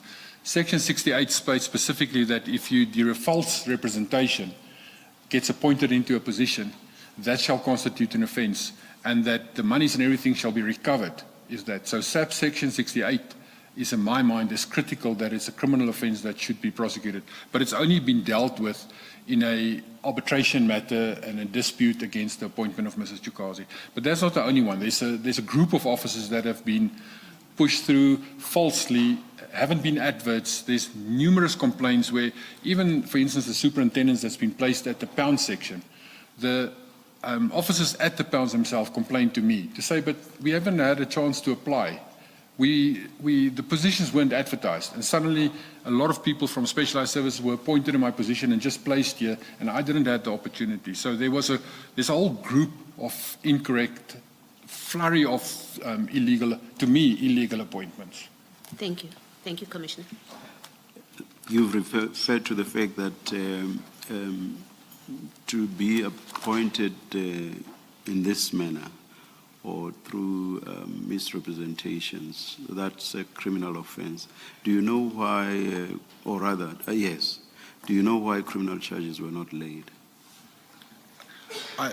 Commissioner, I really do not know. If it's detected, then it's the manner how there should be a complainant in a criminal matter for the South African police to investigate it.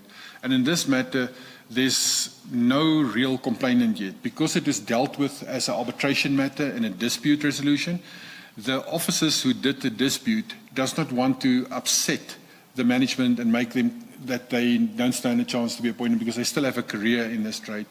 I know that the officers compiled a report which they have forwarded to the audit department of Ekurhuleni, Audit and Risk. So hopefully from the audit side, there will be a formal investigation done as well from a forensic and a criminal perspective. But the officers themselves involved is applying for a higher position. And that's always the threat that you have hanging over your head. When you apply for positions, you cannot upset the system, because if you upset the system and you start this, you kill your own career immediately.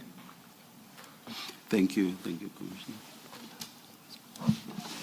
Thank you, Commissioners. Then that definitively concludes Commissioner Spies' evidence. Thank you, Ms. Sello. Thank you very much, Commissioner. Thank you very much. Thank you. Thank you, Commissioner Spies. Chair, may we request a 2-minute stand down, that's just to bring the next witness, we are ready to proceed. We'll hear from you. Let's Thank you. again.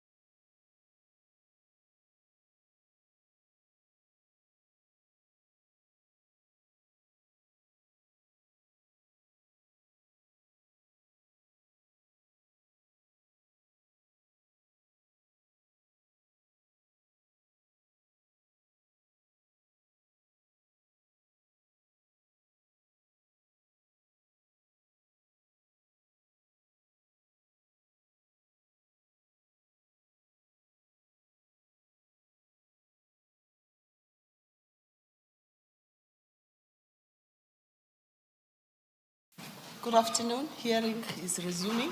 Please, let's switch off our phones.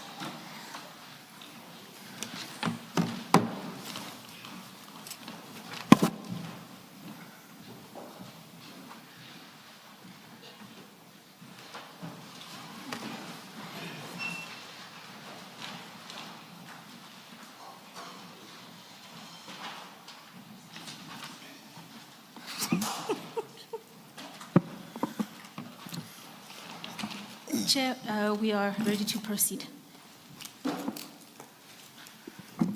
Good afternoon. I don't want to take a chance and pronounce your surname because I have no idea where the accent, if there is, and so on. Let me just ask you to please state your name, your full names for the record, please. Thank you, Mr. Commissioner. My name is Olani Prince Ngiza. Please, thank you. It's pronounced with a silent K. Okay. With a K. Is okay. No, it's a silent K.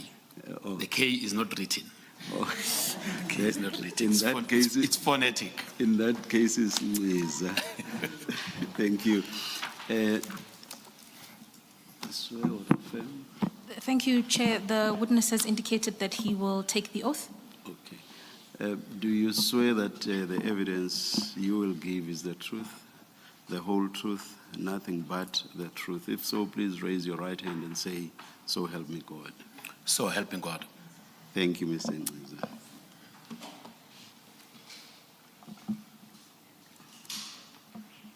Good afternoon, Mr. Ngiza.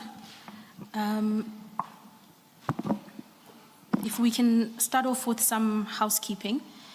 In front of you, you should have 2 files in your possession. Can you confirm that's the case? Yes. Thank you.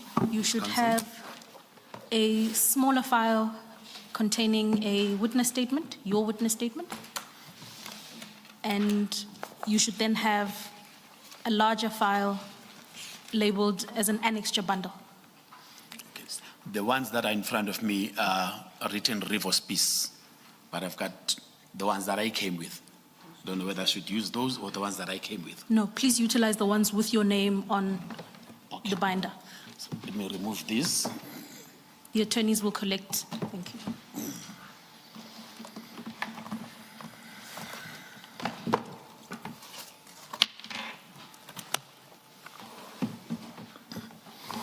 Yes, Counsel, I've got the right files. Thank you. So you have a narrow file with your witness statement and a chunkier file with the annexure bundle. Thank you. Yes, ma'am. Mr. Ngqiza, if you would then turn to your file containing your witness statement, please. I'm on it. Thank you. Please confirm that the statement contained in that file is yours, prepared for purposes of the evidence you're giving before the commission. I do confirm that the statement is mine. Thank you. Could I ask you to turn to page 39 of the same document, page 39? I'm on page 39. Thank you. And please confirm that the signature appearing at the foot of that page is yours. Yes, it is. Thank you.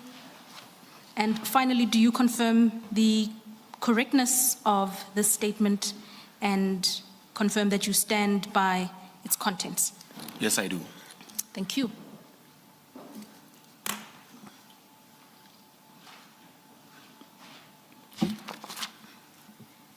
Mr. Ngqiza, could I ask you to turn to page 3 of your witness statement, please? I'm on it, Counsel. Thank you. At paragraph 4, under the heading Service History, you detail your professional background. Can I ask that you very briefly take the commission through, in your own words, the content of paragraph 4? Commissioners, I was appointed in the erstwhile Boksburg Transitional Local Council, which of course amalgamated with other transitional local councils to form the city of Ekurhuleni. I was appointed in December 1997 as an intern student in the legal department of the Transitional Local Council of Boksburg. And then on the 1st of September 1998, I was appointed on a permanent position as an admin officer. It was a development trainee type of arrangement that was on an accelerated development program. I was appointed as an admin officer conveyancing and land provisioning, dealing with your matters concerning town planning and the likes. Whilst I was functioning in that particular role, I became a leader in the trade union movement, a leader in a union called SAMU, the South African Municipal Workers Union, leading up to the position of regional secretary during that particular process, and as a full-time substitute of that union, and its leader in terms of negotiations with the employer and the formation of the municipality in 2000. I then went on to occupy a position of a manager, collective bargaining in the city of Ekurhuleni, which position I held from the 1st of August 2003 up until the 31st of May 2017. Whereat I was then appointed in the position of divisional head, employee relations, from the 1st of June 2017 until the 31st of May 2022. That was on a 5-year fixed-term contract. And then I was reappointed into that particular position of divisional head employee relations from the 1st of July 2022 until I was summarily terminated on the 22nd of March 2024. Thank you. And can you confirm that at paragraph 6 on page 3, that is an annexure of your full curriculum vitae? The annexure P1 on the big bundle from pages 1 to 7, indeed, commissioners, that is my curriculum vitae. Thank you. If we could then turn over to page 4, under the heading Main Matters to be Addressed in this Statement. Chairperson, just to contextualize the evidence that Mr. Ngqiza will present, it will be set out under 4 themes as broken down in paragraph 7. Is that correct, Mr. Ngqiza? Yes, ma'am, it is correct. Thank you. Our next heading then, Mr. Ngqiza, is the overview of your role as the divisional head employee relations, and we are then at paragraph 8 on page 4. Under this heading, you detail with some specificity the role and responsibilities that you occupied in your position as divisional head. I won't ask you to read everything in detail, but can I please ask you to turn to paragraph 8.3, which is on page 5? Yes, ma'am. Yes. And in your own words, please just briefly explain to the Commission what that would entail at a high level. Thank you, Commissioners. The function of a divisional head, employee relations, as much as indeed I commenced the function on the 1st of June 2017, I had intermittently acted in the position over the years from 2003, and I was quite averse with with the processes that are involved. Discipline management in the municipality covers prescripts of a collective agreement. We are a highly regulated sector. We had a collective agreement that would then detail how even allegations of misconduct are to be handled when there's an allegation of misconduct, how it's submitted, after being submitted, how it's investigated, and then after being investigated, how then the processes of establishing disciplinary tribunals are handled. And my role was firstly on an advisory capacity. When a department has got allegations, a head of department or even whoever the head of department delegates would come to me, and then we'll be able to unpack what are the allegations and also what best process should be implemented to investigate those allegations. The municipality had various investigative units. Within the EMPD, you had 3 units that conducted investigations on specific issues and areas that required investigations, but then you also had internal audit, and then you had other investigators that were trained by the municipality.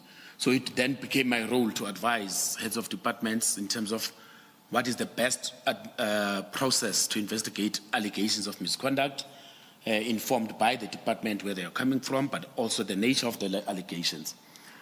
So then after the allegations have been investigated, my role would also then to make a determination on whether indeed the investigations that have been conducted would, do they suffice for purpose of establishing a disciplinary tribunal, or would they require a determination that says they must go back and be dealt with internally in the department? And if indeed I make the determination that they suffice for the purpose of a disciplinary tribunal, I would then, of course, appoint the disciplinary tribunal, and then I would get members of my team in my unit to then do the facilitation of the hearing in terms of ensuring that venues are secured, tape recordings are actually made available, and the likes, and to ensure that every logistical arrangement is put in place in order for us to conduct the process itself. That would also include ensuring that the accused person or personnel are duly served with the charge sheet. That is part of the role that our unit played. And then once the disciplinary hearing is concluded, whatever is the outcome of the disciplinary hearing has to be processed. You know, if indeed a determination is made that an employee is guilty and a sanction is meted out, it then becomes my role, the role of my unit, to issue the letter that would actually implement the sanction. We would have a sanction from a presiding officer articulating exactly the outcome. Then I would then append my signature to a letter that would be prepared. If it's a dismissal, that letter then would become the dismissal letter of the employee, you know, and then of course also take the process forward should there be disputes that arise out of that particular outcome.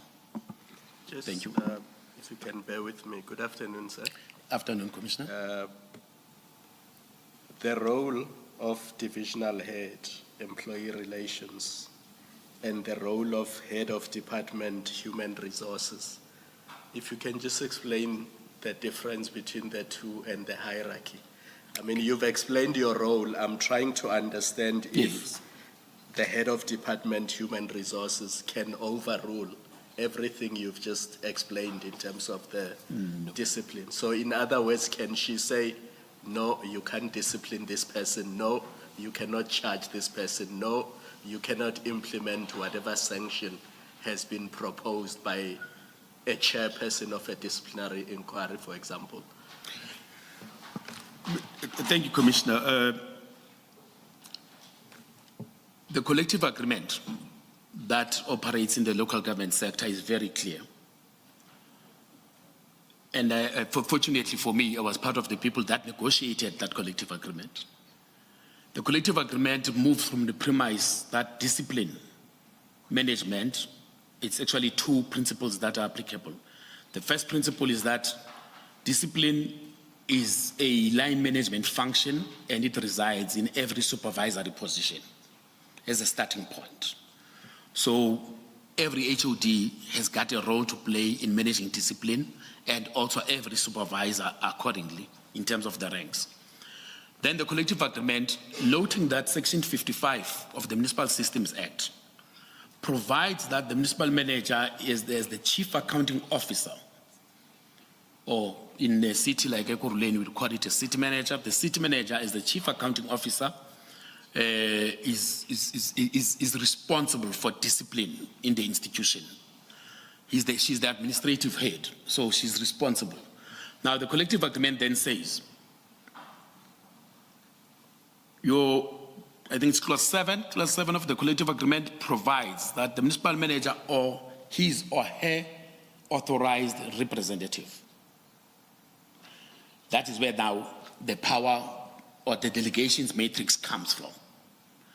The municipal manager then would then delegate various functions in terms of that collective agreement. The municipal manager in the city of Ekurhuleni specifically has delegated investigative functions to various units within the municipality. Like I was saying, that we'll have internal audit, we'll have internal affairs from EMPD, we'll have loss control, we'll have monitoring and evaluation. There's a lot of investigative units within the municipality. So the municipal manager specifically indicates that when there are issues, these issues will be investigated by these specific persons. Then the municipal manager would also, using clause 7, say if indeed there is to be a determination of a prima facie cause for discipline to be instituted, who would then be given the authority to make that determination that indeed there is a prima facie case that has been determined out of the investigation report. Then the municipal manager did that. Says HODs, heads of departments, in your department as people that are responsible for the maintenance of discipline, you shall then be having this authority. And then the municipal manager says, okay, fine. Having done that, who then must now constitute the disciplinary tribunal? And that becomes the divisional head employee relations. Then there's another area of the collective agreement that also talks to municipal manager or authorized representative. When we deal with abscondments, who shall then be in a position to deal with abscondments? It will be the municipal manager and a specific authorized representative. And in the city of Ekurhuleni, that specific authorized representative that will deal with the determination that an employee has deserted or absconded would be the divisional head employee relations. Then when it came to suspensions, and we've had a number of collective agreements, of course, in the sector since 2002. We had a collective agreement in 2010. That collective agreement said the people that have authority to suspend in any municipality in the country would be the municipal manager as a first point of call, or employees that are not lower than 2 levels below the municipal manager. In that instance, in Ekurhuleni, what we then did was to say employees that are not lower than 2 levels would be heads of departments. So all heads of departments had that authority to suspend. But then we changed that when we had a collective agreement in 2018, which removed the 2 levels below dispensation. And then in that new collective agreement, we then made a determination that The authorized representative in respect of suspensions shall be the head of department HR. So that's where the head of department HR then gets involved as a starting point in terms of the arrangements of the collective agreement. So the head of department HR would not have authority, even though she's my supervisor or the supervisor of the DH employee relations, but she would not have authority in respect of making a determination that is envisaged in clause 7 of the collective agreement. Because the person who is the authorized representative of the municipal manager effectively steps into the shoes of the municipal manager and then becomes the person that makes the determination as if it is made by the municipal manager. So in that particular respect, she did not have authority. Thank you. Thank you, Commissioner. If I can assist, Mr. Ngiza has in fact prepared a pack for the commissioners where he will set out in detail the contents of that collective agreement and will detail for the commission the powers and responsibilities he bears vis-a-vis Ms. Linda as the HOD HR. We will get to that stage when we get to the appropriate part of his evidence. But thank you, Mr. Ngiza, for that overview. You were then at paragraph 9 of your witness statement on page 5. There you set out the documents that regulate your role, and those just relate to, the prescripts, the relevant labor law prescripts, municipal legislation, collective agreements, etc. Can you confirm that's the contents of paragraph 9? Yes, I confirm. Thank you. Mr. Ngiza, if I may ask, good afternoon, sir. Hello. Do you have powers directly delegated to you by council? There is in respect of discipline, specifically. Yes. The municipality in 2010 developed and approved a disciplinary policy. That disciplinary policy outlines the powers in terms of discipline management, and in that disciplinary policy, of course, the powers of the divisional head employee relations are also articulated. Yeah. Thank you. Thank you, Commissioner. Mr. Ngiza, in paragraph 10 of your witness statement at the bottom of page 5, you set out in some detail there your specific functions as they relate to discipline management. I ask at this stage that we note them because we will come back to them when you discuss your experience in facilitating the disciplinary proceedings concerning the then Brigadier Mkhwanazi. So at this stage then, we'll turn back to the contents of paragraph 10 at an appropriate juncture. I will ask you to go to page 7 of your witness statement. We have a heading there titled Blue Lights Scandal. Yes. Over the course of the past few days, the Commission has heard evidence on this blue lights issue from Chief Mapieye as well as Commissioner Spies. Can I invite you to describe to the Commission the controversy known as the blue light scandal, and please do so with reference to paragraph 11, 12, and 13.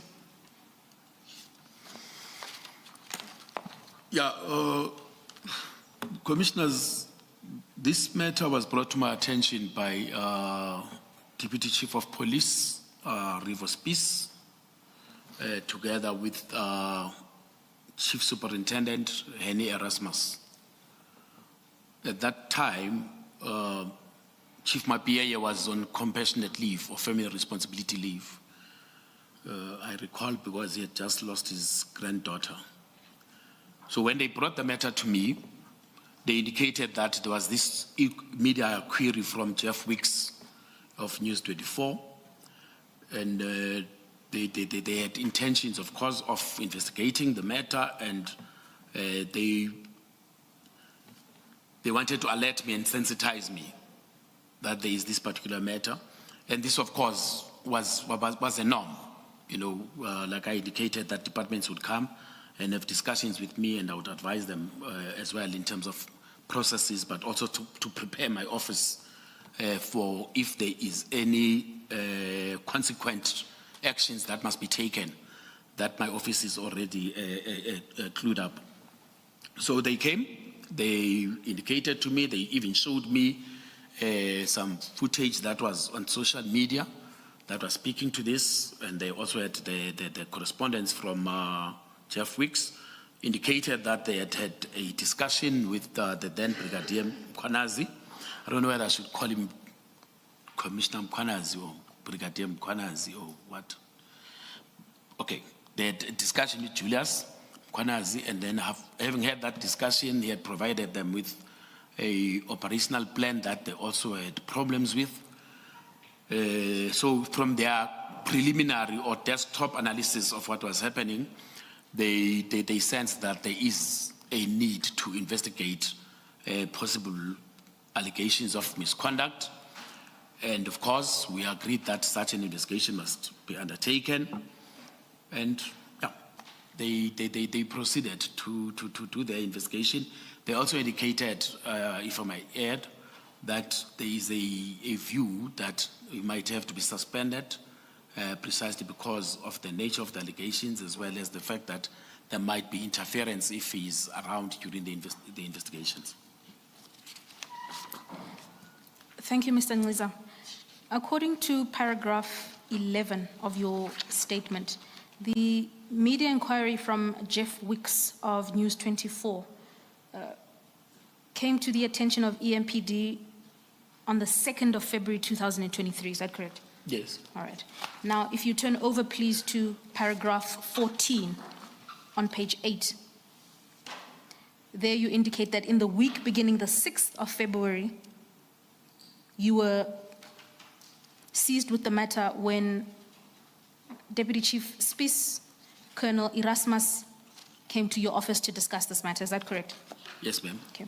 In paragraph 14, when describing Colonel Erasmus, you have in brackets from EMPD, integrity and standards. Could you please tell the Commission what that is? Integrity and standards, it's the equivalent of an internal affairs department. This is the unit within EMPD that would investigate misconduct allegations against Metro Police officers. It's specifically set up to investigate misconduct that is committed by Metro Police officers. We have had, I think, in evidence, mention of internal affairs. Is it another name? It's, yes. Okay. It's just that on the structure, on the human resources organogram, Yes. it was called integrity and standards. All right, thank you. Mr. Ngliza, in paragraph 16 of your witness statement, you say in the course of that meeting with Deputy Chief Spies and Colonel Erasmus, they advise you at that stage that they've conducted a preliminary investigation. Picking up from there, could you please detail for the Commission what they said that preliminary investigation had come to show or had come to reveal? Yeah, thank you. Commissioners, the indication was that indeed the media query, was also had some allegations that were made regarding the registration of vehicles.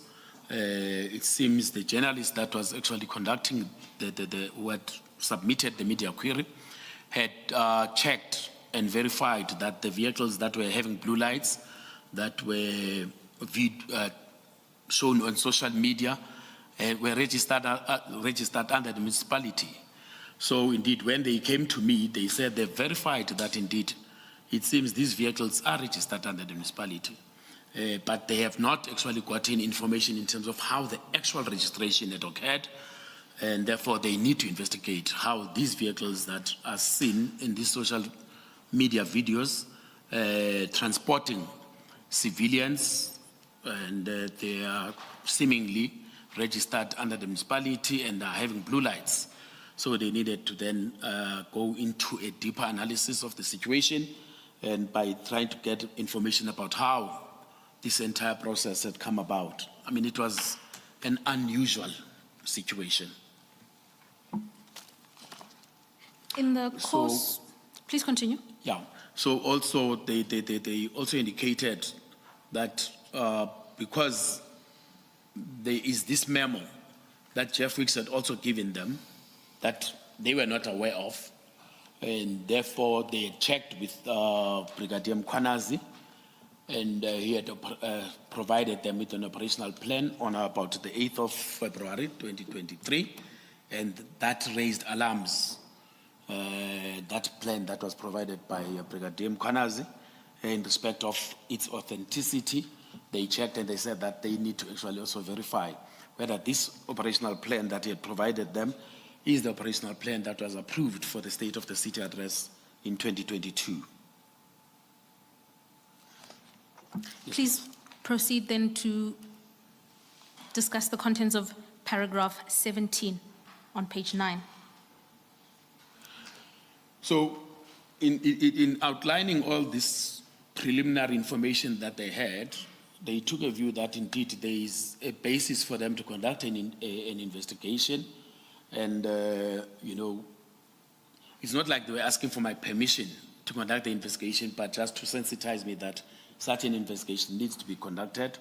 And the fact that indeed there is mention of the Mama Cat, and Mama Cat is associated with a certain individual by the name of Usmuz Matlala. All those issues were then raised with me to say, you know what, we need to get to the bottom of this.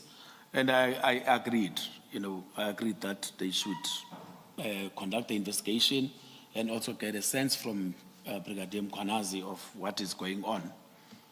So indeed, they proceeded and they were to conduct that investigation. Mr. Mliza, you say that they did not, it's not as if they needed your permission to conduct the investigation. Yes, ma'am.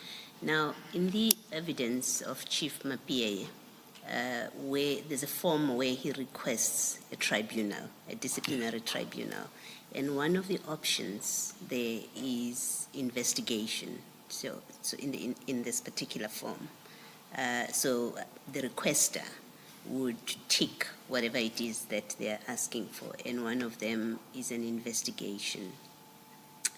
Now, further on, in the evidence, we also hear that Advocate Bihari was now tasked to look at you'll still get to that evidence, but that's what Chief Mapie testified to. At some point, the whole matter of the disciplinary action or proposed disciplinary action was then ordered to be given over to Advocate Bihari to look at, and then I think he concludes that if I'm not wrong, he concludes that there is no case for a disciplinary hearing. That investigation part, if a manager, as you say, considers that they want to investigate conduct, does anyone have the authority, whether you, head of department, to say, no, you cannot do that. I've reviewed this and I don't think there's anything for you to investigate, and I instruct you not to. As I had indicated, thank you, Madam Commissioner, for that question.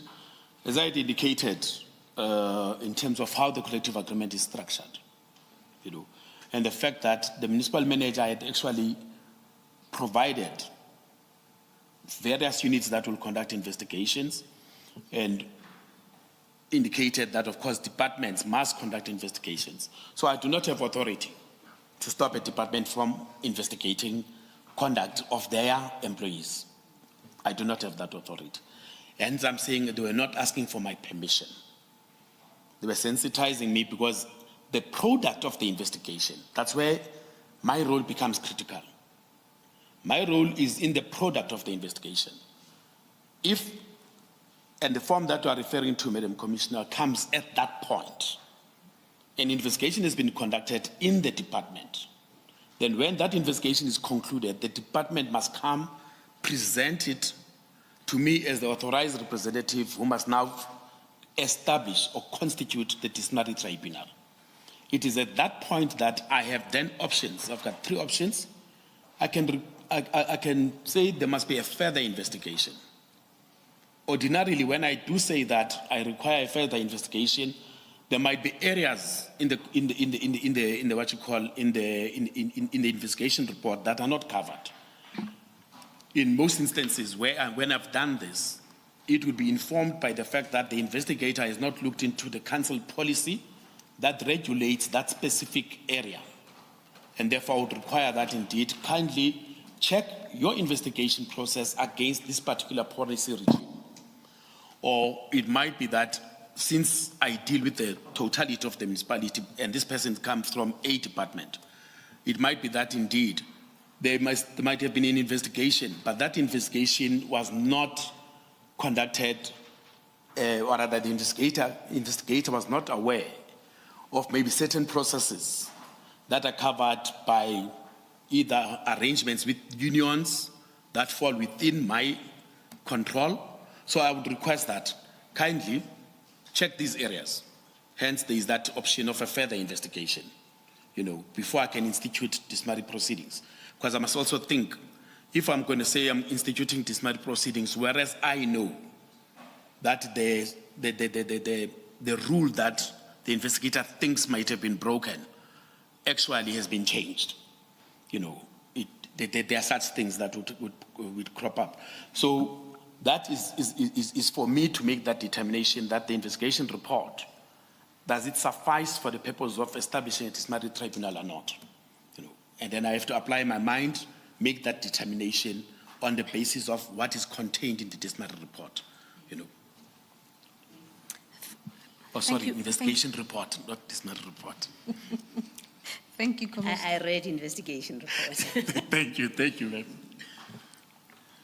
Mr. Ngqiza, turning then back to paragraph 18, your testimony has thus been that in the context of that meeting, Deputy Chief Spies relays to you that he intends to scale up the investigation from a preliminary desktop analysis to something more, what is described here as a full internal investigation. Is that correct? Yes. All right. And that, of course, then the outcome of that process would be an investigation report, which is the nub of your exchange with Commissioner Baloyi. Yes. He then also says to you, following the production of that investigation report, he has a desire to institute disciplinary proceedings into Brigadier Mkhwanazi. Is that right?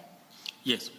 Please then inform the Commission what the resolution or way forward was at the conclusion of that meeting. You can pick up from paragraph 19, please. Well, like I indicated, Commissioners, these discussions that I would have with departments are discussions amongst colleagues to get a sense of the situation. And indeed, in most instances, I could say 99.9% of the situation, I would always encourage and support the department in conducting a full investigation so that we get the information about exactly what has happened. So yeah, the conclusion is that indeed the investigation must be conducted, and the department must then, at the end of the investigation, provide the necessary information for my office to take the process forward. And in paragraph 21, you indicate there that due to the sensitivity of the matter, Commissioner Spies also expressed an intention to suspend Brigadier Mkhwanazi. Do you confirm that? Yes. Please then explain the balance of the paragraph, essentially the exchange you had with Commissioner Spies around getting an order of suspension in this context. Thank you. Commissioners, of course, departments would also, as part of the process of investigation, it's an election that a department would do, whether indeed to request for the suspension of the employee, given the fact that the suspension process has now moved from the department to HR. So it's an election that the department would consider the relevant factors that would be involved with regards to the initiation of the investigation and what type of role the employee concerned might play, in terms of the actual investigation. So the department in this particular regard had a view that if the employee remains in active service, there might be a potential for interference, and given the fact that the issue had also reached a public space, you know, it might also be detrimental to the interests of the municipality that the employee remains in active service. So those considerations were raised with me by Commissioner Spies, and I was like, no, it's fine. You can make that motivation to the HODHR, and of course that motivation that goes to the HODHR would come via my office, so that I'm able to apply my mind and also advise the HODHR on the process to be taken. Yeah. And at paragraph 22 of your statement on page 10, you state there that at the close of the meeting, it was agreed that they would proceed with the internal investigation and brief Chief Mapieye upon his return. The reference to they in that sentence is to who? Commissioner Spies and Erasmus, Lieutenant Colonel Erasmus. Okay, thank you, Mr. Ngiza. You then detail in paragraph 23 that Chief Mapieye was on leave at various periods from January 2023 to the first week of March 2023. Is that correct? Yes. Thank you. I'd then invite you to please turn to paragraph 24, where you detail the events of the 16th of February, on or about the 16th of February. Thank you, Commissioners. When Chief Mapieye had come back, you know, of course, he contacted me to say that there is this issue that has been briefed by Commissioner Spies and Lieutenant Colonel Erasmus, and he wanted us to brief the city manager. Again, this is not an ordinary cause. I need to state that. It is not an ordinary cause that would then seek to brief the city manager about an investigation that the department is conducting, especially at that level. There is a specific delegation or directive that the city manager had issued in 2017 that no investigations against divisional heads would be conducted without head knowledge. Now, Brigadier Mkwanazi was below a divisional head position, so there was no legal obligation, if I may put it that way, for us to then have this briefing. However, Chief Mapieye was concerned that there is a particular proximity that he had noticed and everybody knew between Mkwanazi and Mashazi. And he didn't want to have a situation wherein there will be a backlash from Mashazi, from Dr. Mashazi, if he just went ahead and investigated Mkwanazi and even suspended him. So we said no problem. Knowledge or approval? Can you just clarify that part? You said no investigation can continue without her knowledge. What is she to do with that knowledge? Is it so that she can approve or disapprove of the investigation? No investigation could be initiated against a divisional head. Yes. All right. And then you said without her knowledge. Without her knowledge. So I'm focusing on that part. For approval. Is it so that she can approve? Okay. She should approve. So it's not just for And there's a context, Commissioner, why that happened. Something happened in 2017 and she issued that directive that no investigations against divisional heads shall be conducted without her approval. Still on, please proceed, Mr. So we then sought to have this conversation with, or rather this briefing with Dr. Mashazi. Sorry, before you get to discuss this briefing, you say that the explanation or the reason that Chief Mapieye suggested that you should speak to the city manager, he said because of the proximity of Mr. Mkwanazi and the city manager.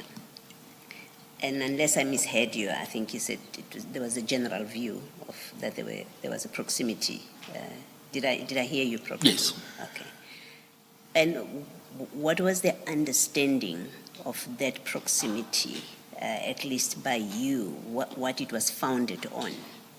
Was it just close working colleagues? Are they family? What in fact was the understanding of that proximity, and what informed the view that there is proximity, close proximity between them? I do not have information about relations, Commissioner. The only thing that I was made aware of is the fact that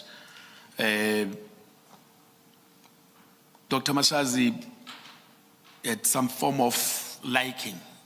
I don't know, because it's not working proximity in terms of the structural arrangements of the municipality. You know, the city manager is there. You know, between the city manager and Mkwanazi, there is the chief of police, deputy chief of police, then Mkwanazi, you know. So you would not have a direct link, functional link between Mashazi and Mkwanazi. However, there was this informal, I'll call it an informal link, you know, and that people knew. And some of these things would know in the workplace when there are programs, when there are things that are happening, and then the boss would have this liking to this particular individual. The boss would mention this individual. The boss would be, you know, showing some form of affinity towards this individual.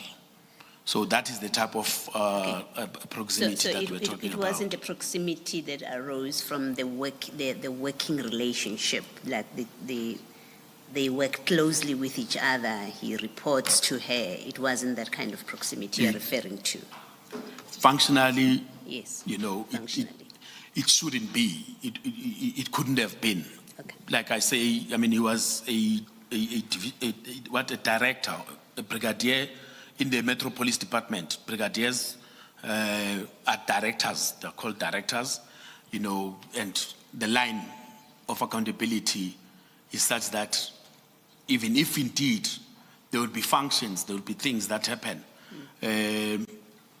She knew people. You know, she's the city manager and she had been in the institution for more than 20 years. So she knew people, she knew other colleagues. I'd known her since 1999, you know, so, but it was never, could not have been a functional relationship. Could never be a functional relationship. Thank you.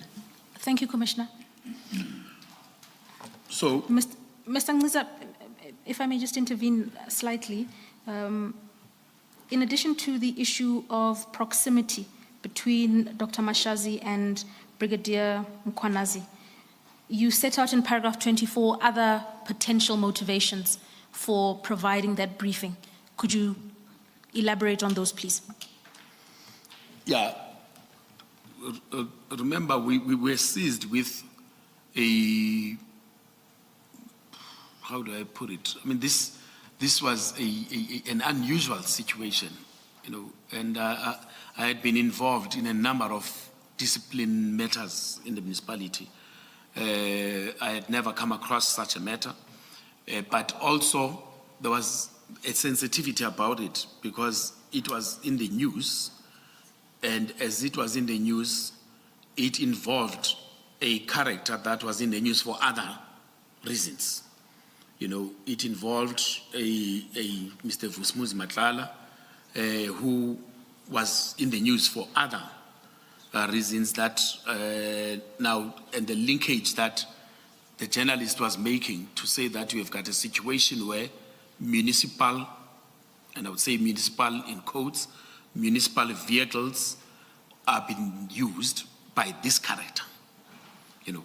So there was a sensitivity about this matter, and indeed I had agreed that let us brief Dr. Mashazi, given the fact that it can have a spillover effect in the sense it can blow over, you know, you can have more coverage on it, and then all of a sudden the boss calls you in and asks you, but why didn't you tell me that you are seized with such a matter? So we had those considerations as well. So you were concerned about the reputation of the reputation, municipality? yes. Yes, sir. And how then would you describe that meeting? Maybe before that, it's important to, Mr. Ngeza, before you describe the meeting, maybe it's also important to speak to the concerns about personal safety that you reference in that paragraph 24. If you would just explain a bit. Yes, like I indicated that we were aware, we were acutely aware of issues that surround Mr. Matlala, you know. Now, if indeed we're going to take action in a matter that his name is involved, you know, we discuss these issues to say, hey, Chief, you know, we must be careful here. You know, as much as we must do our work, but we must also be careful here. You know, we've got families, we've got all sorts of things. We don't want to also find ourselves exposed to potential danger. You know, so those issues, and if indeed we inform our boss, maybe indeed there might be an arrangement that can be reached to ensure that as we deal with this issue, we've get some form of protection or something. So those issues indeed become part of our engagements, and they were essential. You will hear as we went on with trying to deal with this matter, the issue of safety became a critical issue at some point. Thank you, Commissioner. Mr. Ngeza, you were taking us through the developments at that meeting. You were at paragraph 25. Yes. So we then wanted to go to see Dr. Mashazi at her office. You know, my office is in Benoni. Chief Mapia's office is in Bedford View. Dr. Mashazi's office is in Germiston. You know, I think Ekurhuleni is one of the few municipalities that is very polycentric. You know, you've got all sorts of towns. So we then wanted to have a situation where we go to see her. Chief Mapia made the arrangements, called her office, and then we were told that no, she's actually on her way to Benoni. So he drove from Bedford View, and at Dr. Mashazi's request, we met with her at a Dada's Motor World in Benoni. You know. Is that a property of the municipality? No, it's not a property of the municipality. It's a dealership. It's a dealership of luxury exclusive vehicles. Okay. You know, so we went there, and of course we were, awestruck, you know, by what we found. It was a very lavish setup that we got there. So we met with Dr. Mashazi at the CEO's office, and we briefed them about the Jeff Weeks media query, the analysis that had been conducted on the issue of the registration of the vehicles, and the need for us to conduct a more fuller investigation to ascertain exactly what has happened here. She was very receptive of our briefing. She was very receptive and very supportive. You know, she was like, you know what, deal with it, and please ensure that all your processes are aligned, ensure that indeed you get to the bottom of this, you know. And she also advised that we must brief the HODHR, especially since we want to also do a suspension process. And we agreed that the process would have to involve the HODHR for the suspension purposes. Please proceed then to discuss paragraph 26. Yeah, so we then met with HODHR, Ms. Klasheka. We gave her the same briefing that we had given Dr. Mashazi. She didn't oppose the investigation nor the suspension. However, she did express some discomfort given the fact that there is a linkage to Mr. Matlala. expressed the view that, given the media coverage that Mr. Matlala's name had, that he was a dangerous man. She took that view. And indeed, we then agreed that we'll do the process of suspension. The department was to submit its request for suspension, which they did. And we then processed the suspension. I don't know whether I should go into paragraph 27. Perhaps- as part of the process. Perhaps before you go to the process, Mr. Nziza, in the second sentence of paragraph 26, you say Mrs. Xhasheka didn't oppose the investigation and the intended suspension. And then, of course, you record her safety concerns. In your exchange earlier with Commissioner Baloyi, you indicated that the power to institute an internal investigation lies within the realm of an employer. So, is that correct? Line management. Correct. So essentially, a manager within a department has the ability to institute an internal investigation and then approach you if they want to take the step further. Is that correct? Is the head of department, yeah, would have that particular authority. But is that necessarily the case when it comes to the process of suspending an employee? No. No, indeed. And so please then just describe to the Commission why then it was important for you to brief the HOD-HR and why her approval in respect of the intended suspension was necessary. Yeah. Like I indicated, commissioners, the collective agreement has got various clauses, and how we have structured it in the municipality, we've not centralized, to say that the municipal manager's authorized representative is this one person, that person is therefore responsible for the implementation of the various clauses. We've broken it down.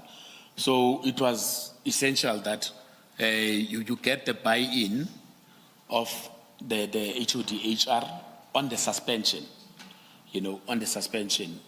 But we briefed them both regarding, and remember the suspension is linked to the investigation.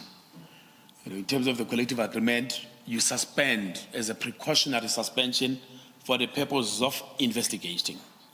So when now you brief the HOD-HR, we have to talk about the investigation. You can't just simply say, I want to suspend this employee and I would like to get your buy-in in this suspension.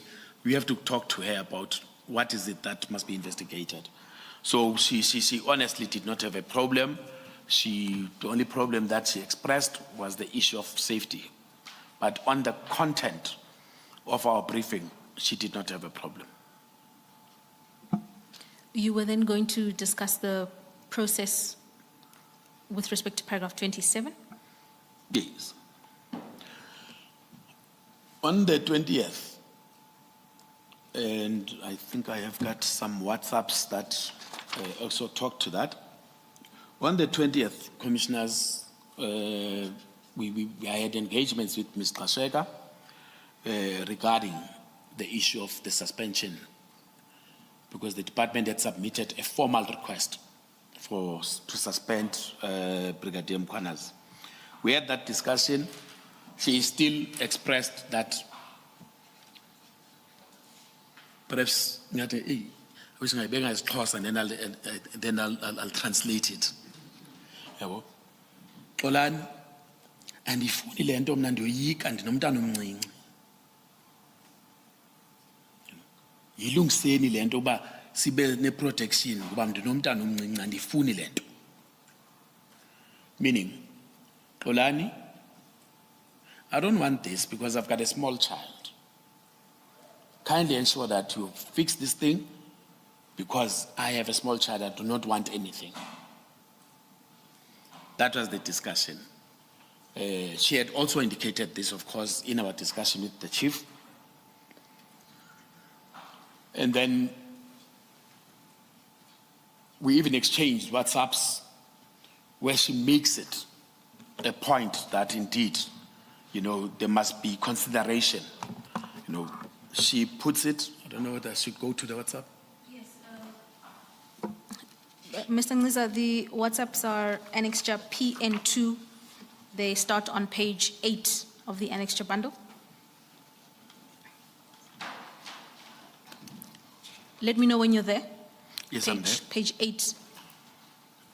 Yes, I'm there. So can you confirm that this is a screenshot of WhatsApp communication between you and Ms. Ashega? Yes, Commissioners, this is indeed screenshots of the communications that I had with Mr. Shega on the 20th of February 2023. Great. And so, Mr. Ngiza, the communication on the right hand of the page in green would be communication coming from? From me. Thank you. And the communication in white on the left hand of the document would be communication from Mr. Ashega? Yes, this is from Mr. Shega. Thank you. So you start the communication on the 20th of February at 8:53 by sending a video. Is that right? Yes, ma'am. I started the conversation with her. Remember, we had briefed her, but we did not provide her with the clip itself. So I provided her with the clip that was showing the blue lights and the likes. That was from News 24. And then I indicated that we need to talk about this. Should I read everything? Let me assist you. So at 8:54, you then say, "Hi, ma'am, I need to talk to you about this," referencing the blue lights video. Is that correct? Yes. She then responds, "What's your take when on this one? Listened to the clip." Is that right? Yes. Thank you. And the emojis that she also sent. Let's note Yeah. for the record the 3 shocked emojis. Mr. Ngiza, you then say something to her there at 1 minute past 11 and 2 minutes past 11. Please read that.